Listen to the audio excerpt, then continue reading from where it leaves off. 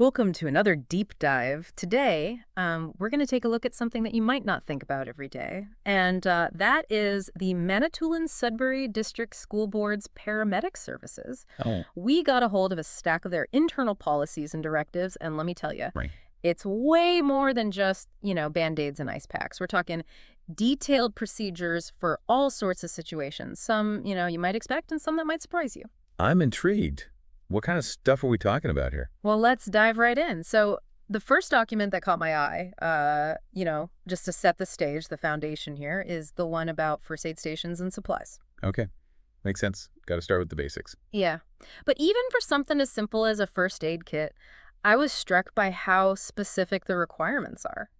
Well, yeah, I mean, you got to think about it. It's all about ensuring like a baseline level of readiness, right? Mm. You want every school, every facility to have the same, minimum standard of care available. Mm. And these requirements are actually, um, they're tied to regulations from the Workplace Safety and Insurance Board. Ah, So it's not just like, a matter of good practice. It's a legal obligation. right. So there's some serious weight behind these guidelines. Absolutely. Now, I have to admit, looking at the list of mandatory supplies, I realized my own first aid kit at home is seriously lacking. I got to step up my game. Yeah, you and me both.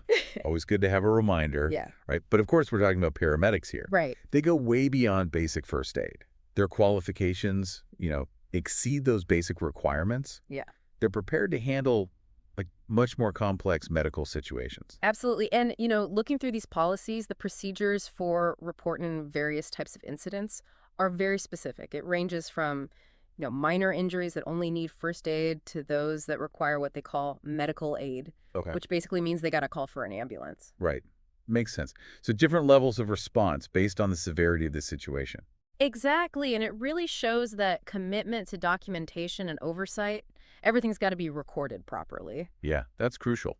I mean, each incident being, meticulously recorded helps ensure accountability. Right. It also helps them identify any areas where they can improve, constantly refine their response protocols. Right. And speaking of responding, they also outline procedures to make sure patients get transported to what they call definitive care. Okay. What does that mean exactly? It basically means making sure someone gets to a hospital or another appropriate medical facility for further treatment, right? Oof, got it. So they're not just patching people up and sending them on their way. Yeah. They're committed to getting them the best possible care. Exactly. It's a very thorough approach. It really is. It's this level of detail and planning that extends to some pretty unexpected scenarios, too. Oh, really? Like what? Well, for instance, they have a whole policy dedicated to handling potential Ebola outbreaks. Ebola. Yeah. That's not something you'd expect to find in a school board's Yeah. policies. I know, right? But, think about it. It highlights a growing trend in healthcare in general, the need to be prepared for highly infectious diseases, Right. no matter how unlikely they might seem in a certain area. So, what exactly does this Ebola virus disease policy entail? I'm guessing it involves a lot of protective gear. Oh, absolutely. So each paramedic is required to have 2 complete isolation kits. Okay. And each kit has a full set of personal protective equipment, PPE, as they call it. Okay. Think coveralls, gowns, boot covers, face shields, biohazard bags, the whole works. Wow. 2 full kits each. That's serious. Yeah, it's impressive, right? Yeah. And on top of that, each vehicle carries backup supplies of everything, Oh, wow. plus extra gloves, respirators, you name it. It really paints a picture of a team that's ready to handle a high-risk situation safely and effectively. Yeah, it definitely sounds like they're not taking any chances. But it's not just about having the gear, is it? They also got to know how to use it all properly. Oh, absolutely. There's mandatory training involved, online modules, practical demonstrations, and even a written exam. Wow. They really drill these procedures, make sure everyone's comfortable and competent in using the equipment and following the protocols. It's amazing to see how much thought and planning goes into preparing for something that thankfully is extremely rare in our region. Yeah, but that's the thing about preparedness, right? You got to be ready for anything. And it's a testament to their commitment to staying ahead of the curve. Absolutely. Now, I got to ask you, seeing this level of preparedness for something as serious as Ebola, does it make you feel any differently about the DSB's commitment to safety overall? Oh, for sure. It's definitely reassuring. It shows that they're not just focused on the everyday bumps and bruises. They're considering a wide range of potential threats Right. and taking proactive steps to mitigate those risks. Okay, so we've talked about land-based preparedness, but what about water? It turns out they also have specific protocols for water-based responses. Oh, interesting. Well, that makes sense, right? I Um, mean, considering the number of lakes and rivers in the region. exactly. And while they're not a dedicated water rescue team, Right. they do have procedures in place to ensure safety if they need to, extricate a patient from the water. And a key element of these procedures has got to be the use of personal flotation devices, PFDs. PFDs. Those are absolutely mandatory for any operation near or on the water. So tell me more about these PFD requirements. What kind of details do the policies cover? Oh, they go into quite a bit of detail. From the proper way to don a PFD to specific instructions for cold weather conditions. Like, did you know that in cold weather, they're supposed to be partially inflated? Partially inflated. Why is that? It's a safety precaution. So if a PFD is fully inflated in like really frigid water, Mm-hmm. the sudden shock of cold can cause involuntary gasping, Oh, okay. which, could lead to inhaling water if you're submerged. Right. Partially inflating it mitigates that risk. Wow, that's a level of detail I wouldn't have thought of. It really shows how thorough these guidelines are. It does, doesn't it? Yeah. And it underscores how even those seemingly minor details can be crucial when it comes to safety. Absolutely. And these PFDs aren't just like a one-time use item, right? No, Yeah. not at all. The policies also outline post-use procedures, things like inspection and reporting. Okay. They want to ensure that the equipment is always in top working order and ready for the next use. It's all about accountability and maintaining a high standard of safety. Exactly. And speaking of high standards, Yeah. we got to talk about their policies for working with air ambulances. Now, this is where things get really interesting. Air ambulances, that sounds kind of intense. Tell me more. Well, they have guidelines for both helicopters and fixed-wing aircraft, which is pretty impressive. Wow. It shows the range of environments and situations these paramedics might encounter. So what are some of the key points of these air ambulance policies? Well, when it comes to helicopter landings, safety's, paramount. They have a strict no approach rule until the rotor has completely stopped. Yeah, those rotors are powerful. Can be very dangerous if you're not careful. Exactly. And you always got to stay within the pilot's line of sight so they know where everyone is. So I imagine there are also, specific procedures for approaching and departing the helicopter once it's landed. You're absolutely right. They outline things like, crouching low to avoid the rotor wash and approaching from the downslope side. Okay. So, yeah, Oh. it sounds like a carefully choreographed dance designed to minimize risk. Yeah, it does. That's fascinating. And they even have, seemingly small details covered, like keeping vehicle doors and windows closed during landing Okay, why is that? to prevent any loose objects from being blown around by the rotor wash. Makes sense. It's like they've really thought through every aspect of this process. It's impressive. So what about fixed-wing aircraft? Are there any specific guidelines for those? Yeah, with fixed-wing aircraft, the emphasis is really on following the instructions of the flight crew and respecting all airside protocols. So it's all about communication and coordination in those situations. Exactly. The flight crew has the expertise when it comes to aircraft safety. So the paramedics need to be able to seamlessly integrate into that environment and follow their lead. Right. A great example of teamwork. Recognizing those different roles and responsibilities in a, complex situation. Absolutely. Right. Now, shifting gears a bit, let's talk about something that might seem a little less exciting, Okay. but is absolutely crucial. Okay. Hand hygiene. Ah, yes, hand hygiene, the foundation of infection control, something we all learned about in kindergarten. Right. But it's easy to forget how important it is, especially in a healthcare setting. Yeah, for sure. And their hand hygiene directive goes beyond just telling people to wash their hands. Right. They actually prefer the use of alcohol-based hand rub Mm-hmm. over hand washing when hands aren't visibly soiled. That's interesting. I always thought washing with soap and water was like the gold standard. It's a common misconception. Oh. While soap and water are definitely necessary when your hands are visibly dirty, Right. alcohol-based hand rubs are actually more effective at killing germs in many situations. Okay. And I imagine they're quicker and more convenient, which is important, in a fast-paced environment like paramedicine. Right. They can't always be stopping what they're doing to go find a sink and, scrub for 20 seconds. Exactly. But it's not just about, slapping on some hand sanitizer and calling it a day. Mm-hmm. The policies also outline the proper technique, Okay. including how long to rub, making sure you cover all surfaces of your hands. So they're really promoting good habits and making sure it's done correctly. Exactly. They even point out those areas that people often miss, like the fingertips, between the fingers, Right. base of the thumbs. It's all about that attention to detail. Okay, we've covered a lot of ground here, but there's still more to explore in these policies. Oh, yeah. We've only just begun to scratch the surface of the Manitoulin-Sudbury DSB Paramedic Services commitment to safety. Well, we'll be right back to dive into even more fascinating details.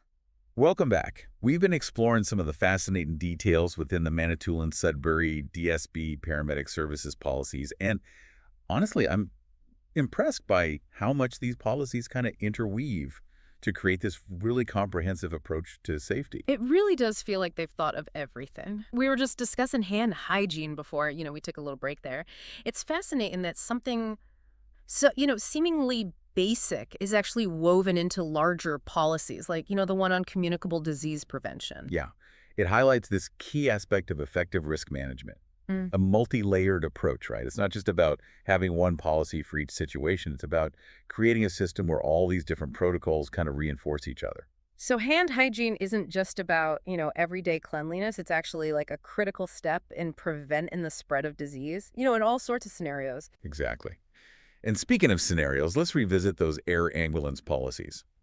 I'm still kind of awestruck by the idea of school board paramedics working with helicopters and airplanes. Yeah, it's not what you typically picture when you think of a school nurse, but, it makes sense given the geography of the region. You're right. They got to be prepared for anything. What's fascinating to me is the level of trust and coordination involved. Hmm. When you're working around aircraft, the flight crew is ultimately in charge of safety. Right. The paramedics need to be able to adapt to that environment and follow their lead. I can imagine it takes a lot of, training and experience to be comfortable in that kind of situation. And from what we've seen in these policies, they don't take any chances when it comes to approaching those helicopters. Absolutely. Remember that no approach rule. Yeah. Until the rotor has completely stopped, Yeah. those rotors generate incredibly powerful winds, so that rule is all about preventing accidents and injuries. And they emphasize staying within the pilot's line of sight at all times. Yeah, that's crucial for communication and awareness.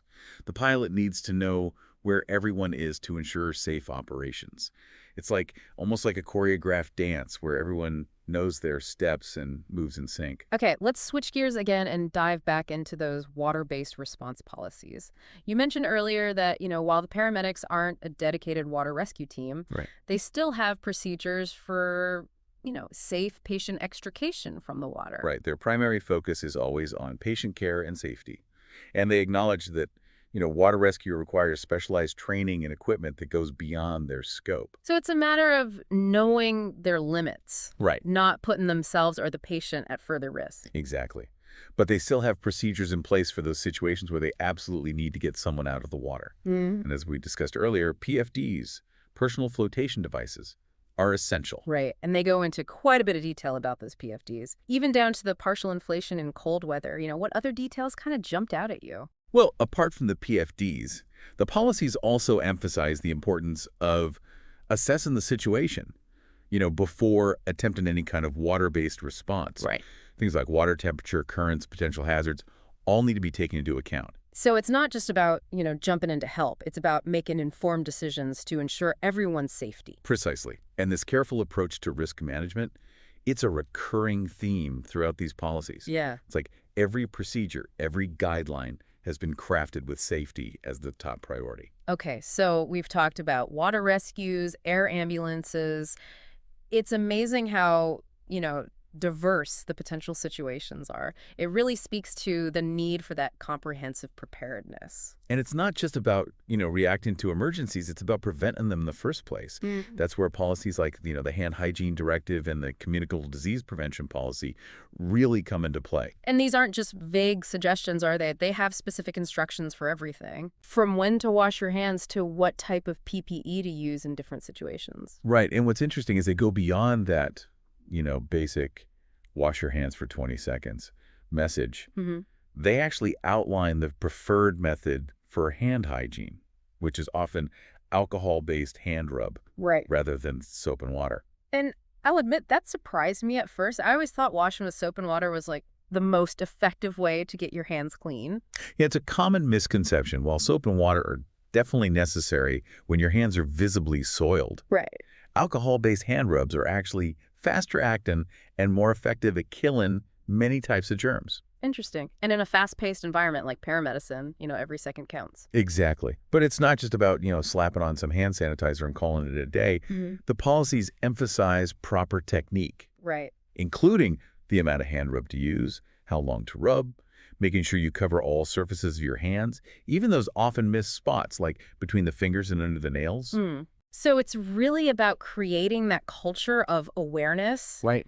and diligence when it comes to hygiene. And that same level of diligence extends to their policies for preventing the spread of communicable diseases. Absolutely. They have comprehensive guidelines for everything from routine practices like Yeah. using gloves and masks Right. to more specialized procedures for handling potential exposures to infectious diseases. And we talked earlier about their immunization policy, Right, which right. requires paramedics and students to be up to date on their vaccinations. Right. That's another, proactive measure to protect both the paramedics themselves and the people they come into contact with. It's interesting to think about how all these different policies, Yeah. from hand hygiene to immunization, kind of work together to create a safety net for the whole community. Right. They're not just, responding to those individual incidents. They're actually creating a system that aims to prevent those incidents from happening in the first place. That's a great observation. It's like a chain reaction where one policy strengthens the next, ultimately leading to a safer and healthier environment for everyone.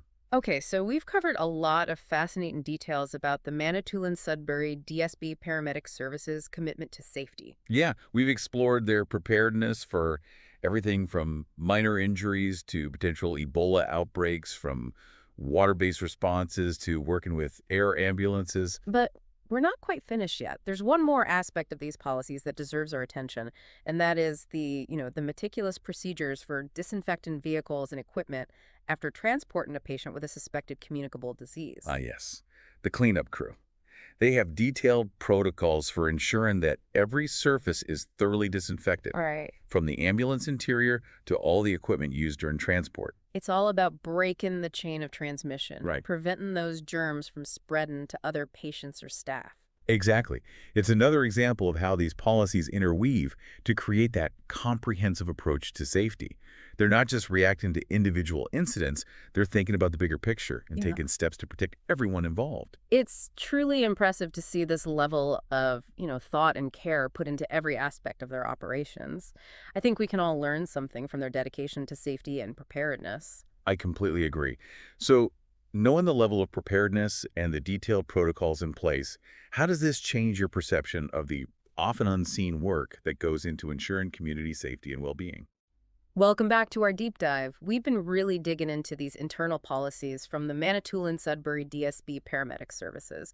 And I gotta say, I'm pretty impressed with their commitment to safety and preparedness, from what we've seen in these documents. Yeah, it's been a fascinating journey. We've seen how they address everything from, everyday first aid to those really specialized situations like water rescues and potential Ebola outbreaks. And it's not just like checking off boxes or going through the motions either. They're not just saying, oh, yeah, we got to have a policy for that. They actually get into the nitty gritty. You can tell they really understand the potential risks. Yeah, for sure. And Yeah. they're dedicated to actually doing something about it, Yeah, mitigating those risks for both the paramedics and the community they serve. right. What I think really stands out to me is how holistic their approach is. Hmm. It's not just about reacting to individual incidents. It's about creating a system where every procedure, every guideline contributes to a larger culture of It's safety. like they're building a puzzle, right? Yeah. Where all the pieces fit together to make that complete picture of preparedness. Exactly. We've seen how they emphasize hand hygiene, not just as a general practice, but as a crucial part of preventing the spread of communicable diseases. And even their immunization policy, which, seems pretty straightforward on the surface,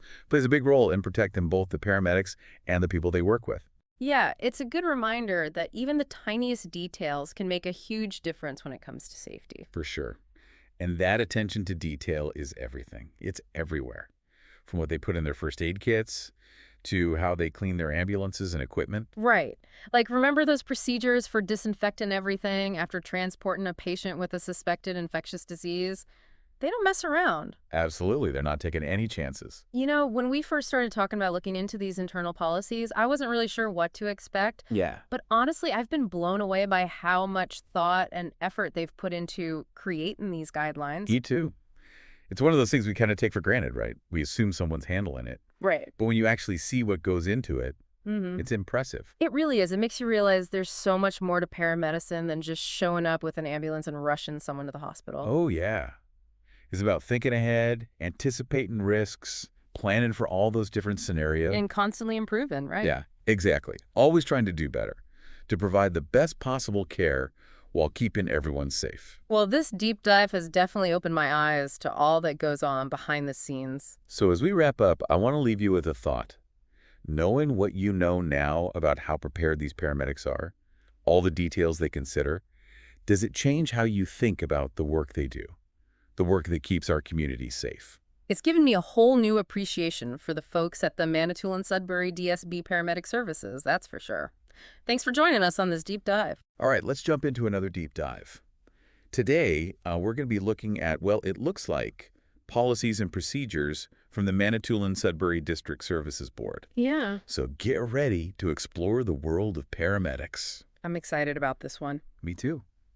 We've got, let's see. Well, we've got a whole stack of documents here Yeah. covering everything from shift exchanges Yeah. to what they call single paramedic responses. Oh, interesting. I'm really curious to dig into this stuff and see how they balance efficiency and safety Right. in such a demanding field. Yeah, it's so easy to just picture, like, the paramedics, rushing to the scene, sirens blaring. Right. But there's so much more to it. Yeah, absolutely. So let's start with those shift swaps. Okay. It says here they can trade shifts, but there's no extra pay involved. Huh, that's interesting. Yeah. It seems like it kind of suggests a culture of teamwork and flexibility, Yeah. where paramedics are willing to cover for each other without necessarily expecting, financial compensation. Right. But it also makes you wonder, like, Yeah. could this lead to burnout Right. if they're constantly, juggling shifts without any additional support? Yeah, that's a great point. Yeah. Speaking of juggling, this section on single paramedic responses really caught my eye. Okay. Why would they ever send someone out alone? Yeah. It seems inherently risky. It really does. Yeah. Well, it's all about resource allocation, especially in a region where emergencies could be spread out over large distances, right? Right. So sometimes sending a single paramedic to just, assess the situation, provide that initial care Right. is the fastest way to get help to someone in need. Yeah. And they remain on scene until transport arrives, Oh. unless there's imminent danger. I see. That makes sense in terms of like getting to people quickly. Right. But how do they ensure the paramedics' safety Yeah. in those situations? Yeah, that's where those detailed procedures come in. Okay. They have protocols for everything Right. from communication with dispatch to identifying potential hazards, Right. They even have guidelines for using an alternate driver in extreme cases. An alternate driver. Yeah. What's that about? So imagine a scenario where a single paramedic is on scene. Okay. They need to transport a patient immediately, Right. but there's no ambulance available. Oh, wow. They might need to utilize someone with appropriate authorization, like a police officer, maybe even a bystander, Wow. to help get that patient to the hospital. That's pretty intense It is. to navigate. It is. I can only imagine the legal and ethical considerations there. Right, absolutely, yeah. Wow. It really highlights the level of responsibility and decision-making that paramedics face every day. Yeah, it really challenges like my assumptions about what the job even entails. Right. So let's talk about those potential hazards. Okay. They have a whole section here on hazard management. And some of the categories are pretty intense. Huh. Violence, animals, communicable diseases, Right. even CBRNE events. It's a lot. CBRNE, what is that? Yeah, it's chemical, biological, radiological, nuclear, and explosive events. Wow. It's a stark reminder that paramedics are often right on the front lines, Yeah. facing unpredictable situations that most of us can't even imagine. Right, yeah. And each category presents its own, set of risks and mitigation strategies. So let's start with the one that seems most common, I guess, violence. Okay. What kind of situations would put paramedics at risk of violence?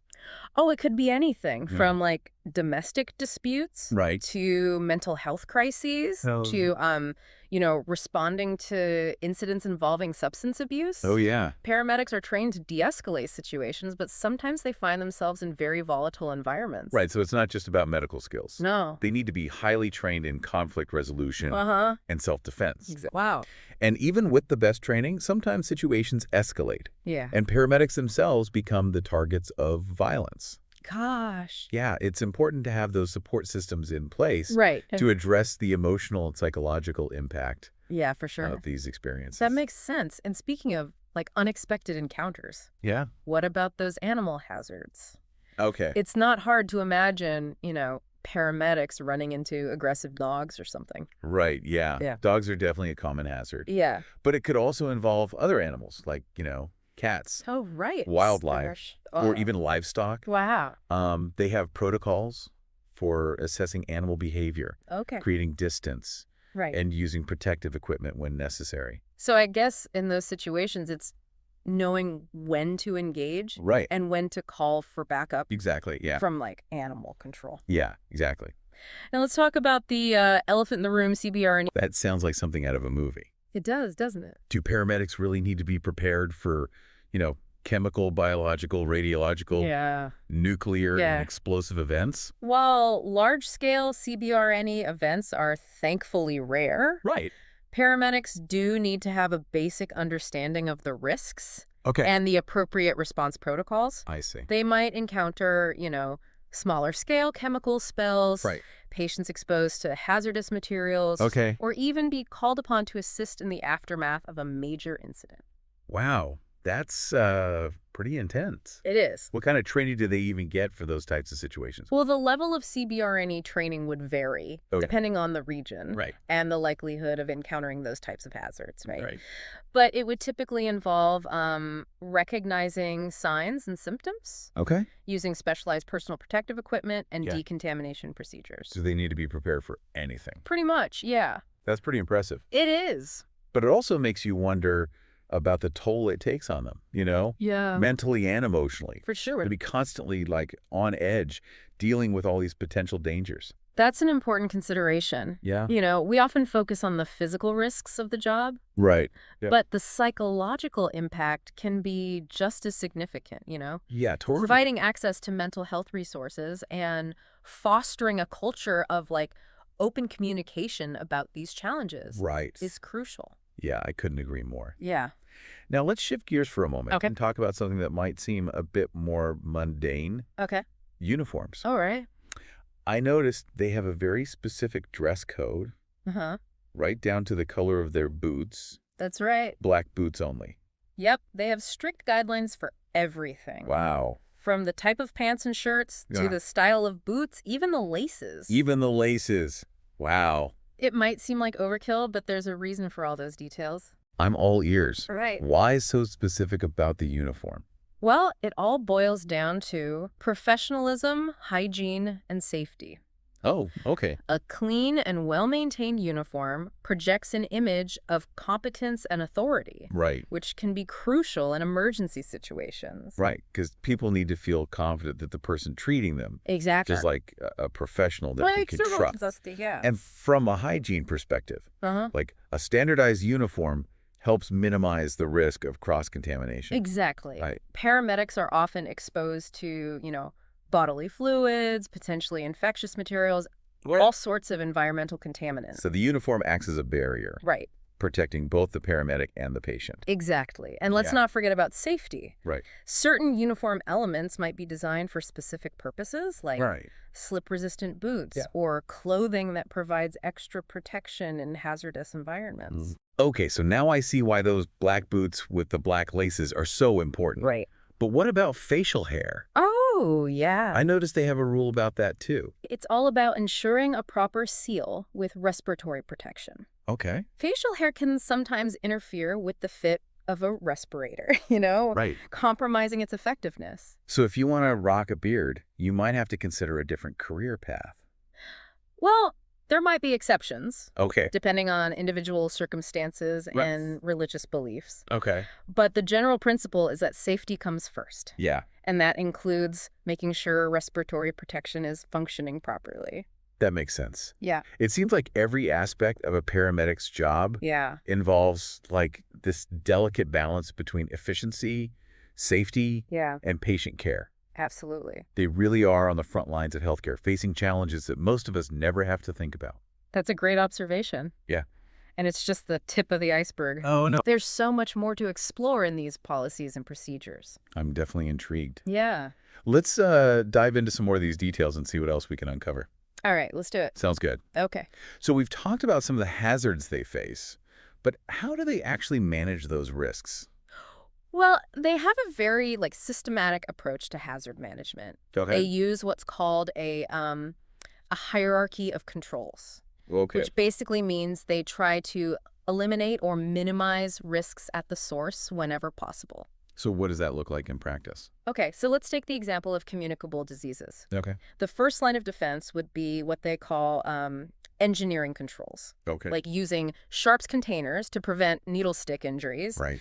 Then they have administrative controls, Okay. which are basically procedures and policies Oh, like yeah. mandatory vaccinations and infection control training. Okay. And finally, there's personal protective equipment, Right. or PPE. Like Right. gloves, masks, and gowns. Yep. Which provide a barrier between the paramedic and potential pathogens. So it's about layering those different levels of protection to create a safer working environment. Exactly. And it applies to all types of hazards. Okay. For example, for violence, Okay. they might have engineering controls like security cameras and panic buttons in their stations. Right. They also have de-escalation training and protocols for dealing with aggressive individuals, Right. which fall under administrative controls. Right. And then they might carry personal protective equipment like pepper spray or ballistic vests as a last resort. It sounds like they've really thought this through. Yeah. But what happens if a paramedic does encounter a hazard? Do Yeah. they just, shrug it off and move on? Not at all. They have very clear reporting procedures in place. Okay. If a paramedic encounters a hazard on scene, Yeah. they have to file an incident report detailing the nature of the hazard, the location, and any relevant circumstances. Okay. They also need to notify their dispatch center and their supervisor immediately. So they're immediately looping in the key players who can assess the situation and take further action if necessary. Exactly. And it's not just about reacting to incidents that have already happened. Right. They also have a system for reporting potential hazards in the workplace. So if they notice something unsafe at their station, Yeah. like faulty equipment or a slippery floor, Right. they have a way to flag it before it becomes a problem. Exactly. It's all about creating a culture of proactive safety management. Yeah. They want everyone to be vigilant and report any potential concerns Right. so they can address them before someone gets hurt. It makes sense. Yeah. In a job where every second counts, they can't afford to wait for something to go wrong before taking action. Right. But, going through these policies and procedures, it's clear that they're not just about ticking boxes or complying with regulations. Right. They're really about protecting the people who put their lives on the line every day to help others. I completely agree. These policies reflect a deep understanding of the challenges paramedics face Yeah. and a commitment to their well-being. Yeah. It's about creating a system that supports them Right. so they can do their jobs effectively and safely. Well said. Now, you mentioned that these policies and procedures are just the tip of the iceberg. Yeah. What else is there to uncover in the world of paramedics? There's so much more. Really? We could delve into their training regimens, Right. the technology they use, Uh-huh. the ethical dilemmas they face, Yeah. or even the evolving role of paramedics in the broader healthcare system. Wow. It sounds like we could do a whole series of deep dives just on paramedics. Absolutely. It's a fascinating field that's constantly evolving. For now, let's circle back to something we touched on earlier. Okay. The single paramedic responses. Okay.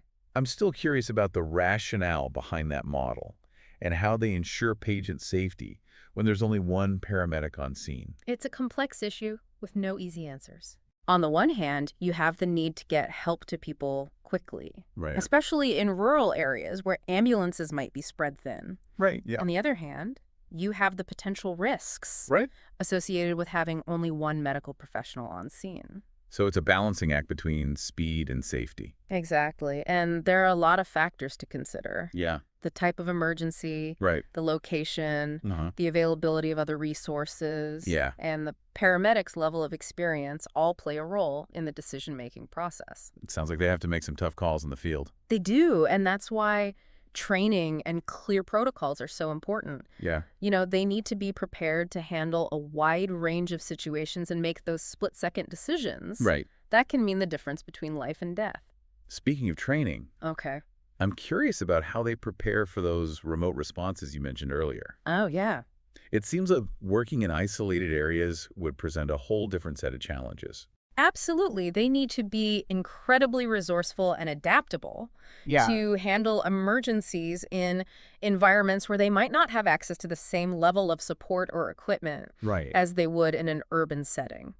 So what does that training entail? Do Yeah. they have to, like, learn wilderness survival skills or something? Well, it might not be quite that extreme, Okay. but they do need to be prepared for the unique challenges of remote environments. Okay. That could involve things like navigating difficult terrain, Right. dealing with extreme weather conditions, Oh, what? and providing prolonged care without immediate access to a hospital. It sounds like they need a completely different skill set Yeah, compared to working in a city. in some ways, yes. Okay. But at the core, it's still about providing high-quality medical care in challenging circumstances. That makes sense. Now let's talk about something that might seem a bit lighter, Okay. but still plays an important role in their work uniforms. You mentioned earlier that those strict dress codes are about professionalism, hygiene, and safety. Uh-huh. Can you elaborate on that a bit more? Sure, let's start with professionalism. Okay. A uniform instantly conveys a sense of authority and competence, Right. which can be crucial in establishing trust with patients and the public. It's like wearing a badge of honor. Yeah, It shows that they're trained professionals who can be trusted in emergencies. exactly. And it goes beyond just looking professional. Yeah. The uniform itself can actually contribute to their safety and hygiene. Oh, so? Well, those black boots we talked about earlier, Yeah. they're not just a fashion statement. Okay. They're often designed with specific safety features, Really? like slip resistance, Okay. ankle support, Wow. and even puncture resistance. So they're literally protecting their feet from hazards in the field. Exactly. And the rest of the uniform, particularly the fabric and the design, Yeah. can play a role in infection control. Some materials are better at repelling fluids and preventing the spread of germs, Right. which is obviously crucial in a healthcare setting. So it's not just about looking good. Right. It's about being functional and safe. Precisely. And the uniform guidelines also help ensure consistency and recognizability. Right. When people see a paramedic in their uniform, Yeah. they know exactly who they are and what they're there to do. That makes sense. It creates a sense of unity and professionalism Right. that can be reassuring in a stressful situation. Yeah. But what about those rules about facial hair? Yeah. I'm so curious about how they enforce that. It really comes down to the importance of respiratory protection. Right. As we talked about before, facial hair can interfere with the seal of a respirator, Right. putting the paramedic at risk. So it's not just a matter of personal style, it's a safety issue. Exactly. And while there might be some exceptions, Right. the general rule is that any facial hair that could compromise the fit of a respirator needs to be addressed. So maybe a clean-shaven look is the best bet for aspiring paramedics. Well, maybe not completely clean-shaven. Okay. There are ways to manage facial hair and still maintain a proper seal with a respirator. Oh. It might involve trimming the beard in a specific way Huh. or using special adapters for the respirator. So there's hope for those who want to rock a beard and save lives at the same time. Absolutely. There's always a way to find a balance between safety and personal expression. This deep dive has been eye-opening. Yeah. I never realized how much thought and consideration goes into every aspect of a paramedic's job. It's a testament to the dedication and professionalism of these individuals Yeah. who are constantly striving to provide the best possible care in often challenging circumstances. I think a lot of people have a romanticized view of paramedics. Yeah. They imagine them, rushing to the rescue with sirens blaring and adrenaline pumping. It's definitely a job that attracts people who are drawn to excitement and helping others. Right. But there's so much more to it than that. It requires a unique combination of medical expertise, Yeah. critical thinking skills, Uh-huh. physical and emotional resilience, Great. and a deep commitment to serving their communities. Well said. And it's something we should all appreciate and respect. I couldn't agree more. Now, speaking of appreciation, Okay.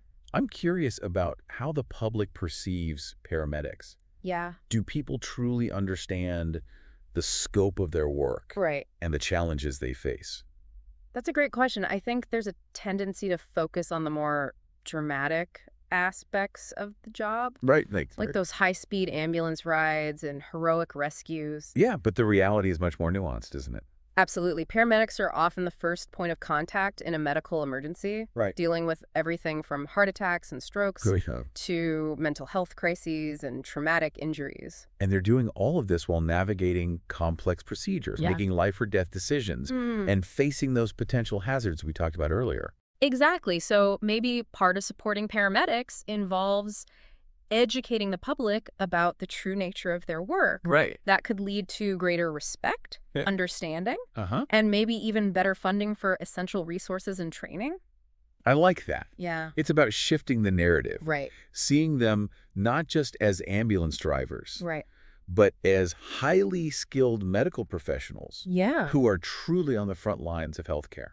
Couldn't have said it better myself. Well, this deep dive has been incredibly insightful. Yeah. I feel like I've gained a whole new level of respect for the dedication and resilience of paramedics. It's a job that truly demands a unique combination of skill, compassion, and a willingness to face the unknown.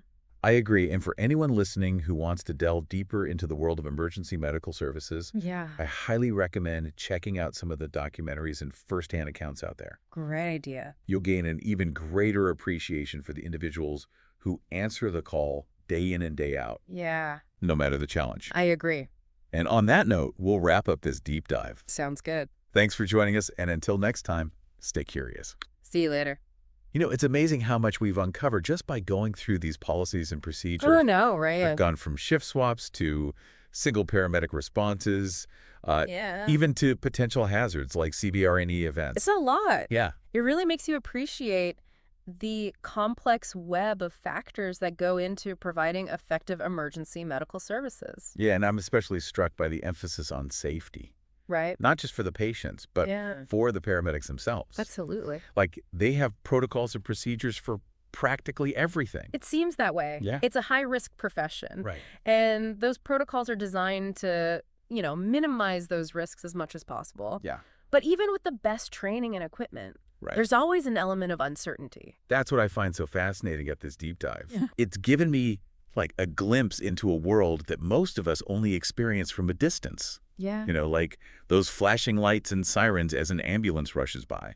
It's easy to forget that there are real people behind those flashing lights, Right. making, life or death decisions under immense pressure. And facing those emotional and psychological challenges we talked about earlier. Exactly. It's a job that takes a toll, not just physically, Right. but mentally and emotionally. Yeah. And it's something we need to acknowledge and address Yeah. if we want to support the people who are on the front lines of caring for our community. I couldn't agree more. It's about seeing them not just as heroes, but as human beings Yeah. who need support and resources Exactly. to do their jobs effectively and safely.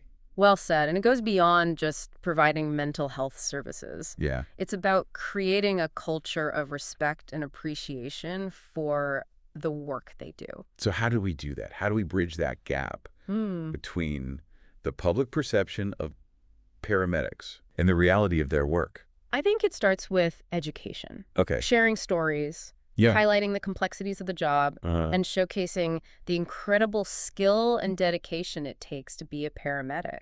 It's about moving beyond the stereotypes Right? and recognizing them as the highly trained medical professionals they are. Exactly. They're not just ambulance drivers. Right. They're clinicians, critical thinkers, Yeah. and compassionate caregivers who often make the difference between life and death. This deep dive has certainly shifted my perspective. I'm glad to hear that.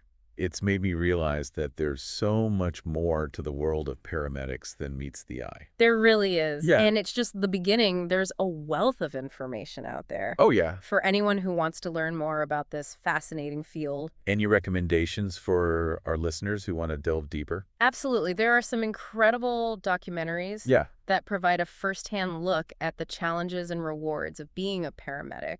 You can also find memoirs and personal accounts Right. that offer insights into the emotional and psychological aspects of the job. And for those who are interested in the more technical side of things, Yeah. there are journals and professional publications Right. that delve into the latest advancements in emergency medical care. It's a field that's constantly evolving, so there's always something new to learn. Well, this has been an eye-opening deep dive. Yeah, it I has. feel like I've gained a whole new level of respect and appreciation for the work that paramedics do. I'm glad to hear that. Yeah. And I hope our listeners feel the same way. Me too. It's a job that deserves our admiration and support. On that note, we'll wrap up this episode of The Deep Dive. Okay. Thanks for joining us, and until next time, keep exploring. See you next time. Welcome to another deep dive. Today, we're hitching a ride with the Manitoulin-Sudbury DSB paramedics. Ooh, going behind the scenes. Exactly. We're going to go way beyond just sirens and flashing lights, right? Get into the nitty-gritty. A real deal. Yeah. Their operational guidelines, their disaster plans, all that behind-the-scenes stuff that kicks in when things get really intense. When it hits the fan. Yeah, exactly. So think of it like this. You're out hiking, Beautiful scenery. gorgeous day, Right. right? And suddenly someone in your group gets injured. Uh-oh. Yeah, and not just a little scrape. Something serious. Yeah, something where you need to call for help, but you're miles from any road. So typical ambulance can't get to you. Exactly what happens then? Do paramedics suddenly transform into, like, mountain rescue superheroes? I wish. Yeah. Sadly, no. They're not equipped for, like, technical rescues. Mountain climbing or swift water rescues. Right. That makes sense. You wouldn't want someone without the right gear or training trying to rappel down a cliff. Exactly. It's all about safety first. So the first step in that kind of remote scenario? Contact. They call it the CECC. He's a CC. Yeah, Central Ambulance Communication Center. Wow. They're the ones who coordinate everything. So they're like the central nervous system. Yeah. They figure out who's best equipped to handle that specific situation. So it could be fire services, police, search and rescue, even air ambulance if needed. So it's all about getting the right help there fast. Uh-huh. But in the meantime, the paramedics on scene, they're not just twiddling their thumbs, right? Oh, no, they're busy providing initial care gathering information about the patient and the environment. So basically getting everything ready for when those specialized teams arrive. Exactly. It's a crucial part of that initial response. Okay, so teamwork communication is all key, especially in those remote high-pressure situations. Now, let's say it assessed possible to reach the patient, but it's still tricky terrain. Do they have like a secret fleet of super ambulances or something? Uh-huh. Not quite super ambulances, but their guidelines, DO, allow for off-road vehicles. Like what? Snowmobiles, ATVs, even boats. Wow, seriously. But there's a catch. The driver needs special training. So it could be a police officer or a firefighter or search and rescue member who's also trained for that type of vehicle? You got it. And even then, there are still rules, like they can't just drive across any frozen lake or river. They need approval from the Ministry of Transportation for that. Right, those conditions can change so quickly. Exactly. So it's a balance, Yeah. right? Mm. Reaching someone fast, but also making sure everyone stays safe in the process. And all of this is happening under the watchful eye of their superintendent, right? Oh, yeah. The superintendent's responsible for approving these decisions and making sure everything's by the book. A lot of responsibility, especially when communication might be limited. It's amazing how committed they are to patient care, no matter the location. Now let's shift gears a bit and talk about something a little closer to home. What happens if a Manitoulin-Sudbury DSB vehicle is involved in a collision? Like, what are the procedures? Ooh, that's a good one. Well, it really depends on the severity. Okay, so walk me through it. What if it's a serious accident? Let's say a paramedic vehicle collides with another vehicle or someone's injured. Immediate action. The paramedic driving notifies the CACC, their superintendent A&D, the police, right away. So no matter how minor the collision is, if it involves another vehicle, the police are called. Exactly. It's about getting everyone involved fast. Okay, what if it's just a fender bender with their own vehicle and no one's hurt? Still paperwork. Of course. The driver fills out a vehicle collision report. Both paramedics do occurrence reports, and they notify their superintendent. Got it. And if the damage is under $2,000, it's handled internally. Right. But anything more than that, or if there are injuries, the police get involved. Makes sense. I'm guessing witnesses also play a role. Oh, absolutely. They'll give statements about what they saw, and then the superintendent investigates the whole thing, either in person or remotely. So it's about accountability, figuring out what happened and how to prevent it in the future. Exactly. Now, here's a question. Have you ever wondered if someone besides a paramedic might end up driving an ambulance. You mean like those movie scenes where a cop jumps behind the wheel? It does happen, right? It does, Yeah. but it's rare and very carefully controlled. So under what circumstances? It's all about risk. Risk. Yeah, they actually have something called a risk statement, which basically says that sometimes a patient's survival outweighs a strict rule. Okay, so give me an example. Picture this, you've got a CTAS 1 situation. ETAS. Canadian Triage and Acuity Scale Level 1 means someone needs immediate life-saving intervention. So every second counts. You got it. If there's no second paramedic available and there's a police officer or firefighter who can drive the guidelines, allow for that. Wow, that's intense. But even then there are safeguards, right? Oh yeah. The officer or firefighter needs to know the ambulance equipment and, of course, drive safely. Plus, the CACC and the superintendent are immediately informed. It's highly unusual, and everything's documented very carefully. That's fascinating how different agencies can work together, even in those unconventional ways. Now let's talk about something that's probably on everyone's mind these days, disaster preparedness. What kind of plan do Manitoulin Sudbury DSB paramedics have for handling large-scale events? They've got a comprehensive plan. It outlines everyone's roles and responsibilities during a major incident. So it's not just about reacting to the immediate crisis, but having a clear structure in place. You got it. And they review it every year. They even do training exercises with different municipalities. Okay, so who are the key players in this plan? Well, at the top, you've got the chief and deputy chief of paramedic services, the chiefs in charge of overall communication, making sure there are enough resources. So the big picture stuff. Exactly. And the deputy chief is the liaison between the scene and the chief providing updates. Okay, then you've got the paramedic superintendent, right? Uh-huh. They oversee something called the incident management system. It's a standardized approach to managing emergencies. So everyone from different agencies is on the same page. Exactly. They also appoint other key roles like a site commander, a triage officer, a traffic officer, and a safety officer. So it's like a well-oiled machine. Everyone has their specific job. What about the first paramedic on scene? They're automatically the site coordinator until relieved. Makes sense. Their first priority is making sure their vehicle is positioned safely and they keep in contact with the CICC. So they're the eyes and ears on the ground. Right. And then once a site commander is appointed, they really take charge. Scene safety, working with other agencies, figuring out resources, coordinating patient transport. Sounds like a huge job. It is. Then you've got the triage officer. They assess each patient and decide who needs immediate treatment. Triage, that must be tough making those kinds of decisions in the middle of chaos. For sure. And then there's the traffic officer. They manage the flow of vehicles and personnel in or out of the scene. Keeping things organized. Exactly. And you might have a safety officer, too. They're responsible for everyone's well-being, making sure people are wearing the right gear, watching out for hazards. Wow. So even in a disaster, they're still looking out for each other. Absolutely. And throughout all of this, you have other paramedics arriving, following instructions from the site commander, the triage and traffic officers. It's a complex dance, but it's designed to create a coordinated response, even in the most challenging situations. It's amazing how they plan for every possibility. But what about things that disrupt those plans? Power outages, problems with the stations themselves, personnel shortages, supply chain issues, even just really bad weather. Northern Ontario realities. Exactly. They have contingency plans for all of that. You bet.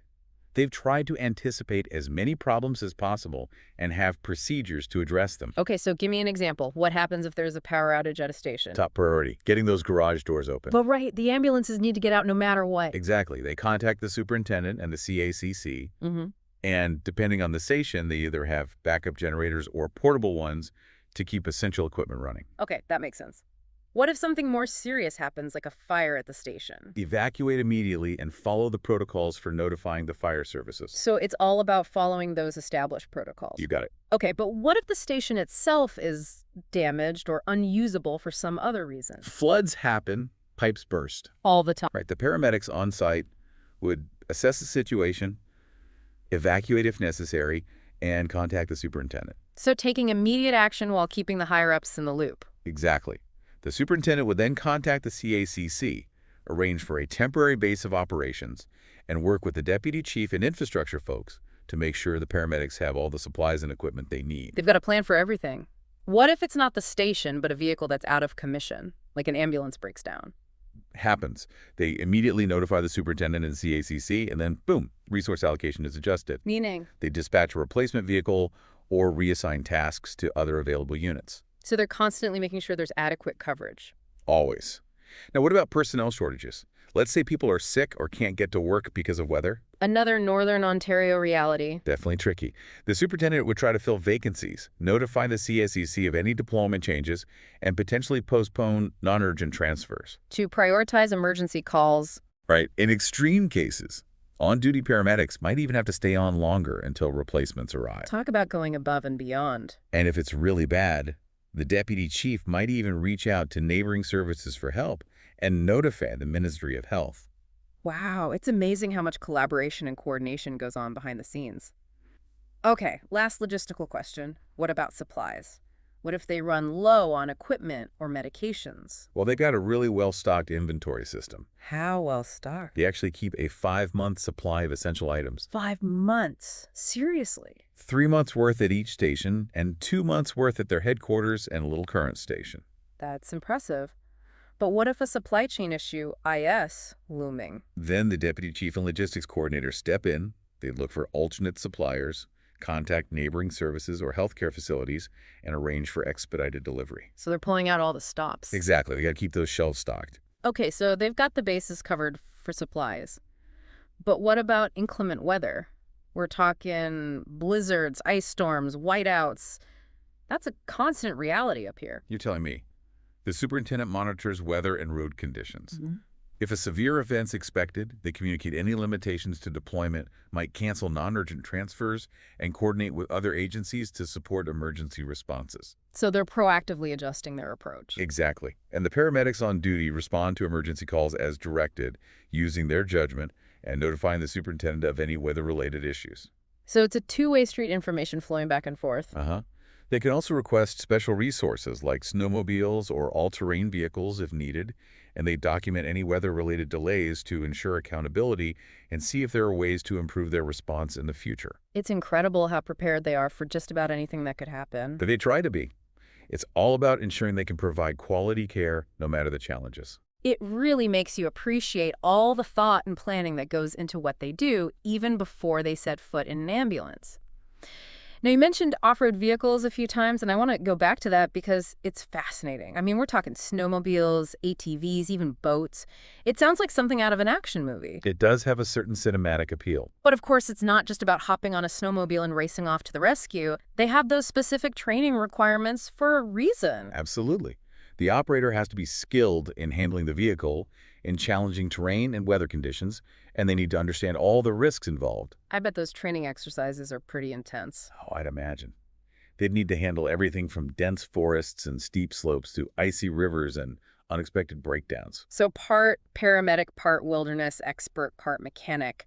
It really shows how adaptable they need to be, especially in this region. Exactly. They need to be creative, resourceful, able to think on their feet to overcome obstacles and reach those who need help. Now I'm curious about the types of vehicles they use. Are we talking standard models, or do they have special medical versions? That's a great question. I don't have the specifics on that, but it's possible they have some modified vehicles with medical supplies and equipment. But in many cases, they probably rely on standard models. Either way, I bet those vehicles are packed and organized strategically. Oh, for sure. They'd need bandages, splints, medications, oxygen communication equipment, even survival gear, all fitting into a relatively small space. And I bet those weather conditions play a huge role in these off-road rescues, too. I can't even imagine trying to navigate a blizzard or an ice storm on a snowmobile. You're right, those conditions definitely add another layer of complexity. Visibility can be reduced, making it hard to find your way. And those frigid temperatures can be dangerous for both the paramedics and the patient. Hypothermia, frostbite, all those risks. Exactly. So they'd need to layer up, carry warming devices, and constantly monitor their own condition as well as the patient's. So safety is paramount in those situations. Absolutely. Now, you mentioned that they need Ministry of Transportation approval to go across frozen waterways. But in what situations might that actually be granted? I imagine it depends on how thick and stable the ice is, whether there are any alternate routes, and just how urgent the situation is. So if someone's life is in imminent danger and time is of the essence, they might use a frozen waterway even if it's not officially approved. It's possible. But it would be a judgment call based on those specific circumstances. Yeah. And even then, they take extra precautions like testing the ice-wearing flotation devices and having a backup plan. It makes you realize how much responsibility rests on their shoulders. It does. Now, I'm curious about how they actually transport a patient on an off-road vehicle. Yeah. It's not like you could just strap a stretcher to a snowmobile. Right, that's a good point. They have to be resourceful using whatever's available. It could be a sled, a toboggan, even a makeshift stretcher. And they'd need to be extremely careful to stabilize the patient and prevent further injuries during transport. It's a delicate operation. It's amazing what they're able to accomplish in those conditions. But I also have to imagine it takes a toll on them physically and emotionally. You're right, they're exposed to extreme temperatures, rough terrain, long hours, the stress of treating patients in unpredictable environments. And potentially witnessing traumatic situations, too. Exactly. They need to have a support system to help them cope. Being able to debrief after difficult calls, talk to colleagues or counselors, and take care of their own mental and physical health is crucial. It's a reminder that they're human, too. We often see them as heroes, and they are, but they also need care and support themselves. Well said. It's a demanding job, but incredibly rewarding. They put their lives on the line to help others, and that's something we should never take for granted. Absolutely.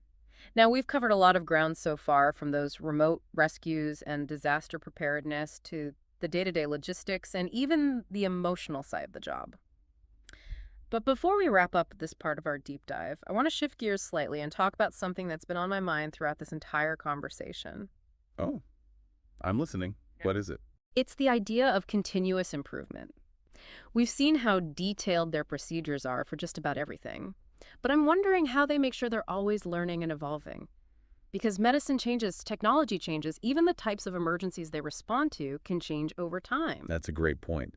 And it's something they take very seriously. They have a really robust system for reviewing incidents, identifying areas for improvement, and updating their protocols. So it's not just about blindly following the rules, but constantly asking, is this still the best way to do things? Exactly. And everyone's involved in that process. The paramedics, the superintendents, even the senior managers. A collaborative effort. Absolutely.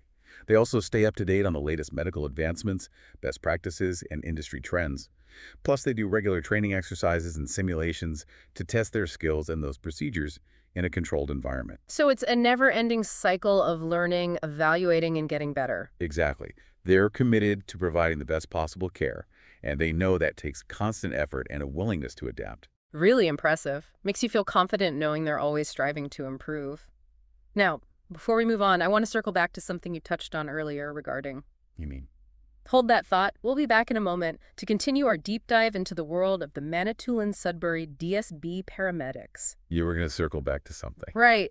Those off-road vehicles, I'm still fascinated by this idea of paramedics using snowmobiles or ATVs to reach patients. Talk about going above and beyond. I know, right? I know we talked about training and all that, but what kind of scenarios would actually require that kind of response? Okay, so picture this. Someone's out snowmobiling. Fun day on the trails. Exactly, and suddenly... Oh, accidents. Yeah, and they're miles from any road. So no way a regular ambulance could get there. Nope. Or let's say a hiker gets injured on a trail that's inaccessible to vehicles. Okay, so situations where a traditional ambulance just wouldn't be able to get through. Exactly. Yeah. And it's not just limited to winter conditions either. Think about spring thaw. Oh yeah, those cottage roads can be a mess. Exactly. Or even accessing remote islands on Georgian Bay. Wow, so there are a lot more situations than I initially thought where an off-road vehicle might be the only way to reach someone quickly. Right, and remember, we're talking about situations where time can be a crucial factor. Life or death. Exactly. If someone's having a heart attack or a stroke, every minute counts. That makes sense. Now, those training exercises for operating those vehicles in emergency situations, I bet those are pretty intense. Oh, I'm sure. I'm picturing obstacle courses, simulations of challenging terrain, maybe even practicing patient extraction using those makeshift stretchers. Wow, talk about pressure. Yeah. And speaking of preparation, how do they even fit all the equipment they might need on those vehicles? It's not like they have unlimited space. That's a good point. They have to be really strategic about what they pack, prioritizing those essential items. Medications, bandages, that kind of thing. Exactly. Plus, communication equipment is vital, especially if cell service is spotty. Right. And what about those frozen waterway rescues? We talked about needing approval from the Ministry of Transportation, but what do those situations actually look like? Okay, imagine this. Someone falls through the ice on a lake or a vehicle breaks through. That's terrifying. Yeah, and time is of the essence, right? Absolutely. So if the ministry deems the ice safe enough and it's the fastest way to reach the scene, paramedics might use a snowmobile or an airboat. Wow. But even then, they must be constantly assessing the ice conditions. Oh, definitely safety first. Yeah. It's incredible the level of expertise and quick thinking they need to have in those situations. They're not just paramedics, they're like wilderness first responders, too. Right. They combine medical knowledge with a deep understanding of the environment and the ability to adapt to unpredictable situations. It really gives you a new perspective on what it means to be a paramedic in this region. Now, earlier we talked about continuous improvement and how they're always reviewing their procedures and training. But what about technology? I mean, things are changing so fast these days. That's a great point, and I think technology is playing a bigger and bigger role. For example, they probably use GPS systems, especially when cell service is unreliable. Makes sense. What about things like drones? Ooh, yeah, drones are becoming more common, especially for search and rescue. So they could use a drone to locate a missing person or even deliver emergency supplies. Exactly. The possibilities are pretty amazing. And what about communication? Yeah, we talked about radios, but what about other advancements? They might be using satellite phones in really remote areas and even experiment. Conferencing with doctors. Exactly. It's like bringing the hospital to the patient. Wow, that's incredible. Okay, so we've talked about the technical and logistical aspects, but I want to shift gears for a moment and talk about something more personal. How does this work impact the paramedics themselves? Ah, the human element. Exactly. We've touched on the physical and emotional demands, but what about their personal lives? That's an important point and one that's often overlooked. They're dealing with life and death situations constantly. It must take a toll. It does. They might experience burnout, compassion fatigue, even PTSD. That's heavy stuff. So what can help? Having a good support system is crucial. Talking to colleagues, debriefing with counselors, or just having family and friends who understand the demands of the job. So it's not just about taking care of others, but also taking care of themselves. Exactly. And speaking of support, what about us? What can WE do as a community to show our appreciation? That's a great question. It's easy to take these services for granted until we need them. Right. Well, expressing gratitude is always a good start. A thank you card, a donation, or just a kind word. What about on a more practical level? Learn basic first aid and CPR. That can make a huge difference. So we can handle minor emergencies ourselves. Exactly. And when you do need to call 911, make sure your house or cottage is clearly numbered. So they can find you easily. Exactly. And if you're in a remote area, be prepared to give detailed directions. When you hear sirens, pull over safely and give them space. Those seconds matter. It's all about being aware and doing our part to support them however we can. Absolutely. These paramedics are part of our community. They're our neighbors, our friends, our family. They're the ones who rush towards danger when everyone else is running away. They deserve our respect, our gratitude, and our support. Well said.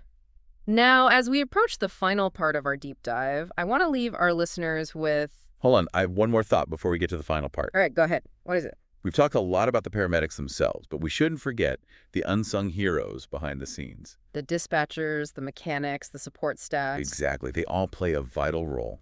So let's extend our gratitude to everyone involved in providing this essential service. Now for our final thoughts on this deep dive. Wow, we've covered a lot of ground, haven't we? Those remote rescues, the disaster preparedness, the day-to-day logistics, even the emotional side of the job. It's a lot to take in. It is, but I think what's really stayed with me is that sense of unwavering dedication. Absolutely. No matter what they're facing, they're committed to reaching those who need help and providing the best possible care. It's easy to get caught up in all the procedures and equipment, but when it comes down to it, it's about that human connection. It really is. These paramedics are out there putting themselves on a line day after day. And they do it with incredible professionalism and compassion. Think about it. You're having the worst day of your life. You're injured, scared, in pain, and these are the people who show up calm and collected, ready to help. Yeah, they're like the steady hand in the storm. And I think there's a lesson there for all of us, even if we're not in emergency medicine. Absolutely. That ability to stay calm under pressure, focus on helping others, be that source of reassurance. It's a good reminder that even small acts of kindness can make a difference. For sure, holding someone's hand, offering words of comfort, just listening with empathy. And that brings me to my final thought for this deep dive. We've talked about what the paramedics do, how they do it, and why they do it. So what about us? Exactly. What's our role in all of this? I think it goes beyond just calling 911 when we need help. It's about being part of the community, looking out for each other, recognizing that these paramedics are our neighbors, our family members. Seeing them as people, not just uniforms. Exactly. And showing our appreciation not just during EMS week, but every single day. Yeah. Because they're out there every single day, making our community safer and healthier. So as we wrap up, I want to leave our listener with a challenge. A challenge. Think about how you can make a difference. It could be something small, like making sure your house number is visible, or brushing up on your first aid skills. Or something bigger, like volunteering or advocating for better resources for our paramedics. Whatever it is, remember that even the smallest act of support can make a difference. Because we're all in this together. And to all the Manitoulin Sudbury DSB paramedics out there, thank you. Thank you for your dedication, your courage, and your commitment to our community. You are true heroes. Couldn't have said it better myself. And to our listener, thank you for joining us on this deep dive. Until next time, stay curious, stay informed, and stay safe. All right, so are you ready? Let's take a deep dive into something that you might not think is super exciting right off the bat, but I think you'll find it interesting as we go along. Oh, I'm sure I will. It's the policies and procedures of the Manitoulin Sudbury DSB paramedic services. Okay. So we're talking about all the rules that govern everything that they do, from driving the ambulances to patient care. Mm-hmm. I know. It doesn't exactly sound like an action movie or anything, but but I think as we go through these documents, we'll find some fascinating stuff about the paramedics themselves and the challenges that they face every day. Yeah, you'd be surprised what these types of policies reveal about an organization's values and priorities. Yeah, and that's exactly right. So for today's deep dive, we're going to be focusing on 4 key areas: the graduated driving program for new paramedics, continuing education and training requirements, patient care standards, and lastly, the rules, sometimes mysterious rules, around observer ride-alongs. Yeah, it is sort of a behind-the-scenes look at a world that most of us only experience during emergencies. Right. Exactly. Okay, so let's start with something that really jumped out at me right away, the graduated driving program. I mean, you wouldn't just hand the keys to an ambulance to someone fresh out of training and say, "Good luck out there," would you? Oh, definitely not. It's Yeah. not quite like handing the keys to a teenager, but it's the principle's kind of similar, right? Yeah. This phased approach is actually quite clever. Starts with absolutely no driving, Right? then progresses to non-emergency driving, and eventually full authorization to drive under emergency conditions after a set number of calls. Well, that makes sense, but why hold them back from driving entirely at first? That seems a little bit counterintuitive, doesn't it? Well, yeah, imagine, you've just come out of training, you're being bombarded with all this Mhm. new information, procedures, protocols, Right.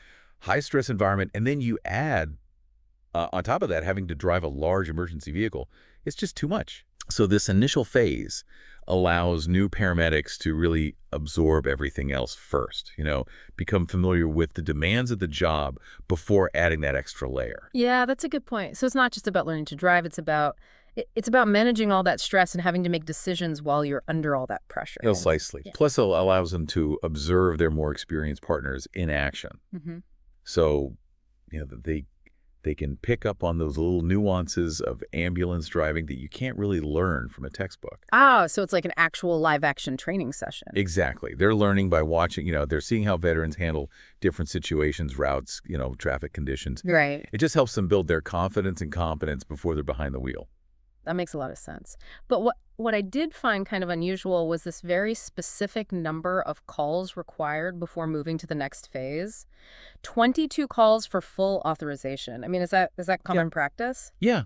I mean, it does seem arbitrary when you first see it, but it actually highlights a common tension. In these types of programs, the need for clear benchmarks Yeah. versus the recognition that everyone learns at their own pace. Yeah, right? yeah. So the set number provides a tangible goal, but the policy also mentions that the program can be modified based on individual performance.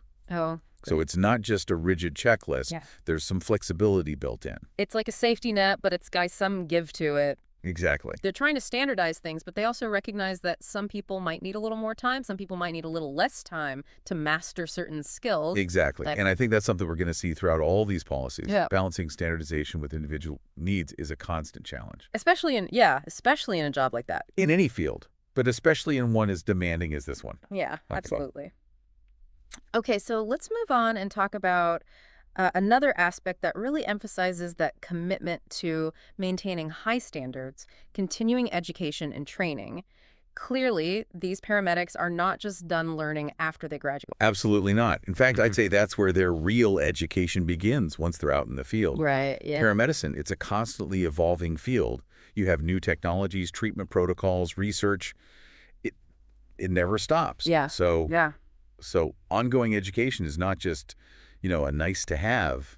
It's essential to make sure they're giving the best possible care. And it's not just like reading a journal article here and there or attending a conference. This policy is pretty intense, right? Yeah. You've got self-directed programs, mandatory courses, maintaining certifications. Yeah, it's pretty rigorous. Yeah, I even noticed there was mention of a learning management system. What is that? Is that like an online university for paramedics or something? Well, not a full-fledged university, but it's similar in concept, right? Yeah. An LMS, or a learning management system, is essentially a centralized platform for delivering and tracking online training. It's Yeah. kind of a one-stop shop for all their educational needs. So paramedics can log in, access courses, track their progress, take quizzes, that sort of thing. Exactly. It just streamlines the whole process. Okay. Makes it much easier for the paramedics to stay on top of their training, for the service to monitor their progress. And what I thought was interesting is the policy specifically states that continuing education is the responsibility of the paramedic. Right.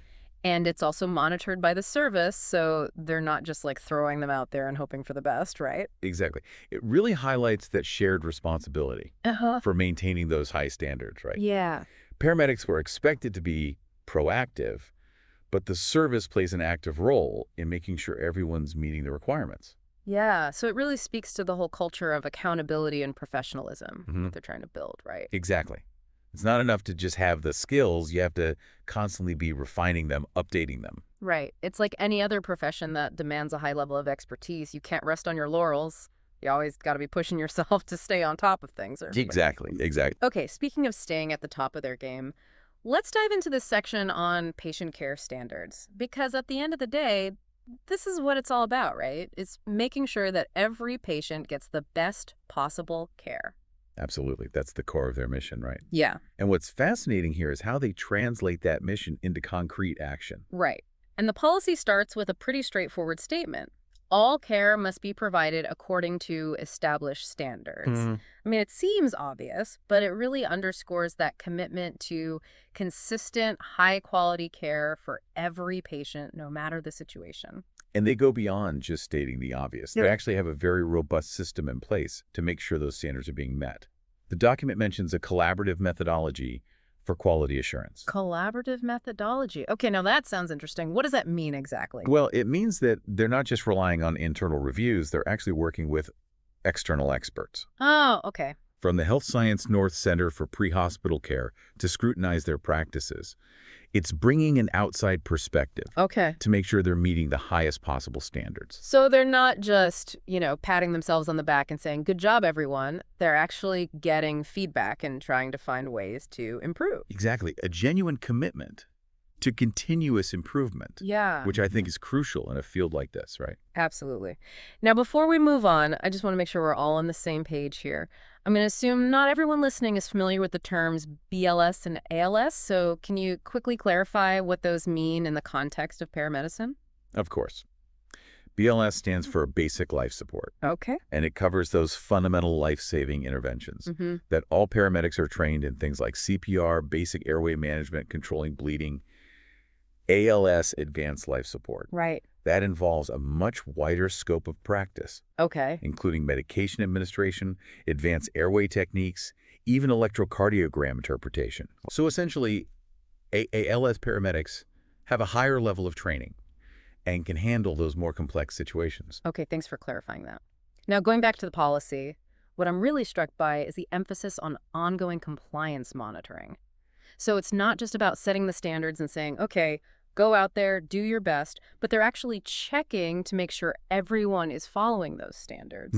And then if someone needs a little extra help, they provide remediation to kind of get them back on track. Right. It's not a one-and-done situation. Right. They're constantly evaluating, refining their practices, making sure they're getting the best possible outcome for their patients. It's that whole idea of continuous improvement that we talked about earlier, right? Exactly. It certainly makes me feel more confident knowing that the paramedics who might be responding to my emergency are not just highly trained, but they're also held to such rigorous standards. Absolutely. And that attention to detail, that commitment to excellence is what we see throughout these policies, right? Yeah.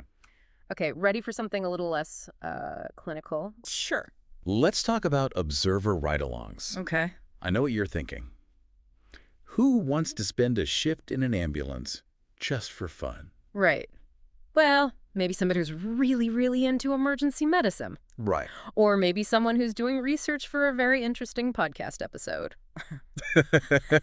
You got me there. But in all seriousness, these ride-alongs are strictly for educational purposes. Right. And even then, there's very specific guidelines. So you can't just have anybody hopping in the ambulance and tagging along. Right. It's a controlled environment, and for good reason. Right. Yeah. Patient care comes first. Yeah. And having extra people in there can be distracting, it can be disruptive, it can even compromise the team's efficiency. And they are not afraid to lay down the law. Nope. This policy clearly states that observers can be removed if their behavior violates any other policy. Mm-hmm.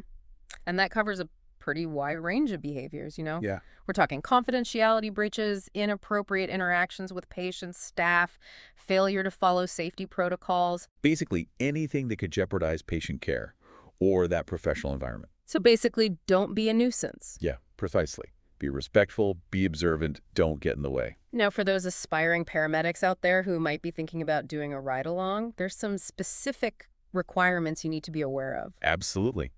You need to present a professional appearance, adhere to all the communicable disease standards. Okay. And this one might surprise some people. Yeah. You have to provide your own PPE. So wait, you can't just borrow a pair of gloves from them. Nope. You're responsible for your own safety gear. Wow. It emphasizes personal accountability, ensures everyone on board is properly protected. It all goes back to that sense of professionalism and responsibility, which we've seen throughout these policies. Exactly. It's like they're saying, you're not just a casual observer here, you're representing the service.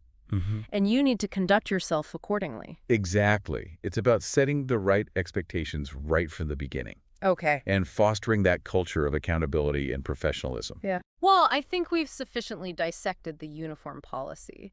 What other gems are hidden in these documents? Well, why don't we shift gears and go back to something we touched on a little earlier, observer ride-alongs. Okay. And remember, we discussed those strict rules about who's allowed to participate and what could happen if you violate those rules. Yeah, they're really serious about maintaining a very controlled environment. They are.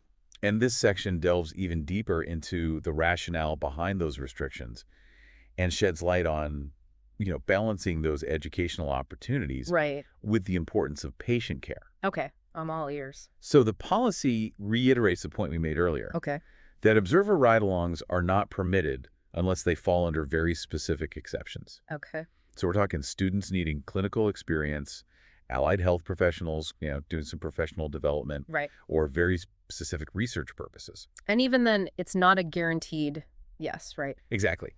It explicitly states that approval is at the sole discretion of the paramedic service. They can deny a request without even giving a reason. So no hard feelings if you get rejected. Right. They're all about prioritizing the needs of the service and the patients. Precisely.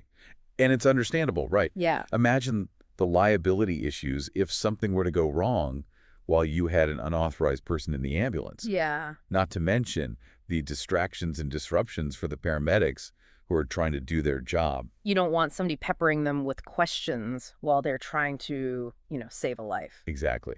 And that's why they're so strict about removing observers who violate any policy, even for seemingly minor things. Right. Which, as we discussed before, covers quite a wide range. Absolutely. Anything that compromises confidentiality, disrupts the environment, or jeopardizes safety, that's grounds for immediate removal. Yeah, no second chances. No. So for those aspiring paramedics who dream of getting in on the action, the message is very clear. Follow the rules, be respectful, don't get in the way. Yeah, it really is a privilege, not a right, to observe these professionals. Right. And it's a real opportunity to learn from the best. Speaking of learning from the best, let's move on to the policy that really is at the heart of what they do, patient care standards. The foundation. Yeah, this is where we really get into the nuts and bolts of what it means to provide good quality care in emergency situations. No room for ambiguity. Right. So it starts with this very clear statement. Every certified Manitoulin Sudbury DSB paramedic shall provide patient care in accordance with BLSALS standards. Mm-hmm. Now, we talked about the difference between basic and advanced life support before, but I think it's worth revisiting here because it's so fundamental to how they operate. Yeah, absolutely. So BLS, that covers those essential life-saving interventions, CPR, basic airway management, controlling bleeding. Right, the foundation of emergency care. Exactly. ALS requires that higher level of training Right. and allows paramedics to do those more advanced procedures, administering medications, managing complex airways, interpreting EKGs. So depending on what the nature of the emergency is, the paramedics that respond will be equipped to provide that appropriate level of care, Absolutely. whether it's basic or those more advanced interventions. Exactly. And then to make sure that that care is always top-notch, they've got a very robust quality assurance system in place. They do. It's not just about saying, here's the standards, go out and do your best. Right. They're actively monitoring and evaluating to make sure that those standards are met consistently. Mm-hmm. Right, the policy mentions a collaborative methodology between professional standards personnel and the Health Science North Center for Pre-Hospital Care. Can you break that down? What does that look like in practice? So it means they're not just relying on those internal reviews, they're bringing in outside experts to really scrutinize their practices, analyze data, Oh, wow. provide feedback. It's about getting that objective assessment of their performance Okay. and identify areas where they can improve. So it's not about, blaming or anything like that. It's Yeah. just about constantly trying to get better. A culture of continuous improvement, Right. not content to just meet those minimum standards, always trying to exceed them. And it sounds like they're not afraid to bring those experts in to really, challenge those assumptions and Right. push them to do better. Absolutely. They know that complacency is dangerous in a field like this, right? Right. So for our listener who's probably feeling overwhelmed with all this talk of policies and procedures, what's the takeaway here? Well, I think it's that when you call for an ambulance in the Manitoulin-Sudbury DSB area, you can be confident that you're going to be met with highly trained professionals who are committed to giving you the best possible care. They're not just winging it. They're following established protocols. They're constantly being evaluated and challenged to do better. It's reassuring to know that there's this whole system in place to support the paramedics and to make sure that they're equipped to handle anything. Right? Absolutely. It's like a safety net, not just for the patients, but for the paramedics themselves. Gives them the tools and the confidence to do their job effectively. Okay, I think we've covered a lot of ground in this first part of our deep dive. We have. From uniforms to ride-alongs to patient care standards, we're starting to really get a feel for what it takes to run a successful emergency medical service. It's more than just lights and sirens, isn't it? It is. It's really complex Yeah. ecosystem of policies, procedures, training. All those things have to work together to make sure that when you call for help, you're getting the highest level of care and professionalism. And then behind all of that are these incredibly dedicated individuals Absolutely. who are putting their lives on the line to serve their community. Every day. Yeah. Yeah. It's a good reminder that next time you see an ambulance, think about all the hard work, the training, the commitment that goes into making that service happen. Well said. I hope this deep dive's given our listeners a little glimpse behind the curtain of this really vital service, and maybe even a newfound appreciation for how complex the world of paramedicine really is. It's a fascinating world. It is. So if you're ever curious about how other essential services work, well, you know where to find us. That's right. So, until next time, stay curious. Stay curious. Welcome back to our deep dive into the policies of the Manitoulin-Sudbury DSB paramedic services. I'm starting to realize after going through that last section that the world of paramedicine is way more complex than I ever imagined. It really is. And as we get further into these documents, you start to appreciate all the detail and thought that goes into making sure these paramedics are ready for anything. Speaking of detail, get ready for this next one, the uniform policy. I'm not going to lie, when I first saw this in the stack, I thought, really? We're going to spend time talking about what they wear. I know, it doesn't exactly sound like a page turner, but trust me, Okay. there's more to it than meets the eye. Okay, I'm intrigued. Convince me. Yeah. What's so fascinating about the uniform policy? Well, for starters, it's incredibly specific. And that level of specificity really shows their commitment to professionalism and accountability. All right, let's get into it. What exactly does the Manitoulin-Sudbury DSB paramedic service have to say about what their paramedics wear? Are we talking about, like, the perfect shade of navy blue here? It's not quite that detailed, but it does go beyond just saying wear a uniform. Okay. For example, did you know that whenever personnel are engaged in any paid training, continuing medical education, or testing, they're expected to wear the full approved uniform? Really? Even if it's just a classroom session or online training? That's right. Full uniform shirt, pants, safety footwear, and all the necessary PPE. No sweatpants, even if you're just hitting the books. Wow. Okay, that's stricter than I was expecting. I can see how that emphasizes professionalism, but it also seems a bit, I don't know, inflexible. What's the rationale there? Why such a rigid rule? I think it goes back to that culture of accountability and adherence to standards Okay. we talked about before. It's about sending that message that every part of their work, even what they wear, is taken seriously. Mm. If you can't follow the rules about what to wear, how can you be trusted to follow the rules about, patient care? Right, It's right. about establishing that foundation of trust and professionalism.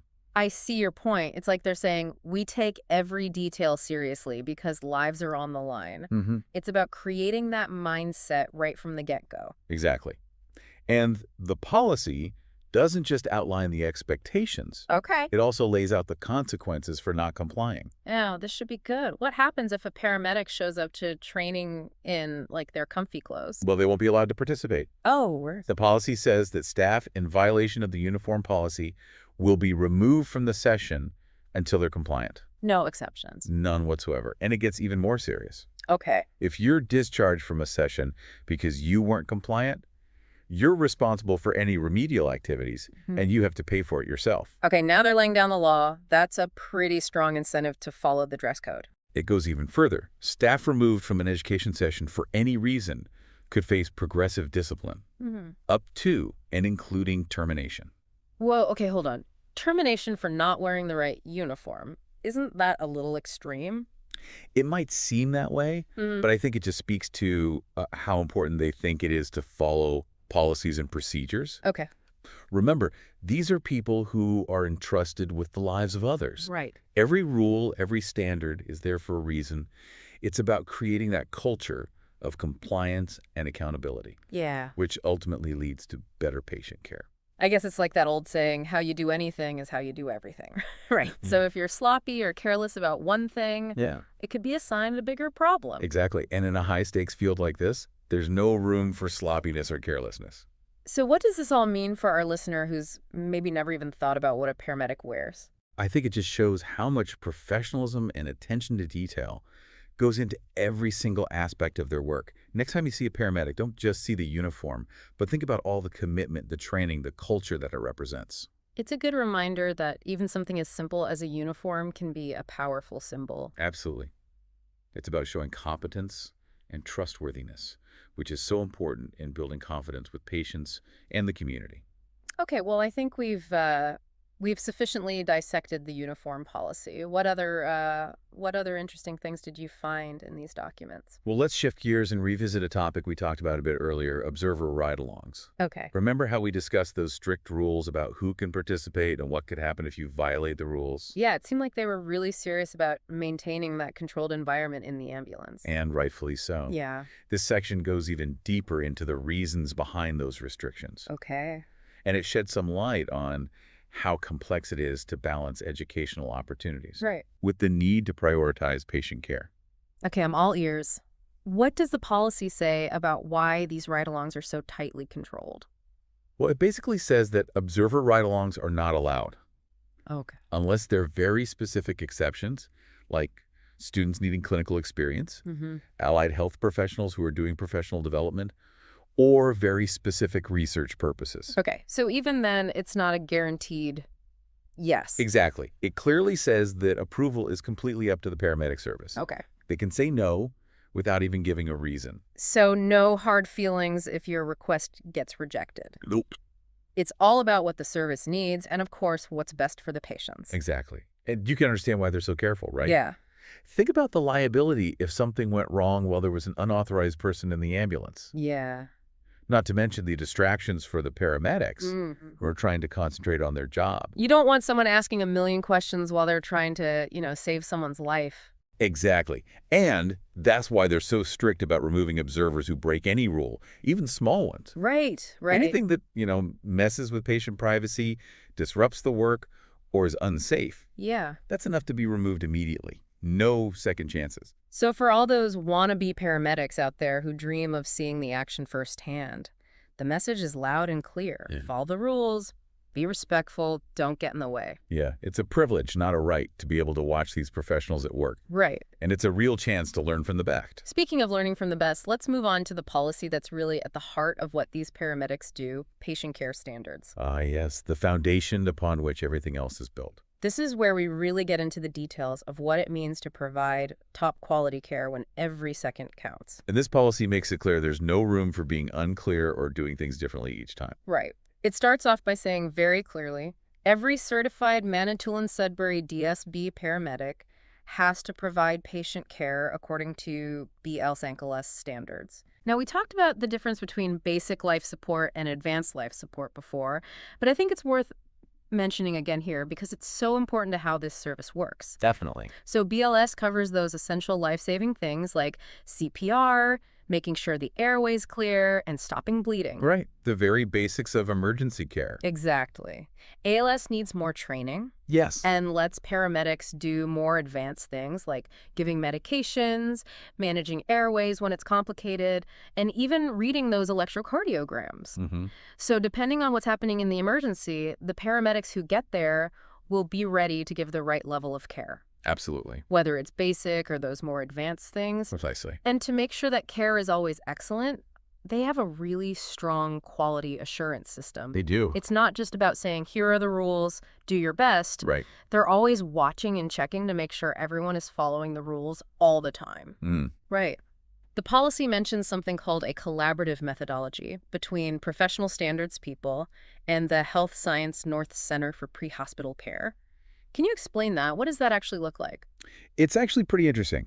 It means they don't just rely on their own people to check things. Okay. They bring in experts from outside to look closely at how they do things, analyze data, Oh, wow. and give feedback.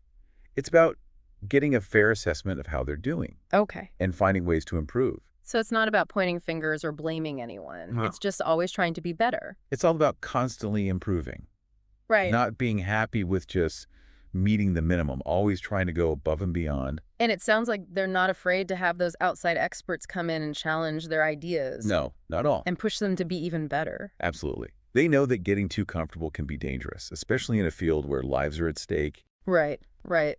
So for our listener who might be thinking, why are they talking about all these boring rules and procedures? What's the most important message here? I think the message is this. When you call for an ambulance in the Manitoulin-Sudbury DSB area, you can be sure that the people who come to help you are highly trained professionals who are dedicated to giving you the best care possible. Hmm? They're not just making it up as they go along.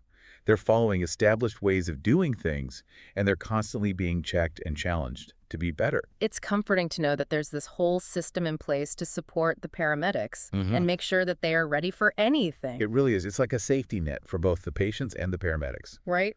It gives them the tools and the confidence to do their jobs well.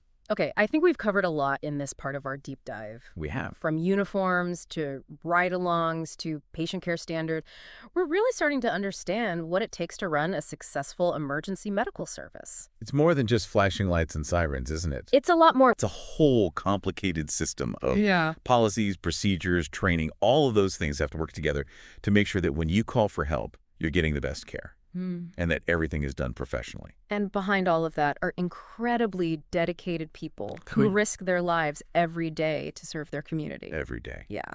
Yeah. It's a good reminder that the next time you see an ambulance, think about all the hard work, the training, the commitment that goes into making that service possible. Very well said. I hope this deep dive has given our listeners a little peek behind the scenes of this important service, and maybe they'll understand better how complex the world of paramedics really is. It is a fascinating world. It is. So if you're ever curious about how other essential services work, well, you know where to find us. So until next time, stay curious. And we're back for the final part of our deep dive into those policies and procedures of the Manitoulin-Sudbury DSB paramedic services. I always find these last few sections are where we find some real hidden gems. Yeah, you never know what you're going to uncover, right? Absolutely. Well, get ready for a little bit of a twist because this next policy deals with something that at first glance seems a little counterintuitive driving during the new employee orientation. Driving. But didn't we already cover that with the graduated driving program? We did, but that's what makes this so interesting. Remember how we talked about that phased approach, Yeah. starting with no driving at all? Yeah. Well, this takes it a step further, and specifically during those first few weeks on the job when new paramedics are still kind of finding their way around. Okay, now I'm really curious. Mm. What does it say exactly? Are they not allowed to drive at all during orientation? You got it. During that orientation period, they're strictly prohibited from driving any paramedic service vehicle. Wow. I mean, any vehicle, even for non-emergency stuff. No driving to training, no helping transport equipment, nothing. Nope, they're passengers only. The idea is to immerse them in that environment, familiarize them with the geography, the procedures, just getting used to the rhythm of the service before they get behind the wheel. That's actually really smart when you think about it. Hmm. Starting a new job can be overwhelming, especially one like this. Can you imagine trying to learn all those new protocols, meet everyone, figure out a new place, and then on top of that, have to worry about driving an emergency vehicle? Right. It would be information overload. This policy recognizes that they need time to adjust before adding that extra responsibility. And it makes sense for safety too, right? I mean, we're not talking about just driving a regular car here. These are emergency vehicles. The stakes are much higher. Absolutely. So it makes sense to be extra cautious, especially with new employees who are still learning the ropes. And I bet it gives those new hires a chance to really watch their experienced partners in action. Mm. They can see how the driving policies we talked about before actually work in real life, how they make decisions, how they Good. talk to dispatch, how they handle those tricky navigation situations.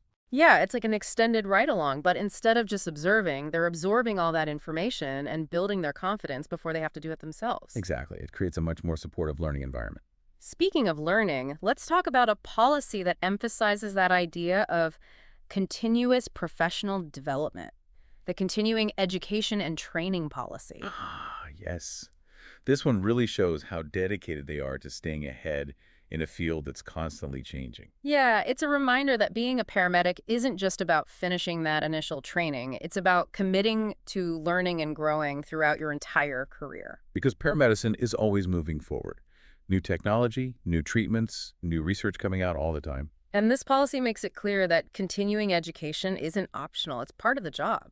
We're talking self-directed programs, mandatory courses, keeping up with certifications, the whole works. It's a very thorough approach, Yeah. and it really shows how important it is to them that their paramedics have the most up-to-date knowledge and skills to give the best care possible. And it's not just about checking boxes or meeting the bare minimum either. This policy emphasizes that paramedics need to be proactive, to search out new information, and to always challenge themselves to get better. It's about creating that culture of continuous improvement where everyone is aiming to be the best they can be. And to help them do that, they've got that learning management system, or LMS, that we mentioned earlier. Right, that online platform that streamlines the whole training process. It's like their one-stop shop for all their educational needs. They can access courses, track their progress, take quizzes and tests, all in one place. Makes things much easier for both the paramedics and the service. And it shows how technology can be used to make things more efficient and to keep people accountable, even in a field as hands-on as paramedicine. Absolutely. It shows they are committed to giving paramedics the resources they need to be successful. It's not just about setting high standards, it's about giving them the support to meet those standards. So for our listener who might be thinking, why are we getting so deep into the weeds of training and technology? Right, what would you say is the main takeaway here? I'd say it's this. The Manitoulin Sudbury DSB Paramedic Service is truly dedicated to giving the highest quality care to their community. And you can see that dedication in everything they do, from how they train their paramedics to how they use technology. It's about going above and beyond, not just meeting those minimum standards, but always looking for ways to improve and innovate. And that dedication to excellence is really what sets them apart. Could have said it better myself. You know, as we wrap up this deep dive, I have to say I'm really impressed by how much thought and attention to detail goes into running a successful emergency medical service. It's so much more than just those flashing lights and sirens we see on the streets. It really is. It's this complex system of policies, procedures, training, all working together seamlessly to make sure that when someone calls for help, they get the absolute best care and that everything is handled with the utmost professionalism. And behind all of that, we can't forget those incredibly dedicated individuals who are out there every day putting their lives on the line to serve their community. Absolutely. And that's what makes it so important for us to understand and appreciate the work they do. Well said. And I hope this deep dive has given our listeners a glimpse into that world and a new appreciation for just how complex and important paramedicine really is. Me too. It's been an enlightening journey for sure. And if anyone out there is curious to learn more about this fascinating field or other essential services, you know where to find us. We're always here, ready to take another deep dive. That's right. So until next time, stay curious, and thanks for listening. Hey everyone, and welcome back. Ready to jump into another deep dive.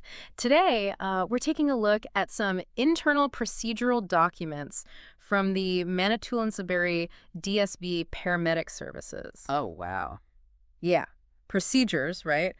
Sounds dry, but stick with me here. Yeah. Because these documents give us a real behind-the-scenes look at the meticulous world of paramedics. It's amazing how much we just don't think about when we see an ambulance flying by, Yeah. There's so much happening behind the scenes to make sure those paramedics can do what they need to do. Exactly. And that's what we're going to uncover today. Right. What can we learn from these procedures, even if, we're not paramedics ourselves? Well, I think even if you're not a medical professional, you can get a lot out of this. Yeah. These procedures are all about problem solving, thinking on your feet, managing risk when the stakes are high, and of course, clear communication, which, let's be honest, is important no matter what you do. Absolutely. All right, let's dive in, shall we? Let's start with something we all know is essential. Oxygen. We all need it to live, but have you ever thought about how it's used in emergency situations? Right. It's one thing to know that oxygen is important, but it's another thing to understand the details of how it's used when every second counts. Right. These documents go into detail about the critical role of oxygen cylinders and regulators, Okay. and they lay out all these meticulous procedures for using them correctly. Now, here's something that might surprise you. A full oxygen cylinder has about 2,000 psi of pressure. 2,000. Wow.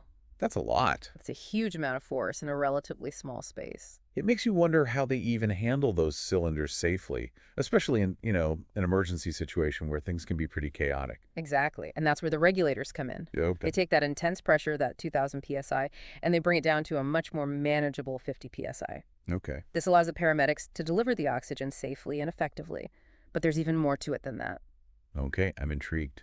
Tell me more. They have this whole system in place Oh, to prevent any kind of catastrophic mistakes. All right, now you've got me hooked. What kind of system? it's called the Pin-Indexed Safety System, or PISS for short. Okay. And it's designed to make absolutely sure that the right type of regulator is used with each cylinder.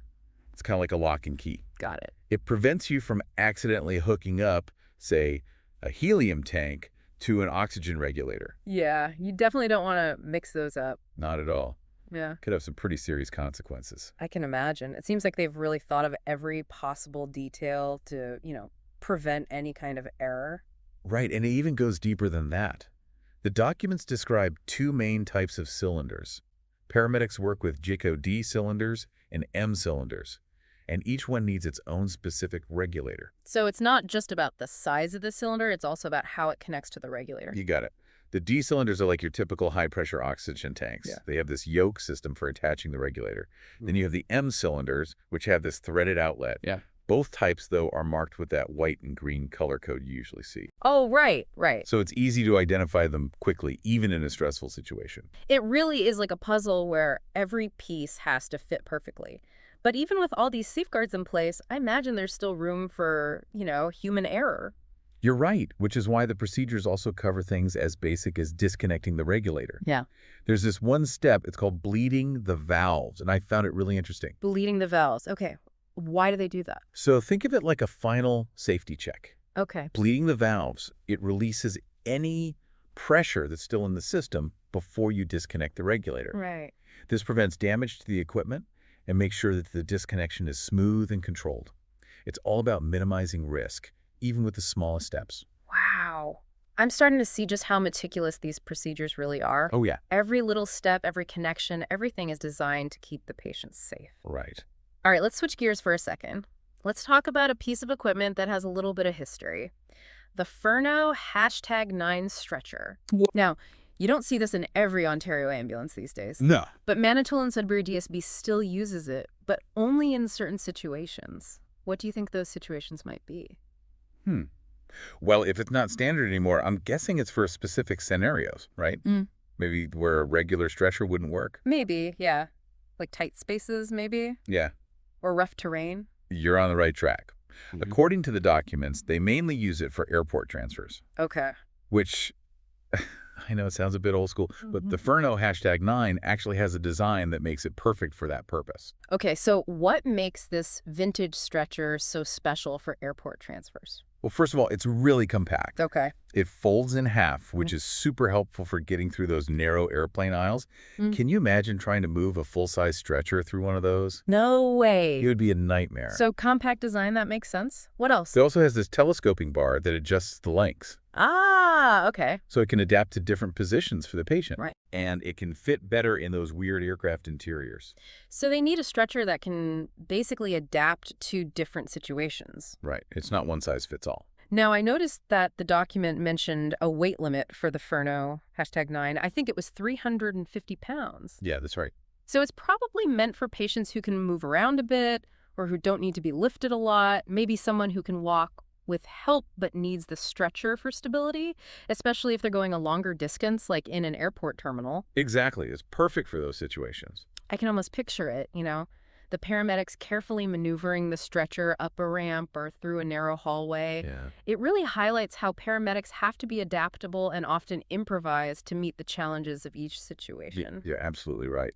And speaking of adaptation, let's move on from the Furno #9 and talk about some other lifting techniques. Okay. These are mentioned in the documents as well, and they're all about moving patients safely and efficiently, especially when a regular stretcher might not be the best option. Yeah, I'm really interested to hear about these. So tell me, what are these alternative techniques? Well, they actually involve some specialized equipment that you might not be familiar with. The documents highlight two in particular: the Zoll Soft Transport Stretcher and the Mega Mover.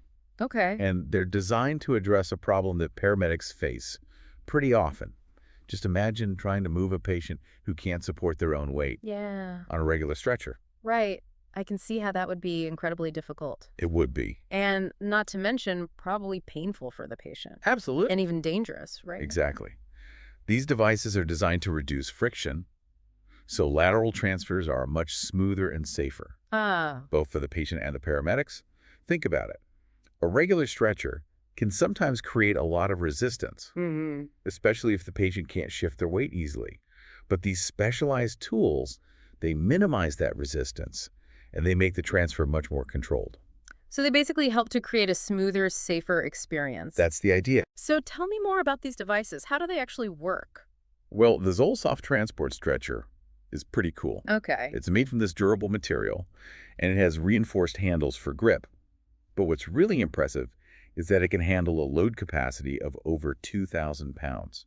Wow, that's incredible. It is. So that's for those situations where, you have a larger patient or someone who needs more support. Exactly. Now, the Mega Mover is a bit different. Okay. It's portable and disposable, Oh, interesting. designed for quick and efficient transfers.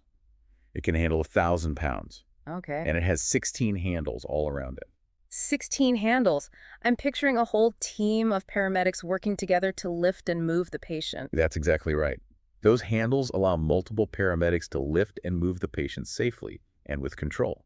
It reduces the strain on each individual paramedic, Right. and even more importantly, it makes the transfer much smoother for the patient. So it's really about teamwork It is. and having the right equipment for the job. Absolutely. They have options for different situations, Right. depending on the patient's weight, the type of transfer they need. It's about being prepared for anything. Exactly. Yeah.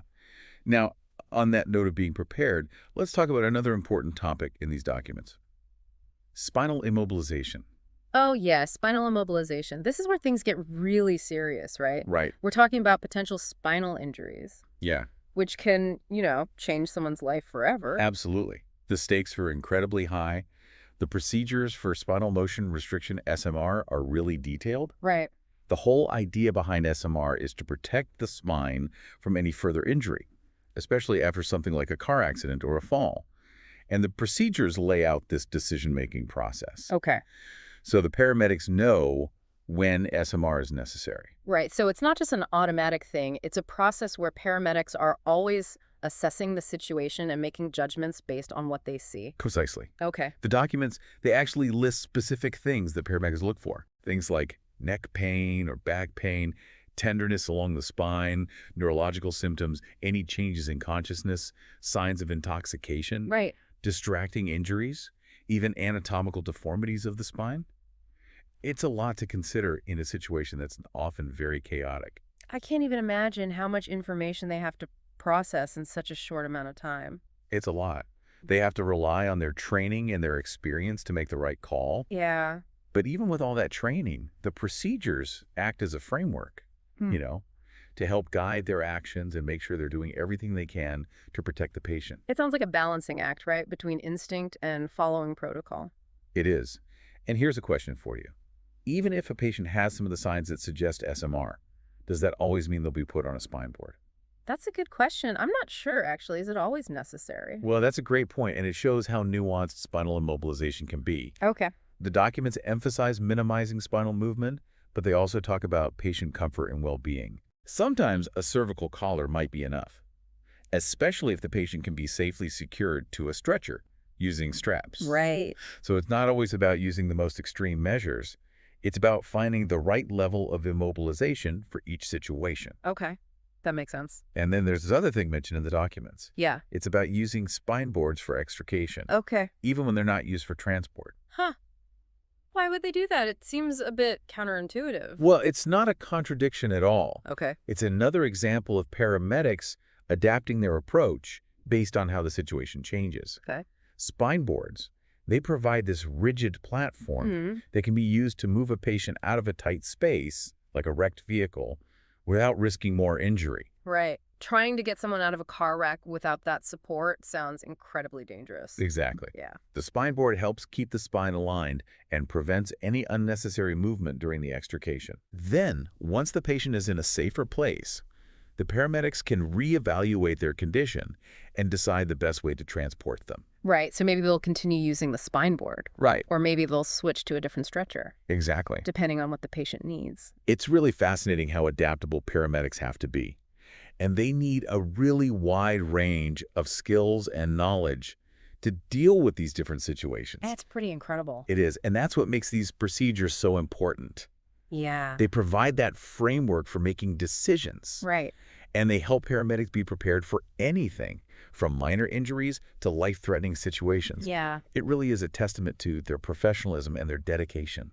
Well, we've covered a lot of ground already, We have. from oxygen and specialized stretchers to spinal immobilization, Yeah. and even, how important equipment hygiene is.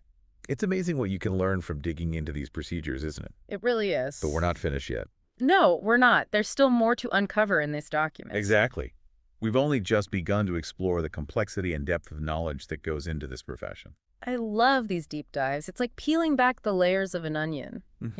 With every layer, you find more complexity and nuance. That's a great way to put it. I'm already getting a better understanding of just how multifaceted this work is Oh, yeah. and how skilled these paramedics really are. Absolutely. Yeah. And I think our listeners will be fascinated to learn more about this world, too. The vital role that paramedics play in our healthcare system. Definitely. Are you ready to keep digging? So, we were talking about these alternative lifting techniques and Yeah. how they involve specialized equipment. Right. The Zolsoft transport stretcher, the Mega Mover. Exactly. So the Zolsoft transport stretcher, this thing is pretty cool. Okay. It's made from this, really durable material that reduces friction. Okay. And it has these reinforced handles so it's easy to grip. Mm-hmm. But what's really impressive is that it can handle over 2,000 pounds. 2,000 pounds. That's a lot. It is. So this is for the situations where you've got a patient who's, significantly heavier Yeah, or needs extra support. exactly. Okay, what about the Mega Mover? How is that different? So the Mega Mover is, it's portable Okay. and it's actually disposable. Oh, interesting. So it's designed for those times when you need to do a transfer really quickly and efficiently. Okay. It can handle a pretty impressive weight, too, up to 1,000 pounds. That's still a lot of weight. Oh, yeah, definitely. And it has 16 handles. It does, yes. 16 handles all around it. Yeah, so you can have multiple paramedics lifting and moving the patient together.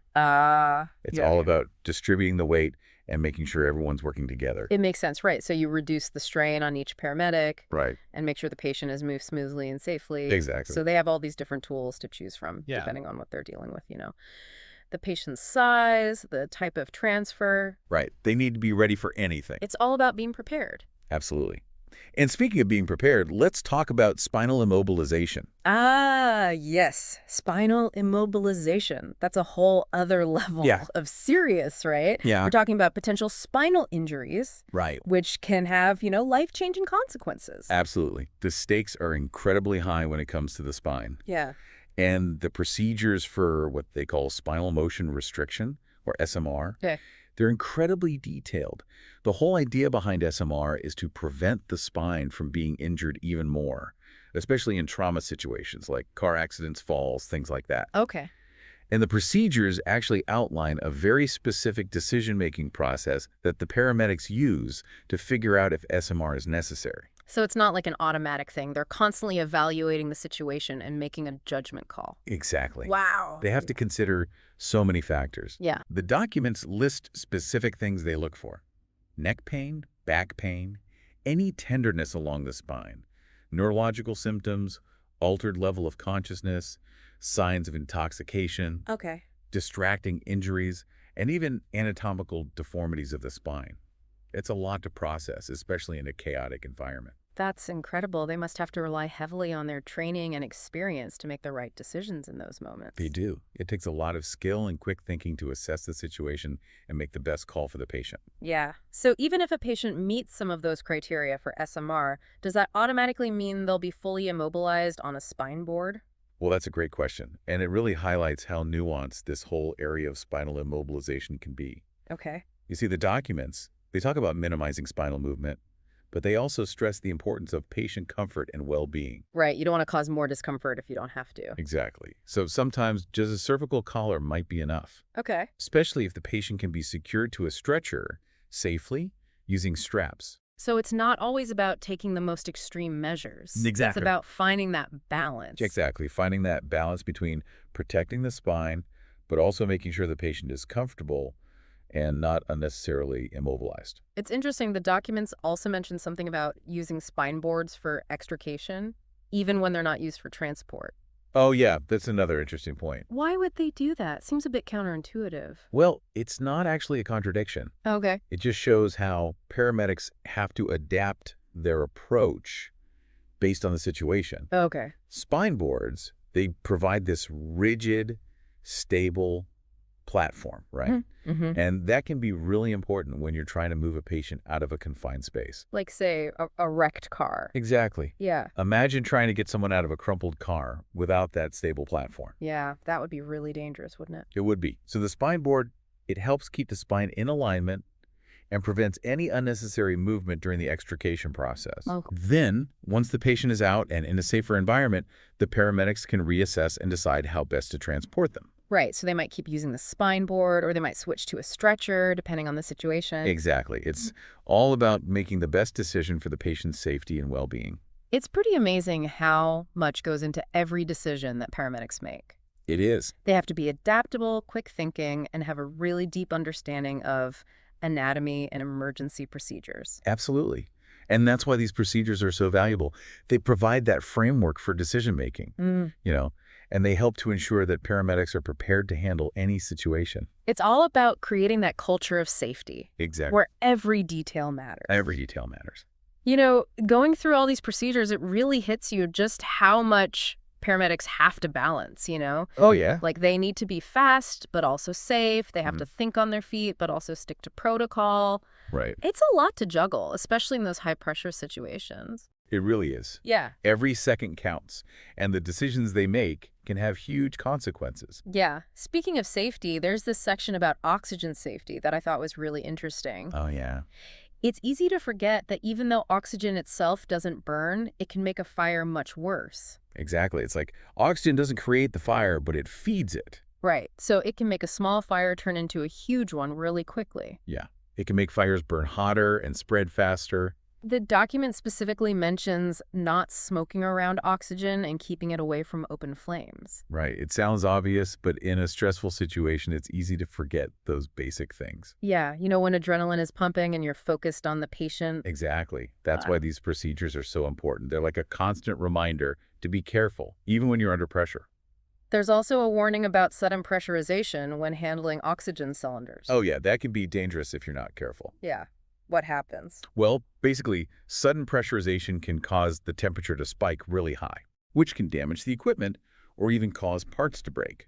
So it's not just about protecting the patient, it's about the paramedic's safety too. Exactly. They have to be aware of the risks to themselves as well. The document also says to keep things like oils and solvents away from the oxygen cylinders. Right, because those things can be flammable, especially when they're near oxygen. So even something small, like a little bit of oil, could create a big problem. It could, yeah. It really highlights how important it is to be aware of your surroundings and follow those safety protocols. Absolutely. And that focus on safety goes beyond just the immediate situation, too. Right. Like they have all these procedures for storing and transporting the equipment. Yeah, I was just going to mention that. It's like having a well-organized toolbox. Exactly. Everything has its place. So there are rules about keeping the oxygen cylinders upright, storing the stretchers and spine boards in the right compartments. They even have procedures for making sure the equipment is properly inventoried and maintained. So they're always prepared for any situation. Exactly. They need to have the right tools in good condition, ready to go at a moment's notice. Well, I think we've covered a lot of ground today exploring these Manitoulin Sudbury DSB paramedic services procedures. Yeah, we've gone pretty deep. What stands out to you as the most important takeaway? For me, it's that unwavering commitment to patient safety. It's clear in every detail of these procedures, Oh, absolutely. from how they handle oxygen to the techniques for spinal immobilization. It's all about doing everything they can to make sure the patient is safe. Exactly. It's not just about following the rules, it's about ensuring the best possible outcome for every person they encounter. And we should also acknowledge just how demanding this profession is, Oh, yeah. both physically and mentally. Paramedics deal with incredibly stressful situations every day. Yeah. They have to make tough decisions under pressure. And they're often working in dangerous and unpredictable environments. It takes a special kind of person to do this job. They're dedicated, resilient, and incredibly compassionate. They really are the unsung heroes. Absolutely. They rush towards danger while everyone else is running away. They face the unknown with courage and provide comfort in the midst of chaos.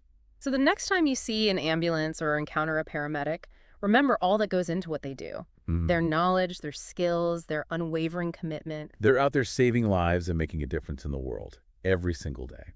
That's a great point to end on. Thanks for joining us on this deep dive into the world of paramedic procedures. Until next time, stay curious and stay safe. All right.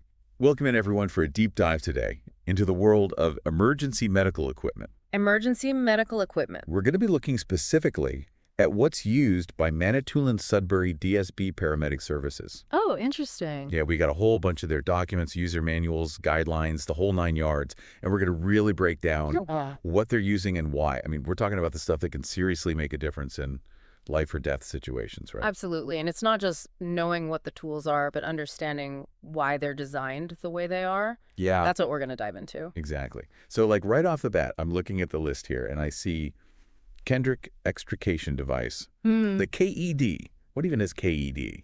And then I see a picture and it's like shaped like a butterfly. So why the butterfly? What's the deal with that? Well, think about it. You got a patient in a car wreck, maybe with a spinal injury. You need to keep them still, but you also got to get them out of that wreckage. Right. The KED's rigid enough to support, but flexible enough to apply in like really cramped spaces. It's like a supportive shell, but gentle enough to work around someone who's injured. Exactly. I see, I see. Yeah, that shape makes a lot of sense then.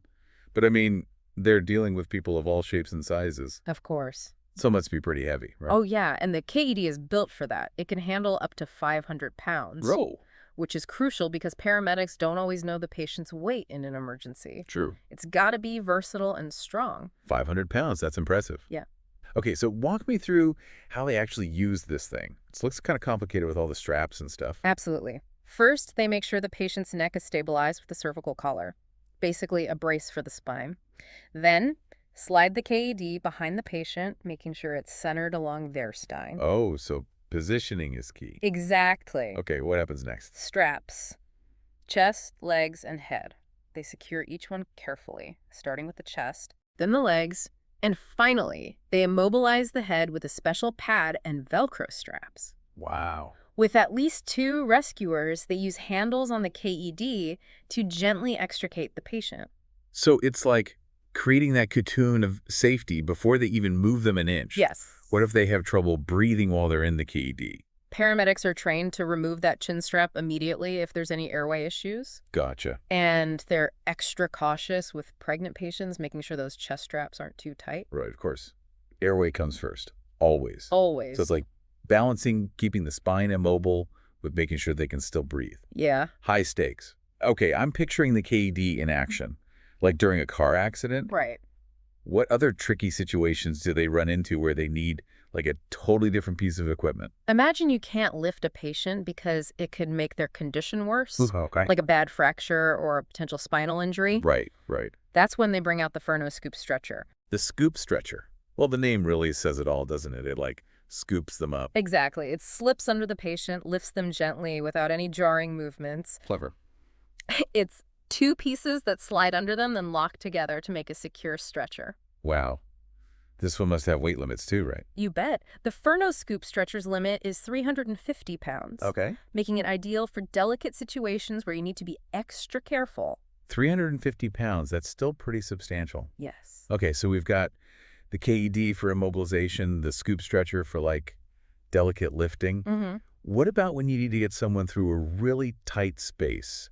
Like I'm thinking narrow hallways, stairs, maybe even a crowded event. You're right on track. That's where the Striker Track stair chair comes in. Wait, hold on. A stair chair with tracks. With tracks. That sounds like something out of a sci-fi movie. Tell me more about this. It's surprisingly lightweight, only about 33 pounds, thanks to its aluminum frame.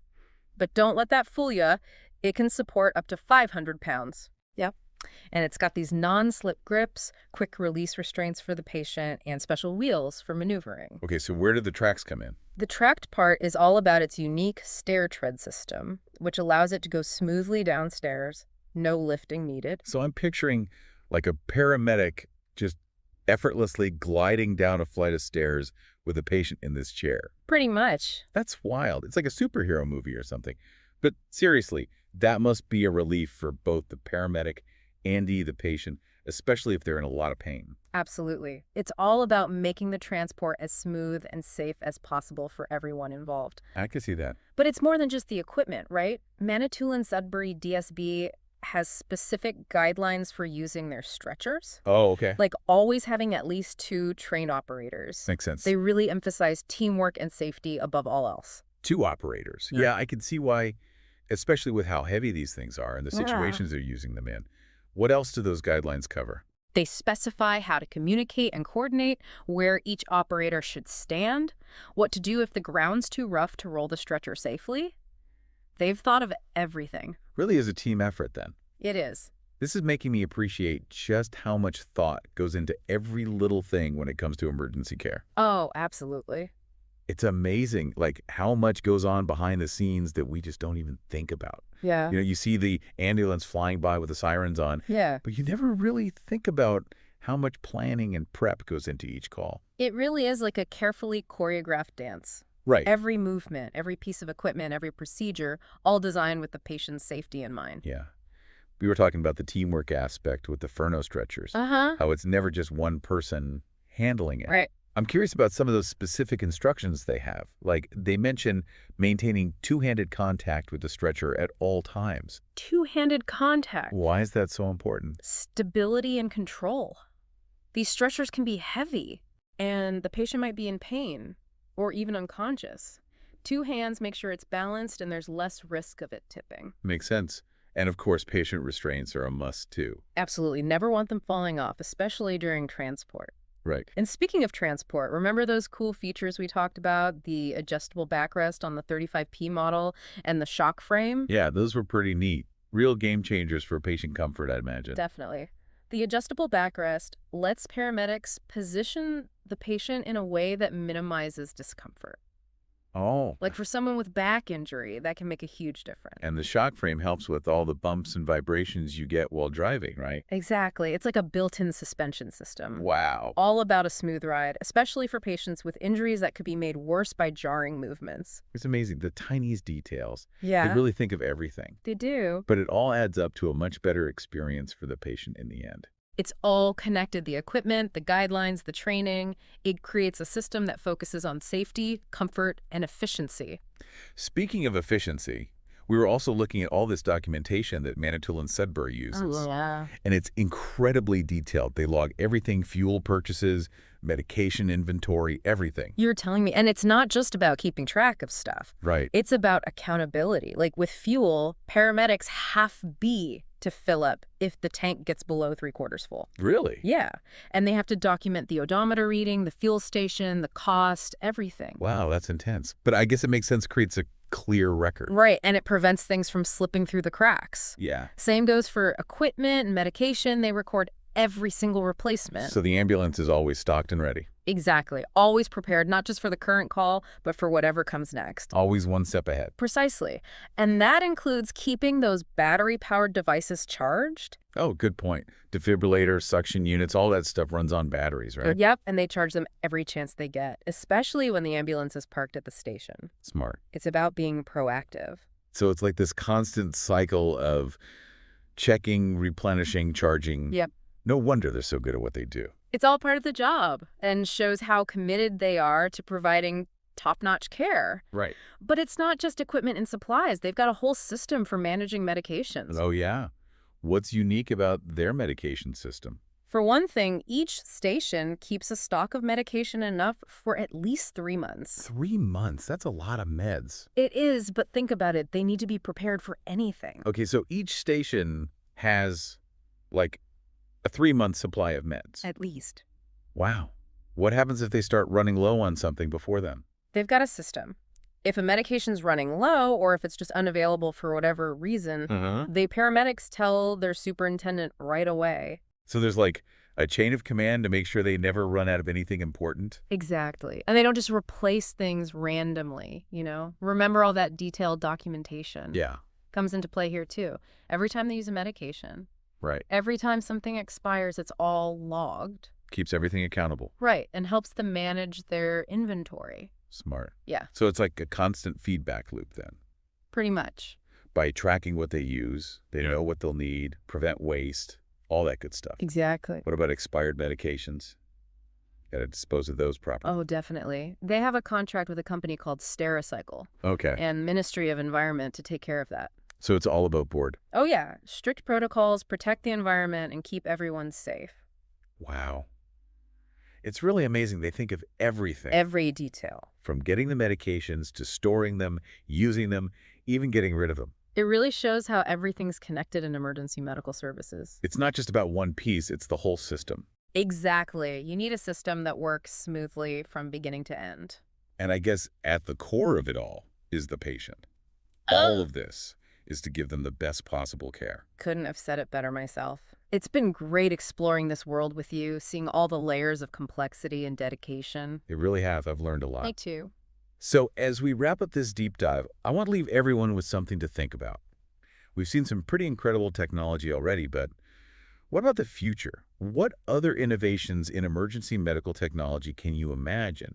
What kind of groundbreaking tools or procedures could revolutionize the field and improve patient care even more? That's a great question. And if you want to keep learning about all this, I encourage you to check out the manuals for the KED, the Furno Scoop Stretcher, and the Stryker Track Stair Chair. Yeah, good idea. The level of engineering that goes into each one is mind-blowing. It really is. Well, it's been a pleasure diving deep with you and with all of you listening in.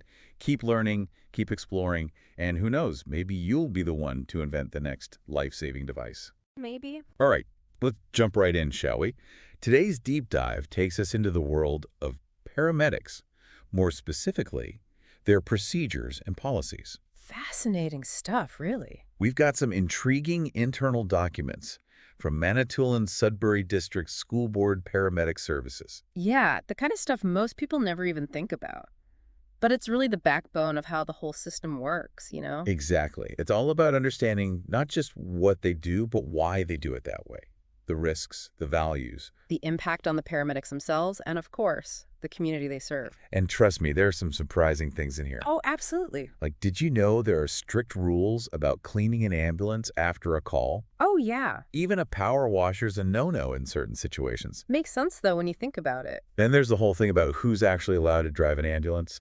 Turns out it's not always a paramedic. Now that is interesting. We'll get to that.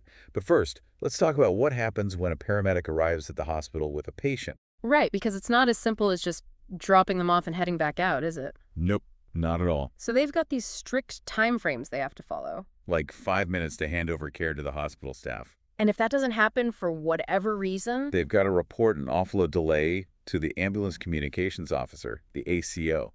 right, the ACO, they're basically the control center, keeping tabs on all the ambulances out there. So they know who's where, who's available. And if that offload delay stretches past 20 minutes, The ACO will check in with the paramedics directly. see what's causing the holdup. And if they can't get through, Escalate it right up to the paramedic superintendent. Serious stuff. shows you how critical it is to get those ambulances back in service ASAP. But of course, you never want to compromise patient care in the process, right? Absolutely not. It's a real balancing act, that's for sure. Speaking of balancing acts, let's talk about getting to those emergencies in the first place. Right, the whole lights and sirens thing. Now, you might think it's all about speed, but there are actually strict rules about speed limits. Even when responding to a call, Safety first, right. always. For the paramedics themselves, the patient. And everyone else on the road. So exceeding the speed limit, only allowed in very specific situations. Like the most urgent calls, maybe some extreme weather conditions. But even then, there are limits. Yeah. Can't just floor it. No more than 50% above the posted limit. And absolutely no faster than 130 kilometers per hour. Plus, there's a whole speed audit system in place. Making sure everyone's sticking to the rules. Now, here's something I hadn't thought about before. What if, for some reason, the paramedic can't drive the ambulance? Oh, that's an interesting one. Maybe they're injured or something unexpected happens. Well, believe it or not, someone else is allowed to take the wheel. Wait, really? But it's not just anyone, obviously. So who are we talking about here? Has to be a police officer, a firefighter, or a paramedic from another service. So still someone with the right skills and training. Exactly. No handing the keys over to a random bystander. The policy actually mentions this specific scenario, Huh? where a DSB paramedic might end up driving a Greater Sudbury Paramedic Services ambulance. During something called an ACP intercept. Sounds intense. And of course, there's a ton of paperwork involved in those cases. Got to keep everything above board. Superintendent needs to be notified, full incident report filed. Accountability and transparency, all that good stuff. Now, let's move on to safety inside the ambulance itself. Yeah, because that's a whole other set of considerations. First and foremost, seatbelts. Non-negotiable, I'm guessing. You bet. Everyone buckles up. Paramedics, patient, anyone else on board? One exception, though. Oh. If the paramedic needs to provide care to the patient while they're moving, So if a seatbelt's actually getting in the way of essential treatment, they can unbuckle, but even then, they're encouraged to stop the ambulance if possible. as soon as it's safe to do so, back to buckling up. Now, think about all the equipment they have in there. Yeah, all those things could turn into projectiles if there's a sudden stop or accident. Precisely why there are specific procedures for securing everything. Stretchers, medical supplies. Even those little transport incubators for babies. You're telling me they strap down a baby in an incubator? Absolutely. Can't take any chances. Makes sense. Better safe than sorry. And it's not just about securing things. There are limits on what you can even bring into the ambulance. Like what? No luggage, absolutely no dangerous items. And seatbelts. No exceptions. Nope, you refuse to wear one, you're not getting a ride. Fair enough. Speaking of boundaries, let's talk about cleanliness. Oh, that's a big one. I mean, paramedics see it all, right? You wouldn't believe some of the situations they encounter. So keeping things clean, hygienic, Absolutely essential. for everyone's protection. And the policies are pretty rigorous when it comes to vehicle and equipment hygiene. So what does cleaning an ambulance actually involve? It's a multi-step process, that's for sure. Walk me through it. First, they got to remove the stretchers. Wipe them down with disinfectant. What kind of stuff do they use? Oxiver Plus, Verox 5, things like that. Powerful stuff. Then it's empty the garbage, any dirty linens. Clean every surface, both in the back and the driver's cab. They've got checklists, make sure they don't miss anything. I bet there's a lot to cover. Door handles, grab bars, seat belts, And the floor. sweep, vacuum, mop, the whole works. Wow, they don't mess around. What about the outside? Yeah, does that get the same treatment? Oh, yeah. They clean off any dirt, rinse away ice, debris. Then most of the time it's power washer time. But hold on, didn't we talk about a power washer ban? You're right. What's the deal with that? It's not total ban. They can use it for general cleaning. Right. When it comes to blood or bodily fluids, the power washer is off limits. Why is that again? Risk of creating an airborne biohazard. Ah, right. Spraying those tiny droplets everywhere. Much safer to use disinfectant and wipe things down manually. So we've covered vehicles, safety, even cleaning. What about the paramedics themselves? Right. What kind of professional conduct is expected of them? Well, the standards are high, as you might imagine. It's all laid out in the policy. Representing your qualifications accurately, adhering to safety practices, Treating property with respect. and always maintaining a professional appearance. Makes sense, doesn't it? They are the face of Manitoulin Sudbury DSB, after all. And the paramedic profession in general. It's about more than just looking the part, though. Oh, absolutely. There are rules about certain activities that are off limits while on duty. Like what? No gambling, no alcohol. Can't be running personal errands on the clock. Got to stay focused, be ready to respond at a moment's notice. And avoid anything that could give the public the wrong idea. It's a huge responsibility being a paramedic. Speaking of responsibility, let's talk about something that might be a bit sensitive. Go on. Cannabis use. I have a feeling the rules are pretty strict here. You be right. No cannabis 24 hours before a shift, period. That's the policy. No exceptions. Yeah. Even if it's legal or prescribed by a doctor. Nope, no exceptions. Wow, that's pretty tough. They have to be completely free of any potential impairment. But with cannabis being legal these days, The policy actually explains the reasoning behind it. I'm curious. Even if the initial effects of cannabis have worn off, there's still a chance of lingering impairment. Cognitive and motor skills can be affected. And in a job where split-second decisions can mean life or death. Even the slightest impairment is a huge risk. Exactly. So it all comes down to safety, operational readiness, and maintaining public trust. They have to be at their best, both physically and mentally, to do their job effectively. Absolutely. People's lives are at stake, no room for compromise. It's really interesting how much these policies focus on the well-being of the paramedics themselves. Yeah, they're not just robots, right? They have lives outside of work, just like everyone else. Exactly. And that comes through in things like the policy on reporting absences. Makes sense. You can't just disappear without letting anyone know. It's not just about keeping track of who's available, though. It's about recognizing that paramedics need time off, just like anyone else. Okay, so what's the procedure if someone needs to call out sick or take a personal day? Well, they call a specific number and give a few key details. Like their name, obviously. Right. Their name, the reason for the absence, their station number, what shift they're supposed to be working, how long they expect to be out. Seems pretty straightforward. Why so much detail, though? It's all about keeping things running smoothly. Knowing the reason for an absence can help anticipate any staffing issues. And having all that information on hand makes it easier to find a replacement if needed. Exactly. It's a system, you know? Every piece has to work together. Speaking of the system, remember our conversation about offload delays at hospitals? Yeah, where paramedics get stuck waiting to hand over a patient. There's actually a provision that allows the ACO to tell paramedics to leave the hospital before the usual 30-minute window.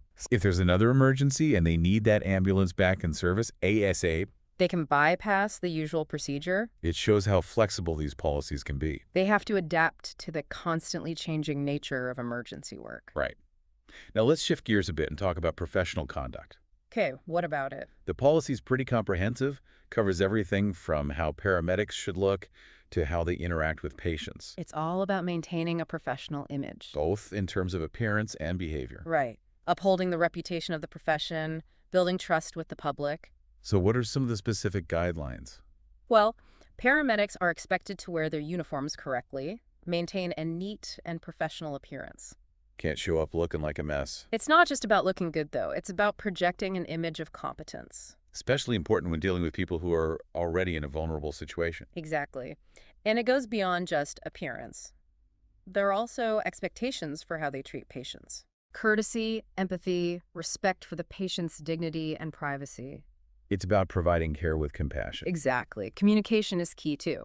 Explaining procedures clearly, answering questions honestly. Avoiding any jargon that might confuse people. Right. And that same emphasis on clear communication applies to interactions with colleagues and other professionals. So, no gossiping about patients or trash-talking other healthcare providers, Nope. It's about creating a culture of respect and collaboration. which ultimately benefits everyone, especially the patients. Now, this policy goes even further.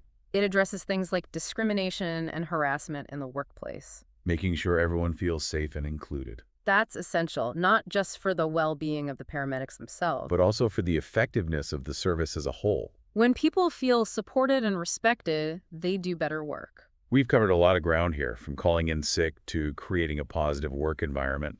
It's clear these policies are about a lot more than just rules and regulations. They really reflect the values and principles of the profession. Making sure paramedics can provide the best possible care while also taking care of themselves. It's a holistic approach, supporting both the individual and the service as a whole. Okay, so we've dug deep into the procedures, the standards, the policies that make up the world of paramedics. Really gotten a sense of what makes this profession tick. But now, let's step back. Look at the bigger picture.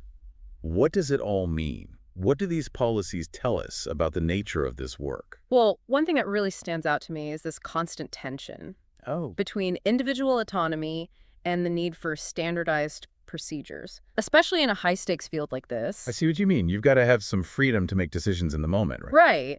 But at the same time, you need those clear guidelines, those protocols to ensure consistency, There's something. safety. And that everyone's on the same page. Exactly. Take the cannabis policy, for Yeah, example. that was pretty strict. No consumption 24 hours before a shift, no And exceptions. the one with the medical prescription. Right. Now, some people might see that as an infringement on personal choice. But as we talked about, it all comes down to safety. You can't have paramedics responding to emergencies with even the slightest potential for impairment. It's a tough balance. It is, weighing individual rights against the paramount need for public safety. And these policies are constantly navigating that line. It's like a constant risk assessment, isn't it? Absolutely, figuring out where that line is, what level of risk is acceptable. And in this case, when it comes to potential impairment, The risk is just too high. no room for error.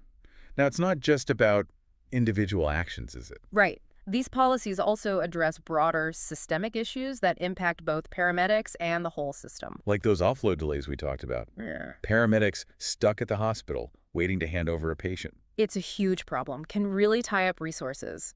But by having clear procedures for reporting and tracking those delays. You're bringing attention to the issue, putting pressure on the system to find solutions. Exactly. It's about advocating for better working conditions for paramedics, which ultimately leads to better care for patients. It's fascinating how these policies, on the surface, they seem pretty dry technical. But they really reveal so much about the challenges, the complexities, the values at play in this profession. And I think there are lessons here for other fields as well. Oh, absolutely. Any profession where split-second decisions can have serious consequences. Pilots, Surgeons, firefighters, the principles are the same. Standardization, risk mitigation, clear communication, those are universal. so looking ahead, what does all this mean for the future of paramedicine? Well, technology's advancing, healthcare systems are facing new pressures. How do you see these policies evolving to meet those challenges? They'll have to adapt, for sure. New technologies bring new questions, new ethical dilemmas, but the core values, those will remain constant. Patient care, safety, professionalism. Exactly. Those are the guiding principles. Providing a solid foundation as the profession continues to evolve. It's like a roadmap, helping paramedics navigate the challenges, ensure accountability, and ultimately achieve the best possible outcomes for everyone.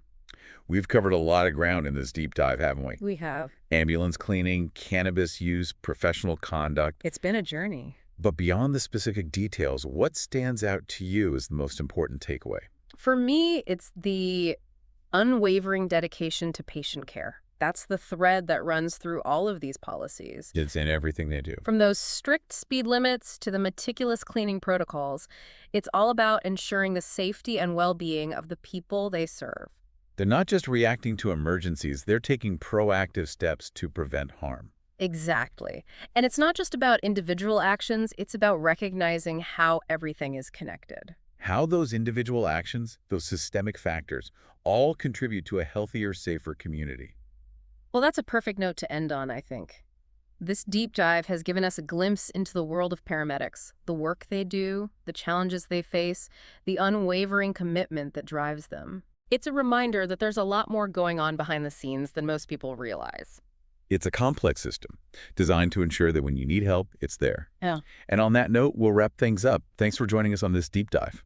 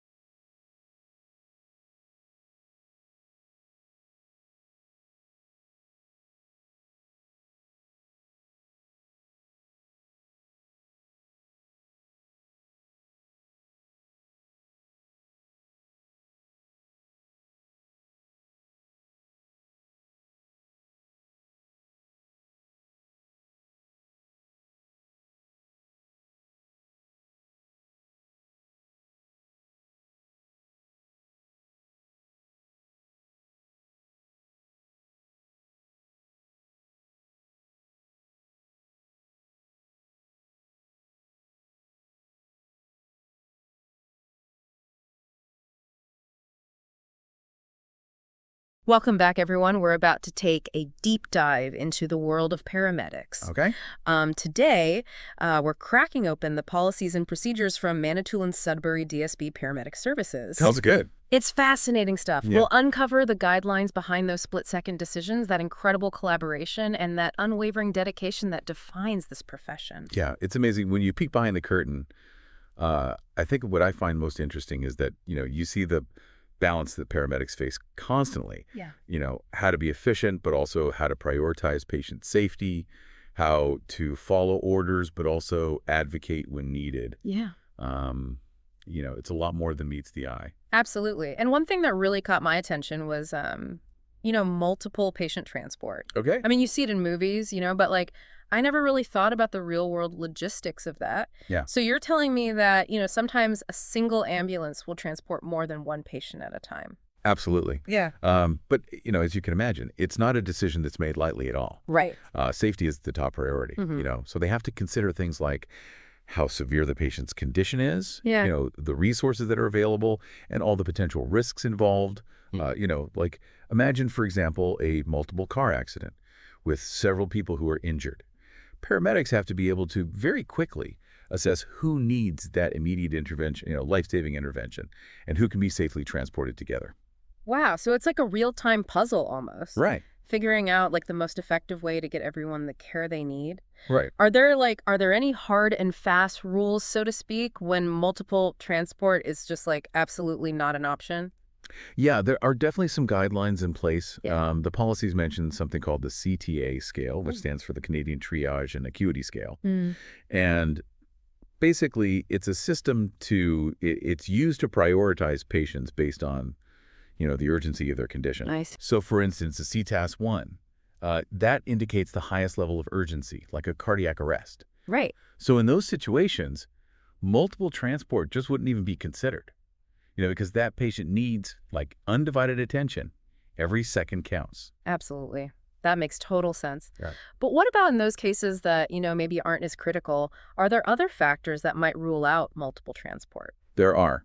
There are a few scenarios outlined in the policy where it just wouldn't be appropriate. Hmm. For example, if one of the patients has a condition that's, highly contagious, or if there's a risk that, one patient's condition might cause distress or discomfort to another. Wow, I see. It even takes into account things like DNR orders, do not resuscitate orders. They recognize the impact that could have on other patients if, someone were to pass away during transport. Yeah, wow, I hadn't even considered all those angles. So, really, it sounds like paramedics are constantly, with every single call, having to weigh risks and benefits and really use their judgment to make these decisions. Yeah, exactly. And it's not just about the patients themselves either.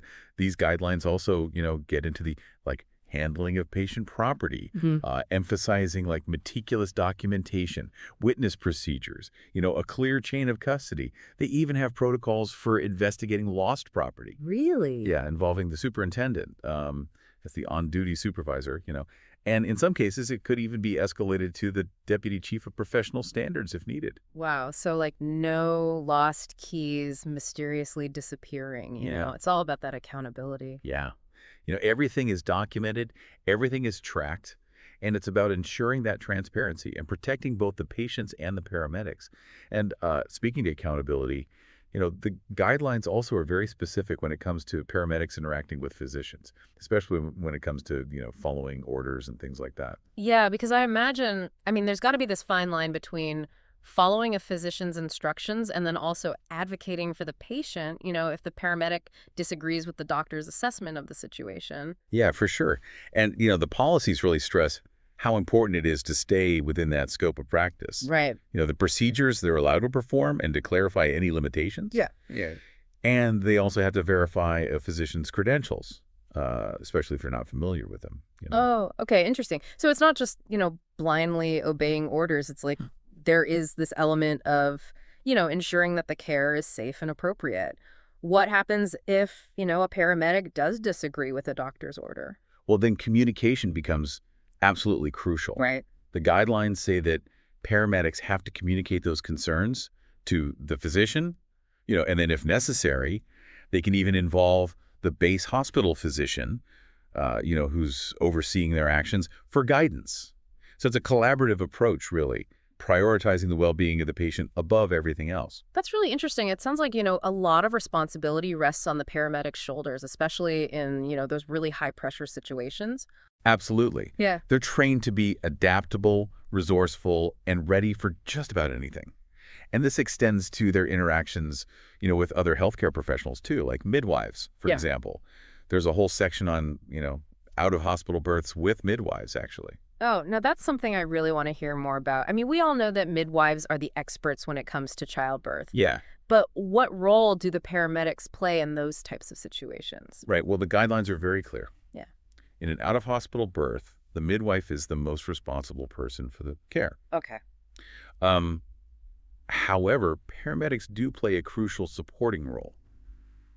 They provide assistance when it's needed and make sure that the environment is safe for both the mother and the baby. I see. So it's really a team effort then, both the midwife and the paramedic, each using their own expertise to ensure the best possible outcome. Precisely. And just like with physicians, paramedics are required to verify the midwife's credentials, in this case, confirming their membership with the Association of Ontario Midwives. Right. And that ensures, that everyone involved meets the professional standards. Yeah. The mother's getting care from a qualified practitioner. It's really interesting how, these procedures really seem to consider all these different variables and all these potential complications that could arise. They really do. Yeah. And it just highlights the fact that every call is different. Paramedics need to be ready for anything. For instance, there's a whole section dedicated to providing care that's accessible and inclusive to patients with disabilities. Okay. And that really reflects that growing awareness of, diverse needs in our communities. That's great to hear. And I'm assuming this ties in with that accessible customer service for emergency responders program that was mentioned earlier. Exactly. Okay. The guidelines actually translate that program into specific actions. They outline how to handle things like assistive devices and just generally making sure that patients with disabilities feel supported and respected throughout their whole interaction with the paramedics. So it goes beyond just like physical accessibility then.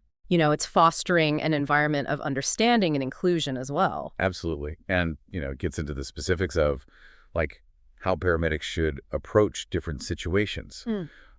Involving assistive devices, Mm. allowing them in the ambulance whenever possible, but also, making sure that they're stored safely during transport. Right. Yeah, you wouldn't want a wheelchair, rolling around back there during a bumpy ride. Right. Um, Are there any exceptions to that rule about assistive Well, devices? there is one. Certified service animals. Okay. They're allowed in the ambulance as long as they get approval from the attending paramedic. Hmm. Just recognizing that vital role that they play in supporting their That's owners. good to know. But what happens in those, rare cases where a certified service animal is denied access? I imagine that'd be a really sensitive situation. Oh, it definitely is. And the guidelines, they take it very seriously. If a certified service animal is denied access, the superintendent has to be notified and an incident report has to be filed explaining why. I see. This level of accountability ensures that transparency and it helps prevent any potential bias or discrimination. Well, Yeah. it's fascinating, how these procedures really do address so many of the details, to ensure not only patient well-being, but the paramedics' own safety and accountability too. It's really interesting. And I'm kind of seeing a theme emerge here, It's not just about reacting to these emergencies. It's like navigating a complex web of considerations with every single call. You've hit the nail on the head. You know, these policies and procedures really highlight how much knowledge and critical thinking is involved in paramedicine. It's constantly like you're following protocol, but you're also adapting to unexpected situations and you're collaborating with all these partners and you're always, keeping the patient's best interest at heart. Absolutely. And speaking of collaboration, we touched on that interaction between paramedics and physicians, but these guidelines also mention something called allied agencies. Right. Could you clarify what that term refers to and how it plays into, the bigger picture of emergency response? Sure. So allied agencies is a kind of broad term. It covers other organizations that, could be involved in emergency situations. So we're talking about things like police, fire departments, search and rescue teams. The idea is to take advantage of all that expertise from all these different agencies and, use it to make sure the response is as comprehensive and effective as possible. So it's about recognizing that paramedics aren't always, operating on their own. They're actually part of this larger network of responders, each with their own specialized set of skills. You got it. And that tiered response system, we touched on it a little bit earlier, but it really showcases this collaborative approach. Yeah. So essentially what it does is activate different levels of response based on how severe the situation is. So, let's say there's a call that comes in for a cardiac arrest. Not only is an ambulance dispatched, but the system will also, it might automatically send an alert to the nearest fire station I see. if they're closer and if they're equipped to, give that basic life support until the paramedics get there. Oh, wow. So it's all about getting those, most important resources to that patient as quickly as possible, no matter, where they're coming from, what agency they're coming from. Exactly. And the guidelines highlight how important it is to have those, clear agreements in place with these allied agencies, Okay. outlining everyone's roles and responsibilities and communication protocols. And what's cool is they actually even provide a template for these agreements on their website, Mm-hmm. just kind of shows their commitment to transparency and collaboration. It's amazing, how much actually goes on behind the scenes to make sure that the response is coordinated. It is. Makes you really appreciate the complexity of the whole system and the importance of that, clear communication between everyone involved. Definitely. Yeah. And that emphasis on communication, it carries over into how paramedics interact with physicians too. We talk Mhm. about how paramedics need to, verify a physician's credentials. Right. What's the reasoning behind that? I mean, that's something that happens a lot. Hmm. It makes me think about, the possibility of imposters or, someone trying to give orders who's not actually authorized to do so. Yeah. I think it seems like a really necessary safeguard, especially in those high pressure situations where, every decision counts. You're right. It's all about patient safety and making sure that, those medical decisions are being made by qualified professionals. Yeah. The guidelines say that paramedics should always confirm a physician's identity and their credentials. Yeah. Especially if, they're not familiar with them or there's any reason to doubt, Hmm. So it's not about, being disrespectful or distrustful. It's about, just taking that extra step to just verify, Wow. eliminate any risk. Exactly. It's due diligence, Right. maintaining professional standards. And it speaks to the level of responsibility, Yeah. that paramedics carry. Yeah. They're not just following orders. They're actually evaluating the situation and making sure that every action is in the best interest of the patient. It's a lot more nuanced than I initially thought. I'm Yeah, starting to really understand that, being a paramedic isn't just about that medical knowledge. Right. It's about critical thinking, communication, and ethical decision making. You said it perfectly. The policies and procedures give them that framework for decision making, but ultimately it comes down to each individual paramedic's judgment, Yeah. and their ability to adapt to the situation. Right. And speaking of unique circumstances, we talked about accessible care for patients with disabilities. right. But I'm curious about those cases where, a certified service animal might be denied access to the ambulance. Yeah, What types of situations would, actually call for a decision like that? that's a sensitive topic. Yeah. And the guidelines, they acknowledge that those denials should be extremely rare and only happen, in very specific situations. Okay. For example, if the animal is a direct threat to the safety of the patient or the paramedics or anyone else in the ambulance, or, if having the animal there would just make it really difficult to give medical care. So it's not about like arbitrary decisions or anything like that. It's Yeah. about really carefully weighing those risks and benefits in every situation, right? Precisely. And even when a denial is absolutely necessary, the procedures emphasize the importance of, explaining everything to the owner, Yeah. trying to find alternative solutions.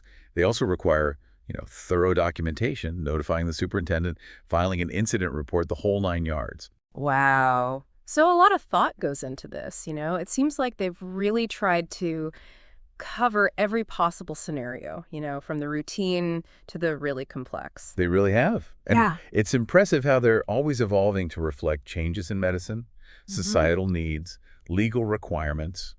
It shows how committed they are to giving the highest quality care, you know, Yeah. keeping patients safe and upholding the integrity of the whole profession.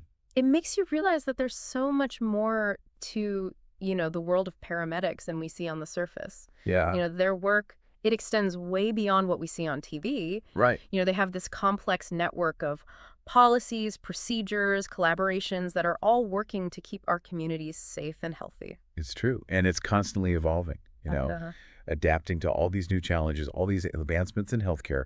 What we've talked about today, it's just a little peek into this really intricate system yeah, we've covered a lot of ground here. we have. You know, Everything from the logistics of multiple patient transport to how they work with physicians and allied agencies. We even, talked about the ethical considerations around service animals and accessibility. That's complicated. It's clear that being a paramedic is a demanding job. Yeah. You need medical knowledge, you need compassion, you need critical thinking skills. It's a special kind of person. Yeah. And what's really striking to me is that these policies and procedures, they do more than just, lay out rules. Mhm. They really show how dedicated this profession is to patient care, to being accountable, and to always getting better. Yeah, It's inspiring to see how much effort goes into making sure the paramedics can handle anything. absolutely. And speaking of handling anything, we talked about how paramedics have to constantly adapt and use their judgment. Right. But how do these guidelines address, those situations where there might be conflicting information or uncertainty about the best course of action? Well, that's where critical thinking and that, training that we talked about come in. You know, Paramedics are taught to assess situations, gather information, and then prioritize the most important actions. I see. And of course, they always have that option to consult with, a base hospital physician if they need further guidance. But often they have to make decisions, in the field with limited information. Right. So it's not always, black and white. No. There are a lot of gray areas in emergency medicine. Yeah. And sometimes, the guidelines can't cover every single scenario. Right. So paramedics have to rely on their knowledge, their experience, and their intuition to make the best call. Hmm. And that's where that balance between, following procedures and using your judgment really comes into play. That makes sense. And thinking back to that multiple patient transport scenario we discussed earlier, it really highlights how paramedics have to weigh those, competing priorities and make those tough decisions under pressure. Absolutely. Yeah. And those decisions can have, lasting consequences, Yeah. both for the patients and for the paramedics themselves. So it's a job that demands, a lot of courage and a lot of compassion. It really does. And it's something that we as a community should never take for granted. The dedication and the skill that these individuals bring to their work every single day. Absolutely. It's remarkable. And this deep dive into those policies and procedures, it's given us a whole new perspective on, what really goes into providing that high quality pre-hospital care. It has, Yeah. and it's important for people to understand that there's a lot more to it than just, showing up and transporting someone to the hospital. Exactly. There's a whole system in place that, Yeah. works to ensure patient safety, professional accountability, and that ongoing pursuit of excellence. It's a fascinating world. It really is. And we're only just scratching the surface here, We are. you know? But it's a great reminder that, there's always more to learn and that every profession, every job has its own set of complexities and challenges. That's right. And there are always those people who are dedicated to, meeting those challenges and making a positive impact. That's true. Okay, well we've delved into the world of paramedics and explored those policies and procedures. We've looked at multiple patient transport, interaction with physicians, allied agencies, but, there's still so much more to uncover. So, we'll be back after a short break to continue our deep dive into these fascinating guidelines. Stay tuned. Looking forward to it. Well, it's fascinating, how these procedures address so many details to ensure both patient well-being and the paramedics' own safety and accountability. I'm starting to see a theme emerge here. It's not just about reacting to emergencies, it's about navigating this complex web of considerations with every single call. You've hit the nail on the head. These policies and procedures really showcase the depth of knowledge and critical thinking required in paramedicine. It's a constant balancing act between following protocols, adapting to unexpected situations, and collaborating with various partners, all while keeping the patient's best interests at heart. Speaking of collaboration, we touched on the interaction between paramedics and physicians, but these guidelines also mention allied agencies. Can you clarify what that term refers to and how it plays into the bigger picture of emergency response? Sure, allied agencies is a broad term that encompasses other organizations that might be involved in emergency situations, such as police fire departments and search and rescue teams. The idea is to leverage these different agencies' expertise to provide the most comprehensive and effective response possible. So it's about recognizing that paramedics aren't always operating in isolation. They're part of a larger network of responders, each with their own specialized skills. Exactly. And the tiered response system, which we mentioned briefly earlier, really exemplifies this collaborative approach. Essentially, it involves activating different levels of response based on the severity of the situation. Hmm. For example, if a call comes in for a cardiac arrest, not only will an ambulance be dispatched, but the system might also automatically alert the nearest fire station if they're closer and equipped to provide basic life support until paramedics arrive. So it's about getting the right resources to the patient as quickly as possible, regardless of which agency they come from. Precisely. The guidelines highlight the importance of establishing clear agreements with these allied agencies, outlining roles, responsibilities, and communication protocols. And they even provide a template for these agreements on their website, demonstrating their commitment to transparency and collaboration. It's amazing how much goes on behind the scenes to ensure a coordinated response. It makes you appreciate the complexity of the system and the importance of clear communication between everyone involved. It really does. And that emphasis on communication extends to the interaction between paramedics and physicians as well. We talked about paramedics needing to verify a physician's credentials, but what's the rationale behind that? Is it a common issue? That's a good question. It makes me think about the potential for imposters or someone trying to give orders without proper authorization. It seems like a necessary safeguard, especially in those high-pressure situations where every decision matters. You're absolutely right. It's all about patient safety and ensuring that medical decisions are being made by qualified professionals. The guidelines stress that paramedics should always confirm a physician's identity and credentials, especially if they're unfamiliar with them or if there's any reason for doubt. So it's not about being disrespectful or distrustful. It's about taking those extra steps to verify and eliminate any potential risks. Exactly. It's about exercising due diligence and maintaining professional standards. And it speaks to the level of responsibility that paramedics carry. They're not just following orders, they're actively evaluating situations and ensuring that every action taken is in the patient's best interest. It's a lot more nuanced than I initially thought. I'm starting to understand that being a paramedic isn't just about medical knowledge. It's about critical thinking, communication, and ethical decision-making as well. You've summed it up perfectly. These policies and procedures provide a framework for those decisions, Mhm. but ultimately it comes down to the individual paramedic's judgment and ability to adapt to the unique circumstances of each call. Speaking of unique circumstances, we talked about accessible care for patients with disabilities, but I'm curious about those cases where a certified service animal might be denied access to the ambulance. What kind of situations might warrant such a decision? That's a sensitive topic, and the guidelines acknowledge that denials should be extremely rare and only occur in very specific circumstances. For example, if the animal poses a direct threat to the safety of the patient, the paramedics, or other individuals in the ambulance, or if the animal's presence would significantly interfere with the provision of medical care. So it's not about making arbitrary decisions, it's about carefully weighing the potential risks and benefits in each situation. Exactly. And even in those rare instances where denial is deemed necessary, the procedures emphasize the importance of clear communication, explaining the rationale to the owner, and exploring alternative solutions whenever possible. They also require thorough documentation notifying the superintendent and filing an incident report to ensure transparency and accountability. It sounds like a lot of thought and consideration goes into these procedures. They seem designed to cover every possible scenario, from routine calls to the most complex and sensitive situations. They really do. And what's impressive is how they constantly evolve to reflect changes in medical practices, societal needs, and legal requirements. It's a testament to the ongoing commitment to providing the highest quality care, ensuring both patient safety and the integrity of the paramedic profession. It makes you realize that there's always more to learn about the world of paramedics. Their work extends far beyond what we see on TV, encompassing a complex network of policies, procedures, and collaborations that ensure the well-being of our communities. That's true. And it's a field that's constantly evolving, adapting to new challenges and advancements in healthcare.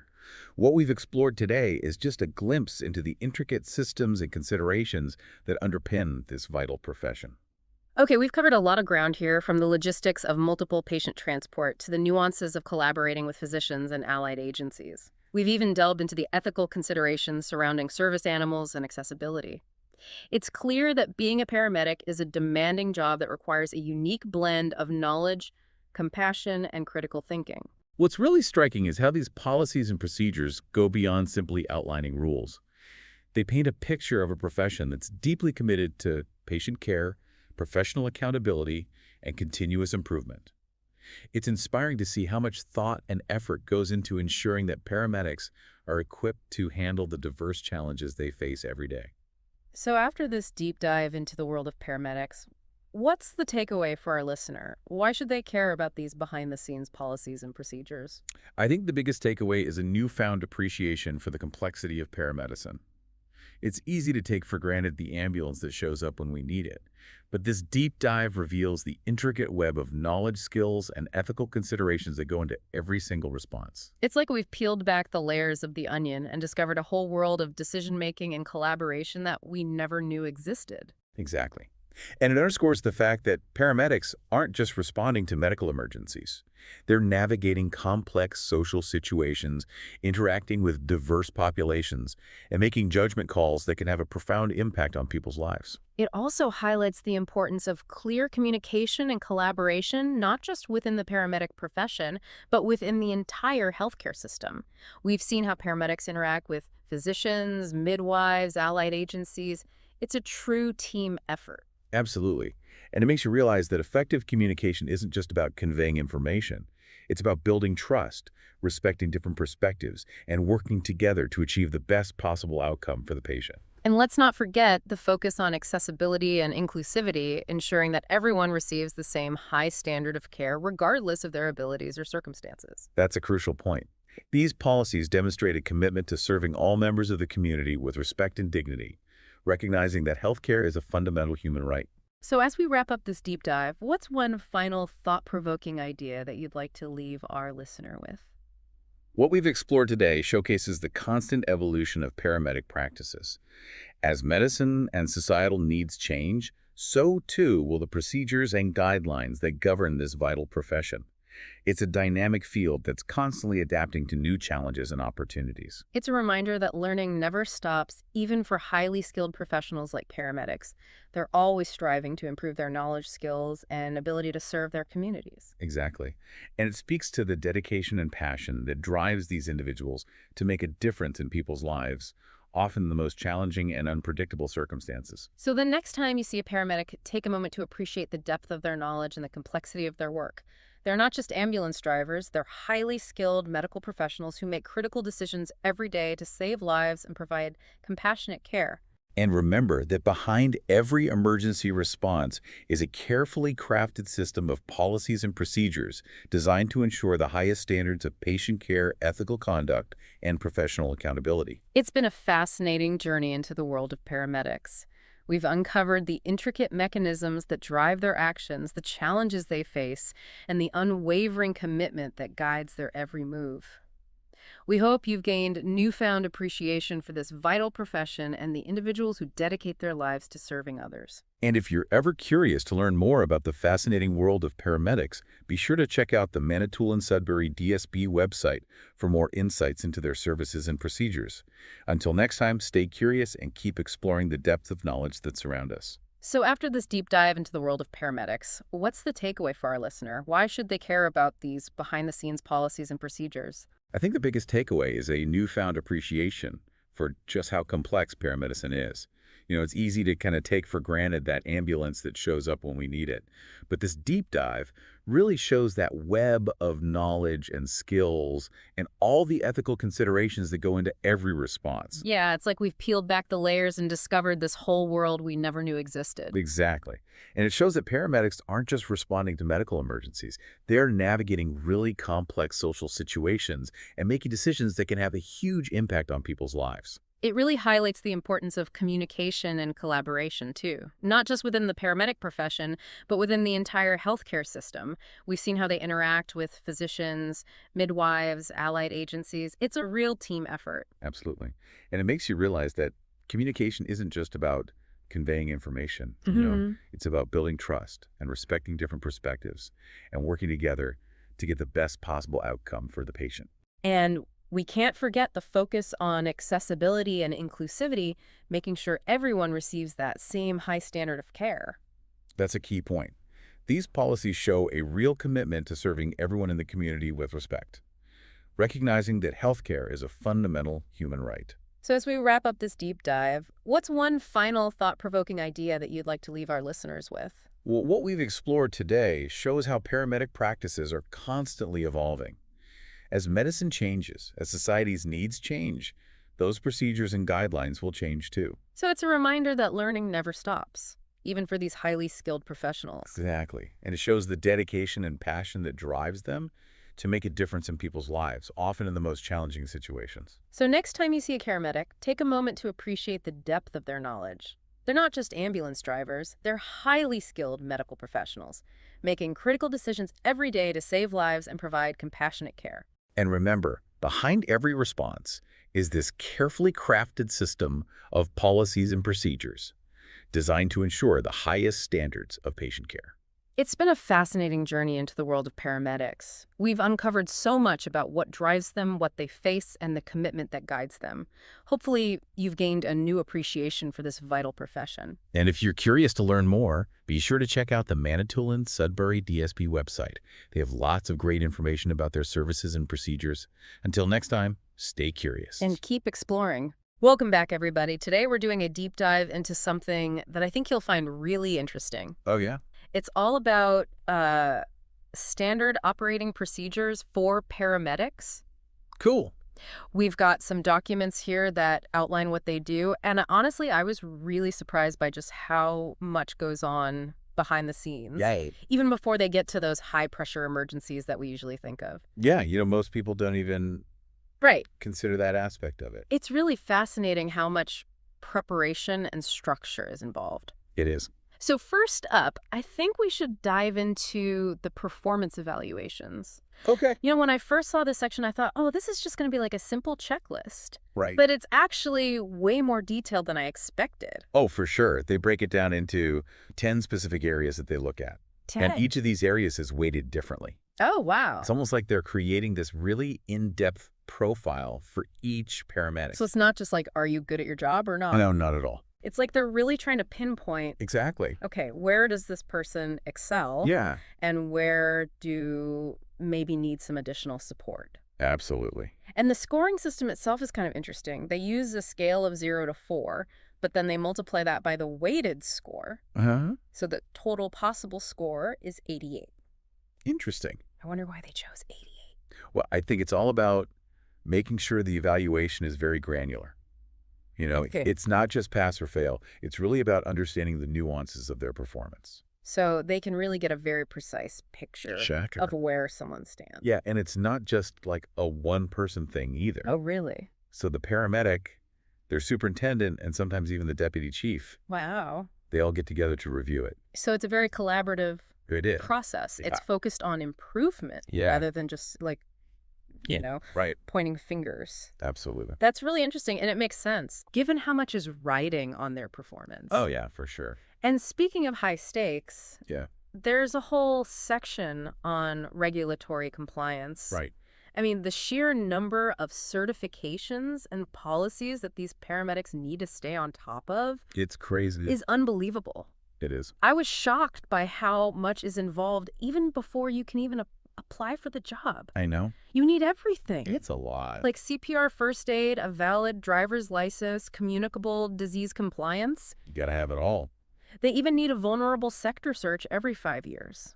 Wow. It's a big checklist. Yeah. It's quite a checklist. That's a lot to keep track of. It is. But I guess when you consider what they're doing, interacting with people in really vulnerable situations and very stressful situations, Yeah.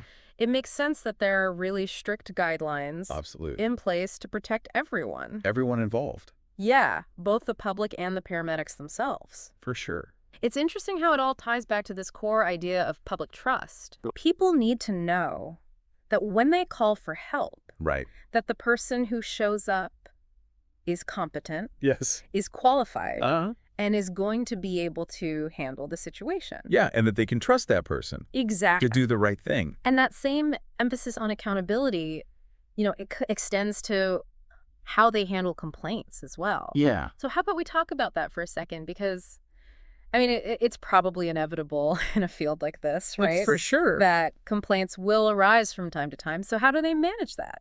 Well, the documents here, they really highlight this non-confrontational approach. Okay. It's all about careful documentation. So making sure everything is recorded. Exactly. Yeah.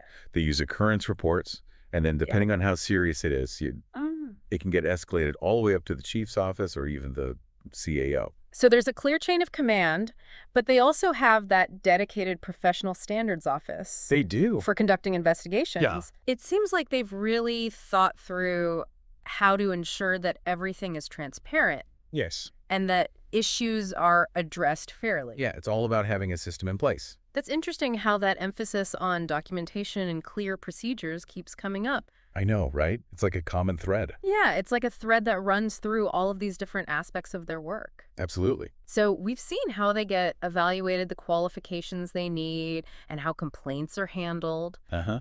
What else jumped out at you when you were looking through these documents? Well, there was one thing I really wasn't expecting to see. What's that? A flu vaccination policy. Really? Yeah. A flu vaccination policy in a document about standard operating procedures for paramedics? It's right here. Why would that be included? Well, it seems like they really put a lot of emphasis on preventative health measures. That makes sense. Not just for the paramedics themselves, but also for the patients that they're interacting with. Right, because they're often working with people who are already sick or injured. Yeah. Exactly. So they don't want to accidentally, Make things worse. to spread anything. Right. Yeah. So every year they have this process where employees have to declare whether they've been immunized Mhm. or if they've declined for personal reasons or if they have a medical contraindication. Right. And they keep track of all of that really meticulously. They do. It's all very organized. It's interesting how even a seemingly small policy like this, speaks to this larger concern for public health Oh, absolutely. within the paramedic service. It shows they're really thinking about the bigger picture. Yeah, it's another example of how these procedures, even ones that maybe don't seem directly related to emergency care, Right. actually contribute to their overall mission. Yeah, they're all connected. So we're starting to see a pattern here, aren't we? It seems like it. This meticulousness, this Uh, transparency, and a real focus on accountability uh-huh. at every level. And I have to say, it's kind of reassuring It is to know so. how much thought goes into making sure everything runs smoothly. It gives you a new appreciation for what's happening behind the scenes. Yeah, beyond just the flashing lights and sirens. Speaking of which, let's move on to something that really caught my eye. Okay. The electronic patient care record, Ah, yes, the or EPCR, EPCR. the digital backbone of their work. It's amazing how much information they capture in these records. It's very comprehensive. So every ambulance response that results in a patient arrival time, Right. they have to complete an EPCR within 48 hours. Wow, that's a tight turnaround. It is a tight turnaround. I was surprised by that. Yeah. And it gets sent to everyone involved, the receiving hospital, the base hospital, the billing department, and of course, the paramedic service itself. So everyone has access to the same information. Yeah, it's all about making sure everyone is on the same page. Exactly. But what really surprised me was that they audit these EPCRs. Oh, yeah, they do. They actually have someone go through and check them. That's right. It's the Deputy Chief for Professional Standards who's responsible for that. Yeah, and they don't just check them randomly. Okay. They focus on specific types of calls, like 100% of cardiac arrest calls are reviewed. Wow. And then varying percentages of other calls based on the Canadian triage and acuity scale. So they're really targeting the most critical cases. Yeah, they want to make sure that the documentation is accurate and consistent. Because those are the ones where the stakes are the highest. Exactly. So they're looking at things like patient demographics, vital signs procedures performed. All the essential details. It's really about ensuring that everything is documented with a high level of precision. Yeah, they're very thorough. And if they find any discrepancies, Right. they have a whole remediation process in place. They use what they call ambulance call evaluation documents. And the paramedic might have to provide a written response. Yeah, to clarify or correct anything that wasn't clear in the initial report. It's all about continuous improvement, Uh-huh. learning from every call, Exactly. and making sure those records are as accurate as possible. And as informative as possible.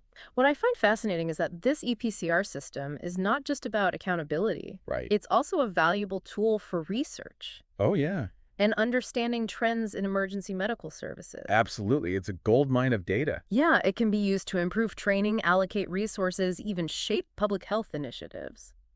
It's incredible what you can learn from these records. It's like each record is a piece of a larger puzzle I like that. that helps them see the bigger picture of what's happening in the world of emergency medicine. It all comes together. And that's what makes these procedures so fascinating to me. Yeah. They're not just about following rules, they're about building a system that supports the paramedics, Uh-huh. protects the public, and ultimately helps them deliver the best possible care. And it all starts with these procedures. It's like each procedure is a building block in that system. I agree. And by understanding them individually, we start to appreciate the complexity Interconnected. and interconnectedness of the whole thing. It's quite impressive. It really is. It gives you a whole new perspective on what happens when that ambulance arrives. It does. It's more than just a response to an emergency. It's a whole system in action. Yeah, a system designed to save lives and provide care. And those flashing lights, they represent a lot more than just an emergency response. They do. They symbolize a whole network of people and processes working together Yeah. to make sure that people get the help they need when they need it most. It's quite remarkable when you think about it. It really is, and it's all thanks to these The procedures. foundation of it all. So next time you hear that siren wailing, remember that there's a whole lot more going on A lot more than meets the eye. than meets the eye. Yeah. It's a complex system designed to provide the best possible care in the most challenging of circumstances. And it's constantly evolving and improving. Thanks to the dedication of all those paramedics and the people who support them, Absolutely. They're the real heroes. they are, And we're just scratching the surface here. there's so much more to explore. But I think we've laid a good foundation. We have, and I'm sure our listeners are eager to learn more. I hope so. So stay tuned for part 2 of our deep dive Where we'll delve even deeper into the world of paramedic procedures. and uncover even more fascinating insights. It's going to be good. It is going to be good. I can't wait. Me neither. Until next time. Stay curious. Going through all of this, I'm really struck by how these procedures are about so much more than just ticking boxes. Oh, yeah. It's like they're really trying to create this culture of excellence Yeah. and continuous improvement. Yeah, it's about always striving to do better. Exactly. And I think that's where the real value of these procedures lies, you know? Absolutely. It's not just about bureaucracy. It's about creating this framework that supports the paramedics Yeah, and ultimately benefits the patients. right. It's all connected. And I think it's important to think about it from the patient's perspective. Yeah. Imagine you're the one calling 911. You know, Mm. you're scared, you're in pain, you're relying on these strangers to help you. It's a vulnerable position to be in. It is. And knowing that those strangers are operating within this system Yeah. that emphasizes competence and accountability and transparency, It can make a big difference. it can really make you feel more at ease. Definitely. It's like having a safety net. Yeah, you know that no matter who shows up, Mm-hmm. they've been thoroughly vetted and trained. Right. And they're held to a high standard. Exactly. It's almost like these procedures are like a silent promise to the community. Okay. You know, a guarantee that the paramedics will always strive to do their best, Even under pressure. even under the most challenging circumstances, and that commitment to excellence, you know? Yeah. It's not just about following the rules. It's Mhm. about using them as a foundation for continuous learning and growth. It's a journey. It is. And Yeah. the EPCR audits that we were talking about, Uh, those are a perfect example of that. oh, yeah. They're not just about catching mistakes. They're about identifying patterns, understanding trends. And using that information to make things better. Exactly. Using the data to improve training, to refine procedures. To constantly evolve. And that's what I find so impressive about this whole system. It's not static. It's dynamic. It's constantly evolving and adapting. It's like a living organism, you know, Okay. constantly responding to new information. Trying to find that balance. Yeah. Striving for equilibrium. That's a great analogy. Thanks. It really highlights the importance of having both the structure of those procedures Yeah, and the flexibility to adapt them as needed. absolutely. You need both. So we've talked a lot about the procedures themselves, We have. but I think it's important to remember the human element. Oh, for sure. It's at the heart of all of this. It's about people helping people. Exactly. These procedures are ultimately just tools. Right. It's the paramedics themselves. Yeah. Their skill, their compassion, their ability to think critically under pressure. That's what really makes the difference. Yeah. You can't capture that in a document. You can't. No amount of documentation can fully capture the complexities of human interaction. Especially in an emergency situation. It's where the art of medicine meets the science. I like that. They have to take all of this knowledge, all of these procedures, and apply them with empathy The sensitivity. and It's understanding. a delicate balance. It's about making those split-second decisions Right. while also recognizing the fear and vulnerability of the person they're caring for. You have to be able to connect with people on a human level. And that's what makes paramedics so extraordinary. It's a tough job. They're able to navigate that delicate balance between professionalism Uh-huh. and human connection. It's like walking a tightrope. It is constantly adjusting their approach based on the unique needs of each situation. And every situation is different. And that requires an incredible amount of judgment, Yeah. compassion. Yeah, they're amazing people. So while we've been, deep diving into this intricate world of paramedic procedures, Yeah. I think it's important to remember that at the end of the day, it's all about people helping people. it is It's about those moments of human connection those acts of kindness and courage. that transcend any protocol or guideline. Absolutely. And I think that's what truly makes this profession so remarkable. I couldn't agree more. It's been fascinating, It is. exploring the systems that support this vital work. Before we wrap up, I'd love to get your thoughts on one more thing. Okay. We've been looking at these procedures from the perspective of the paramedics, Right. but what about the patients? Yeah. What role do they play in all of this? It's easy to think of patients as just, passive recipients of care, Right. but they actually play a really active role in this whole process. Oh, absolutely. I mean, their ability to communicate clearly, Yeah. to describe their symptoms accurately, Mhm. that can have a huge impact on the paramedic's ability to make the right decisions. It's true. The more information they have, Right. the better equipped they are to help. And their feedback, both positive and negative, Yeah. that can help to shape and refine those procedures over time. Absolutely. It's a continuous feedback loop. That's something I hadn't really thought about before. It's an important perspective. It is. It really is a two-way street, isn't it? It is. The paramedics rely on the patients to give them the information they need, Uh-huh. and the patients rely on the paramedics to use that information wisely. And to provide the best possible care. Exactly. It's a relationship built on trust and mutual understanding. And that's what makes it so powerful. So as we wrap up this deep dive into the world of paramedic procedures, I'd really encourage you to think about your own experiences Your own perceptions. of paramedics. Have you ever had to call 911? Have you ever seen them in action? And if so, how did what we talked about today, these procedures, these protocols, Uh-huh. how did that shape your view of their profession? It's interesting to think about. It is, we've only just scratched the surface here, but I hope this has given you a new appreciation A new understanding. for the dedication and the complexity of their work. It's amazing what they do. It is every time you hear that siren wailing, Yeah. just remember there's a whole system in motion, A whole team of highly trained professionals. working tirelessly to make sure that everything goes as smoothly as possible. And that people get the help they need. Those flashing lights, they represent more than just an emergency response. They do. They symbolize a commitment to care, to compassion. To the very essence of what it means to be human. Well said. It's been a fascinating deep dive. It has. I've learned so much, Me too. and I hope our listeners have too. I hope so. Until next time, stay curious and keep exploring. And stay safe out there. Hey, everyone, and welcome back for another deep dive. Today, we're going to be looking at something Okay. I think most people probably rely on, but don't think too much about. Right. And that is emergency medical services, or EMS. Yeah. We got some really interesting source material here that goes into the inner workings of an EMS system. Mm-hmm. And it is so much more than ambulances and sirens, as I'm sure you know.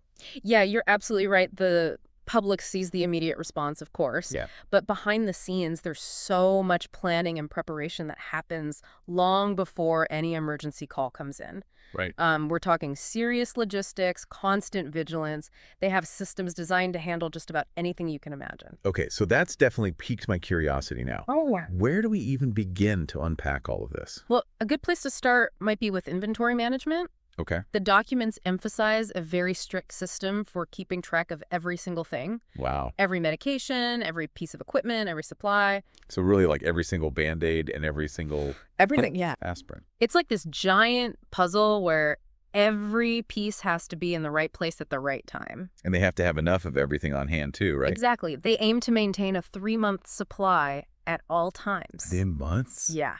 Wow. And not just at each individual station, but also at a central depot. Oh, wow. So you can imagine the logistical challenge of that. Yeah. Is that typical for emergency services? 3 months seems like a lot. It is a lot. It really speaks to their commitment to preparedness. Yeah. They deal with everything from everyday calls, to potentially mass casualty events. Right. So they need to be ready for anything and everything. Yeah. I hadn't thought about it like that.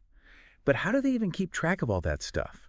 I mean, are we talking like giant spreadsheets Yeah. and just endless inventory counts? That's where technology comes in. The documents talk about a system called Operative IQ, Okay. and this seems to be like their secret weapon. It's this software platform that tracks inventory levels in real time, automates restocking requests, even flags medications that are about to expire. That's amazing. It's like having a super organized robot managing the entire supply chain. Mm-hmm. So no more frantic searches for missing bandage in the middle of the night. Hopefully not. But seriously, that level of integration is so crucial. Yeah. It lets them focus on, what they do best, responding to emergencies and not getting bogged down in logistical nightmares. Right. So we've got this massive inventory that's meticulously tracked and managed.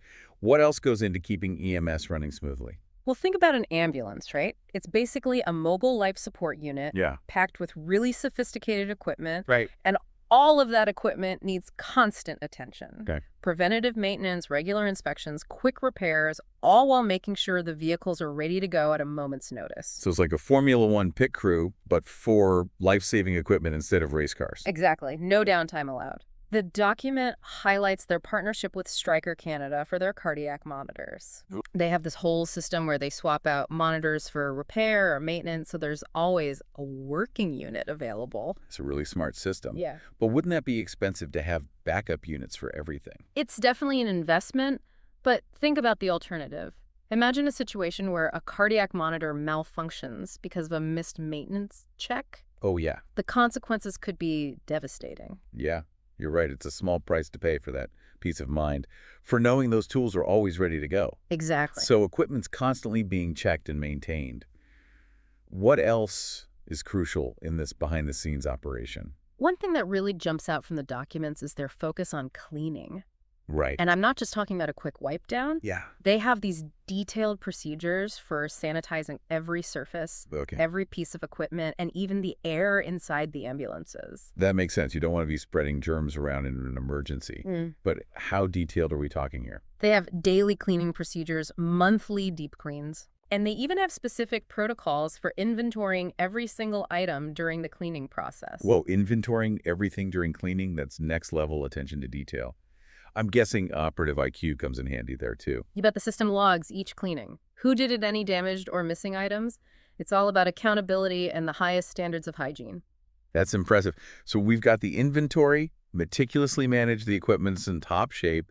They've got hospital-level cleanliness. It sounds like they've thought of everything. Well, they try to, but even with the best preparation, unexpected things can happen. Of course. That's why they have these really comprehensive contingency plans for things like facility damage, vehicle, lost equipment failures, you name it.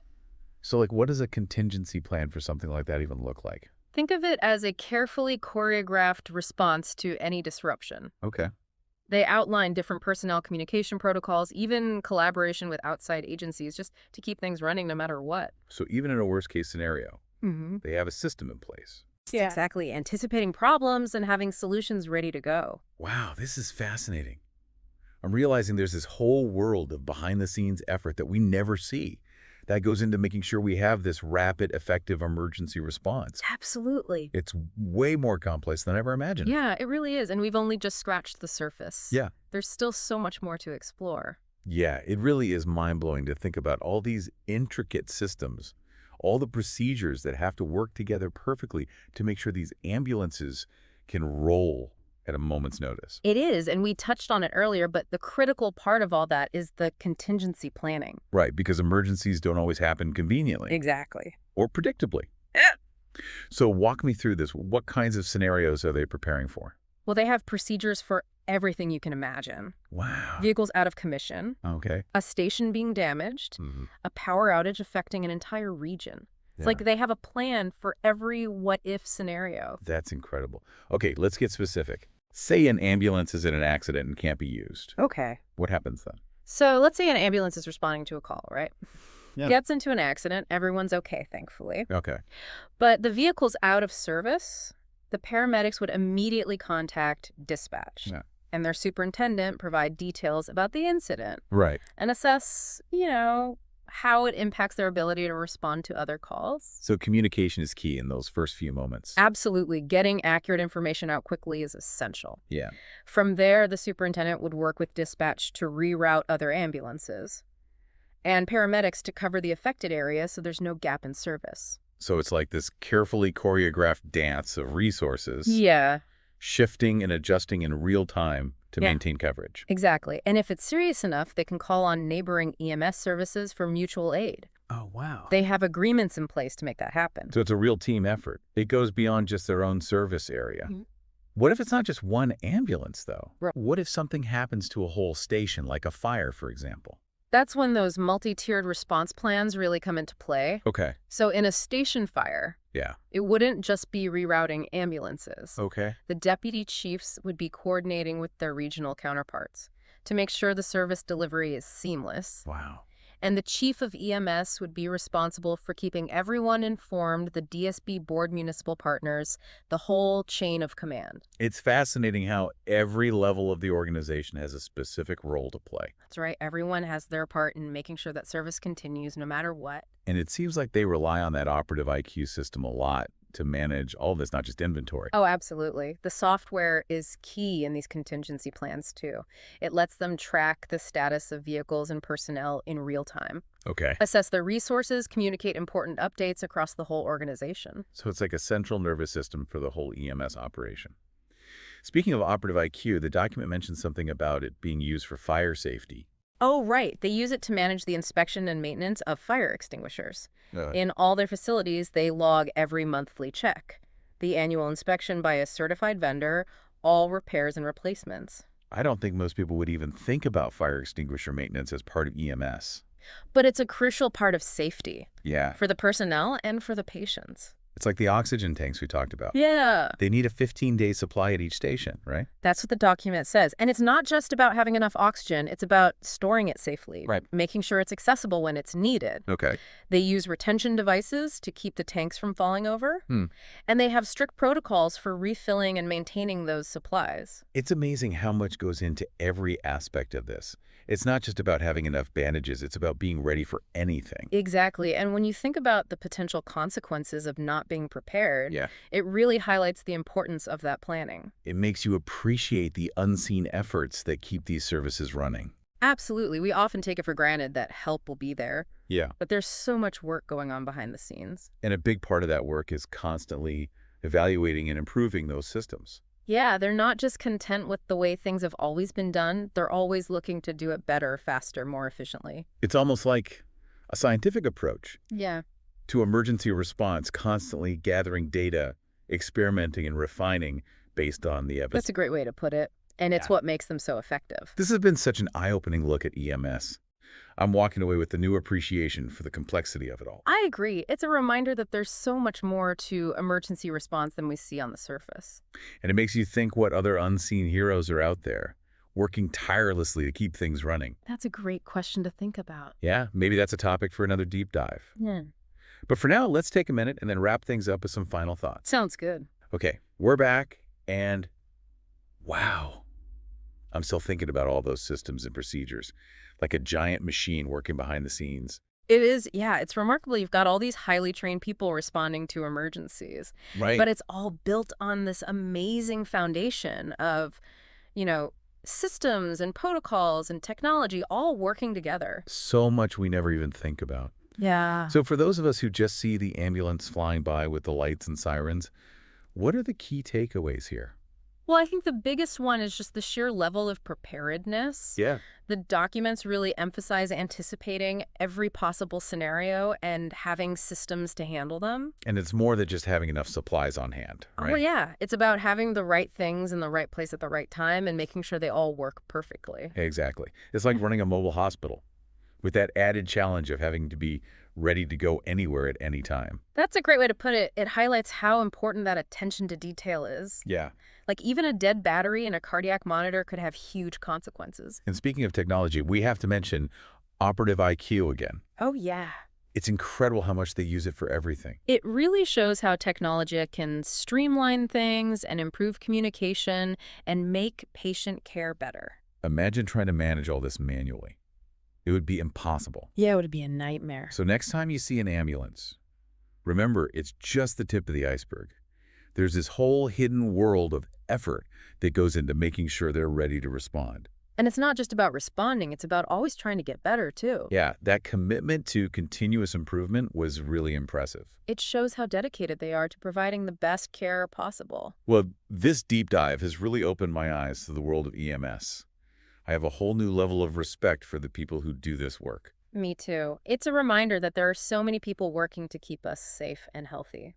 Makes you wonder what other essential services have these kinds of behind-the-scenes complexities. Oh, that's a great question. What about air traffic control? Yeah. The power grid? The systems that keep our food supply running? It's a whole other world to think about. Maybe something we could explore another time. Yeah, I'd like that. But for now, let's leave our listeners with this thought. The next time you see someone from an essential service, whether it's EMS or firefighters or anyone else, take a moment to appreciate the work they do behind the scenes. I think that's a great takeaway. There's so much more going on than we realize. Thanks for joining us for this deep dive, and we'll see you next time. All right, so today we're going deep on something a little different. Oh, yeah. We're going to be looking at the world of paramedics, All right. specifically their standard operating procedures. Interesting. You sent this over, and I gotta say, it's pretty fascinating stuff. Yeah, it's really something. It's way more than just, rushing to emergencies, lights and sirens. Right, the whole system. Yeah, it's like a whole system designed to make sure that they're ready for literally anything. Absolutely, and it all comes down to preparation and really a culture of safety, Yeah. not just for the paramedics, but for the patients as So well. everyone involved. Minimizing those risks and maximizing effectiveness no matter the situation. I was really surprised by how detailed the vehicle inspection process is. Oh, yeah. Like, they do a full circle check at the beginning of every shift. Every single time. Following this Ontario Ministry of Transportation standard Wow. makes you realize that their vehicles are like mobile life support units. That's exactly right. Any little malfunction could have a huge impact on their ability to, give care. Absolutely. It's got to be quick and it's got to be safe. Yeah. And I noticed they even have instructions for running vehicles in garages. Oh, really? And they require carbon monoxide detectors in the crew quarters. Yeah, that's a really important precaution. That's a very specific thing. It is. And, there have been some really tragic instances where first responders have been exposed to carbon monoxide Wow. in enclosed spaces. And so this procedure is a direct response to that risk. Wow. So they've really thought of everything. Yeah. These small details can have huge implications. Absolutely. And there's a whole procedure for reporting vehicle issues, too.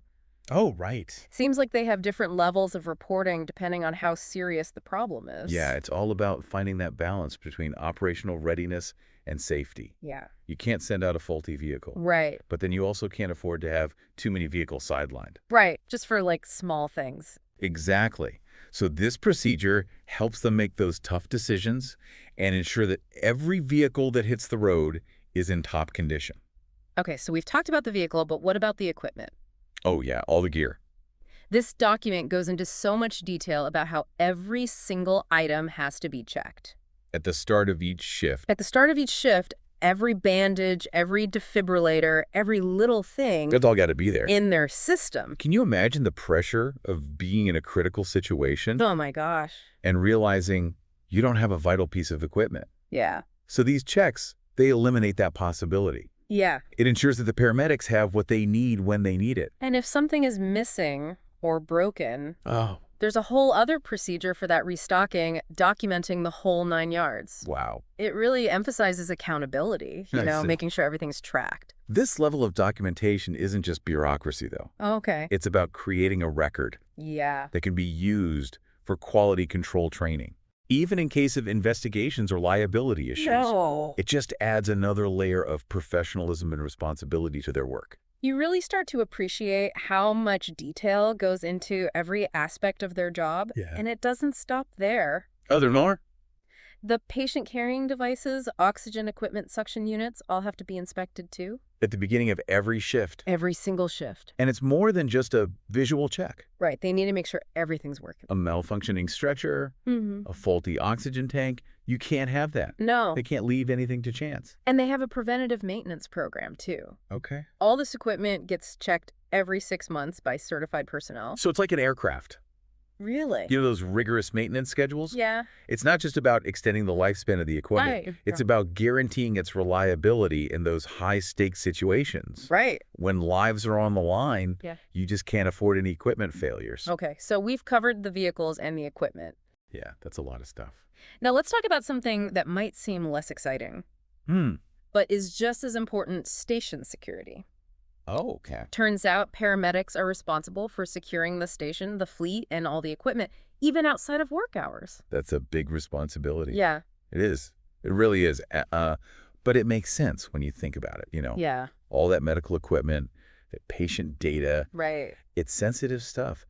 Security is not just about preventing theft either. It's No. about protecting confidentiality and ensuring, the integrity of the whole operation. They have specific rules for securing the vehicles when they're outside of the station, Okay. using anti-theft systems, removing keys, all that. They've thought of everything. It seems like it. Well, it's about that sense of ownership and responsibility. Yeah. Paramedics, they're entrusted with really valuable resources. Right. And these procedures, they make sure those resources are handled with care. Mm. It goes hand in hand with the trust we put in them to care for our community. It's interesting to see how much emphasis they put on keeping a clean work environment, too. Oh, yeah. You'd think it would be a given in healthcare, but Yeah.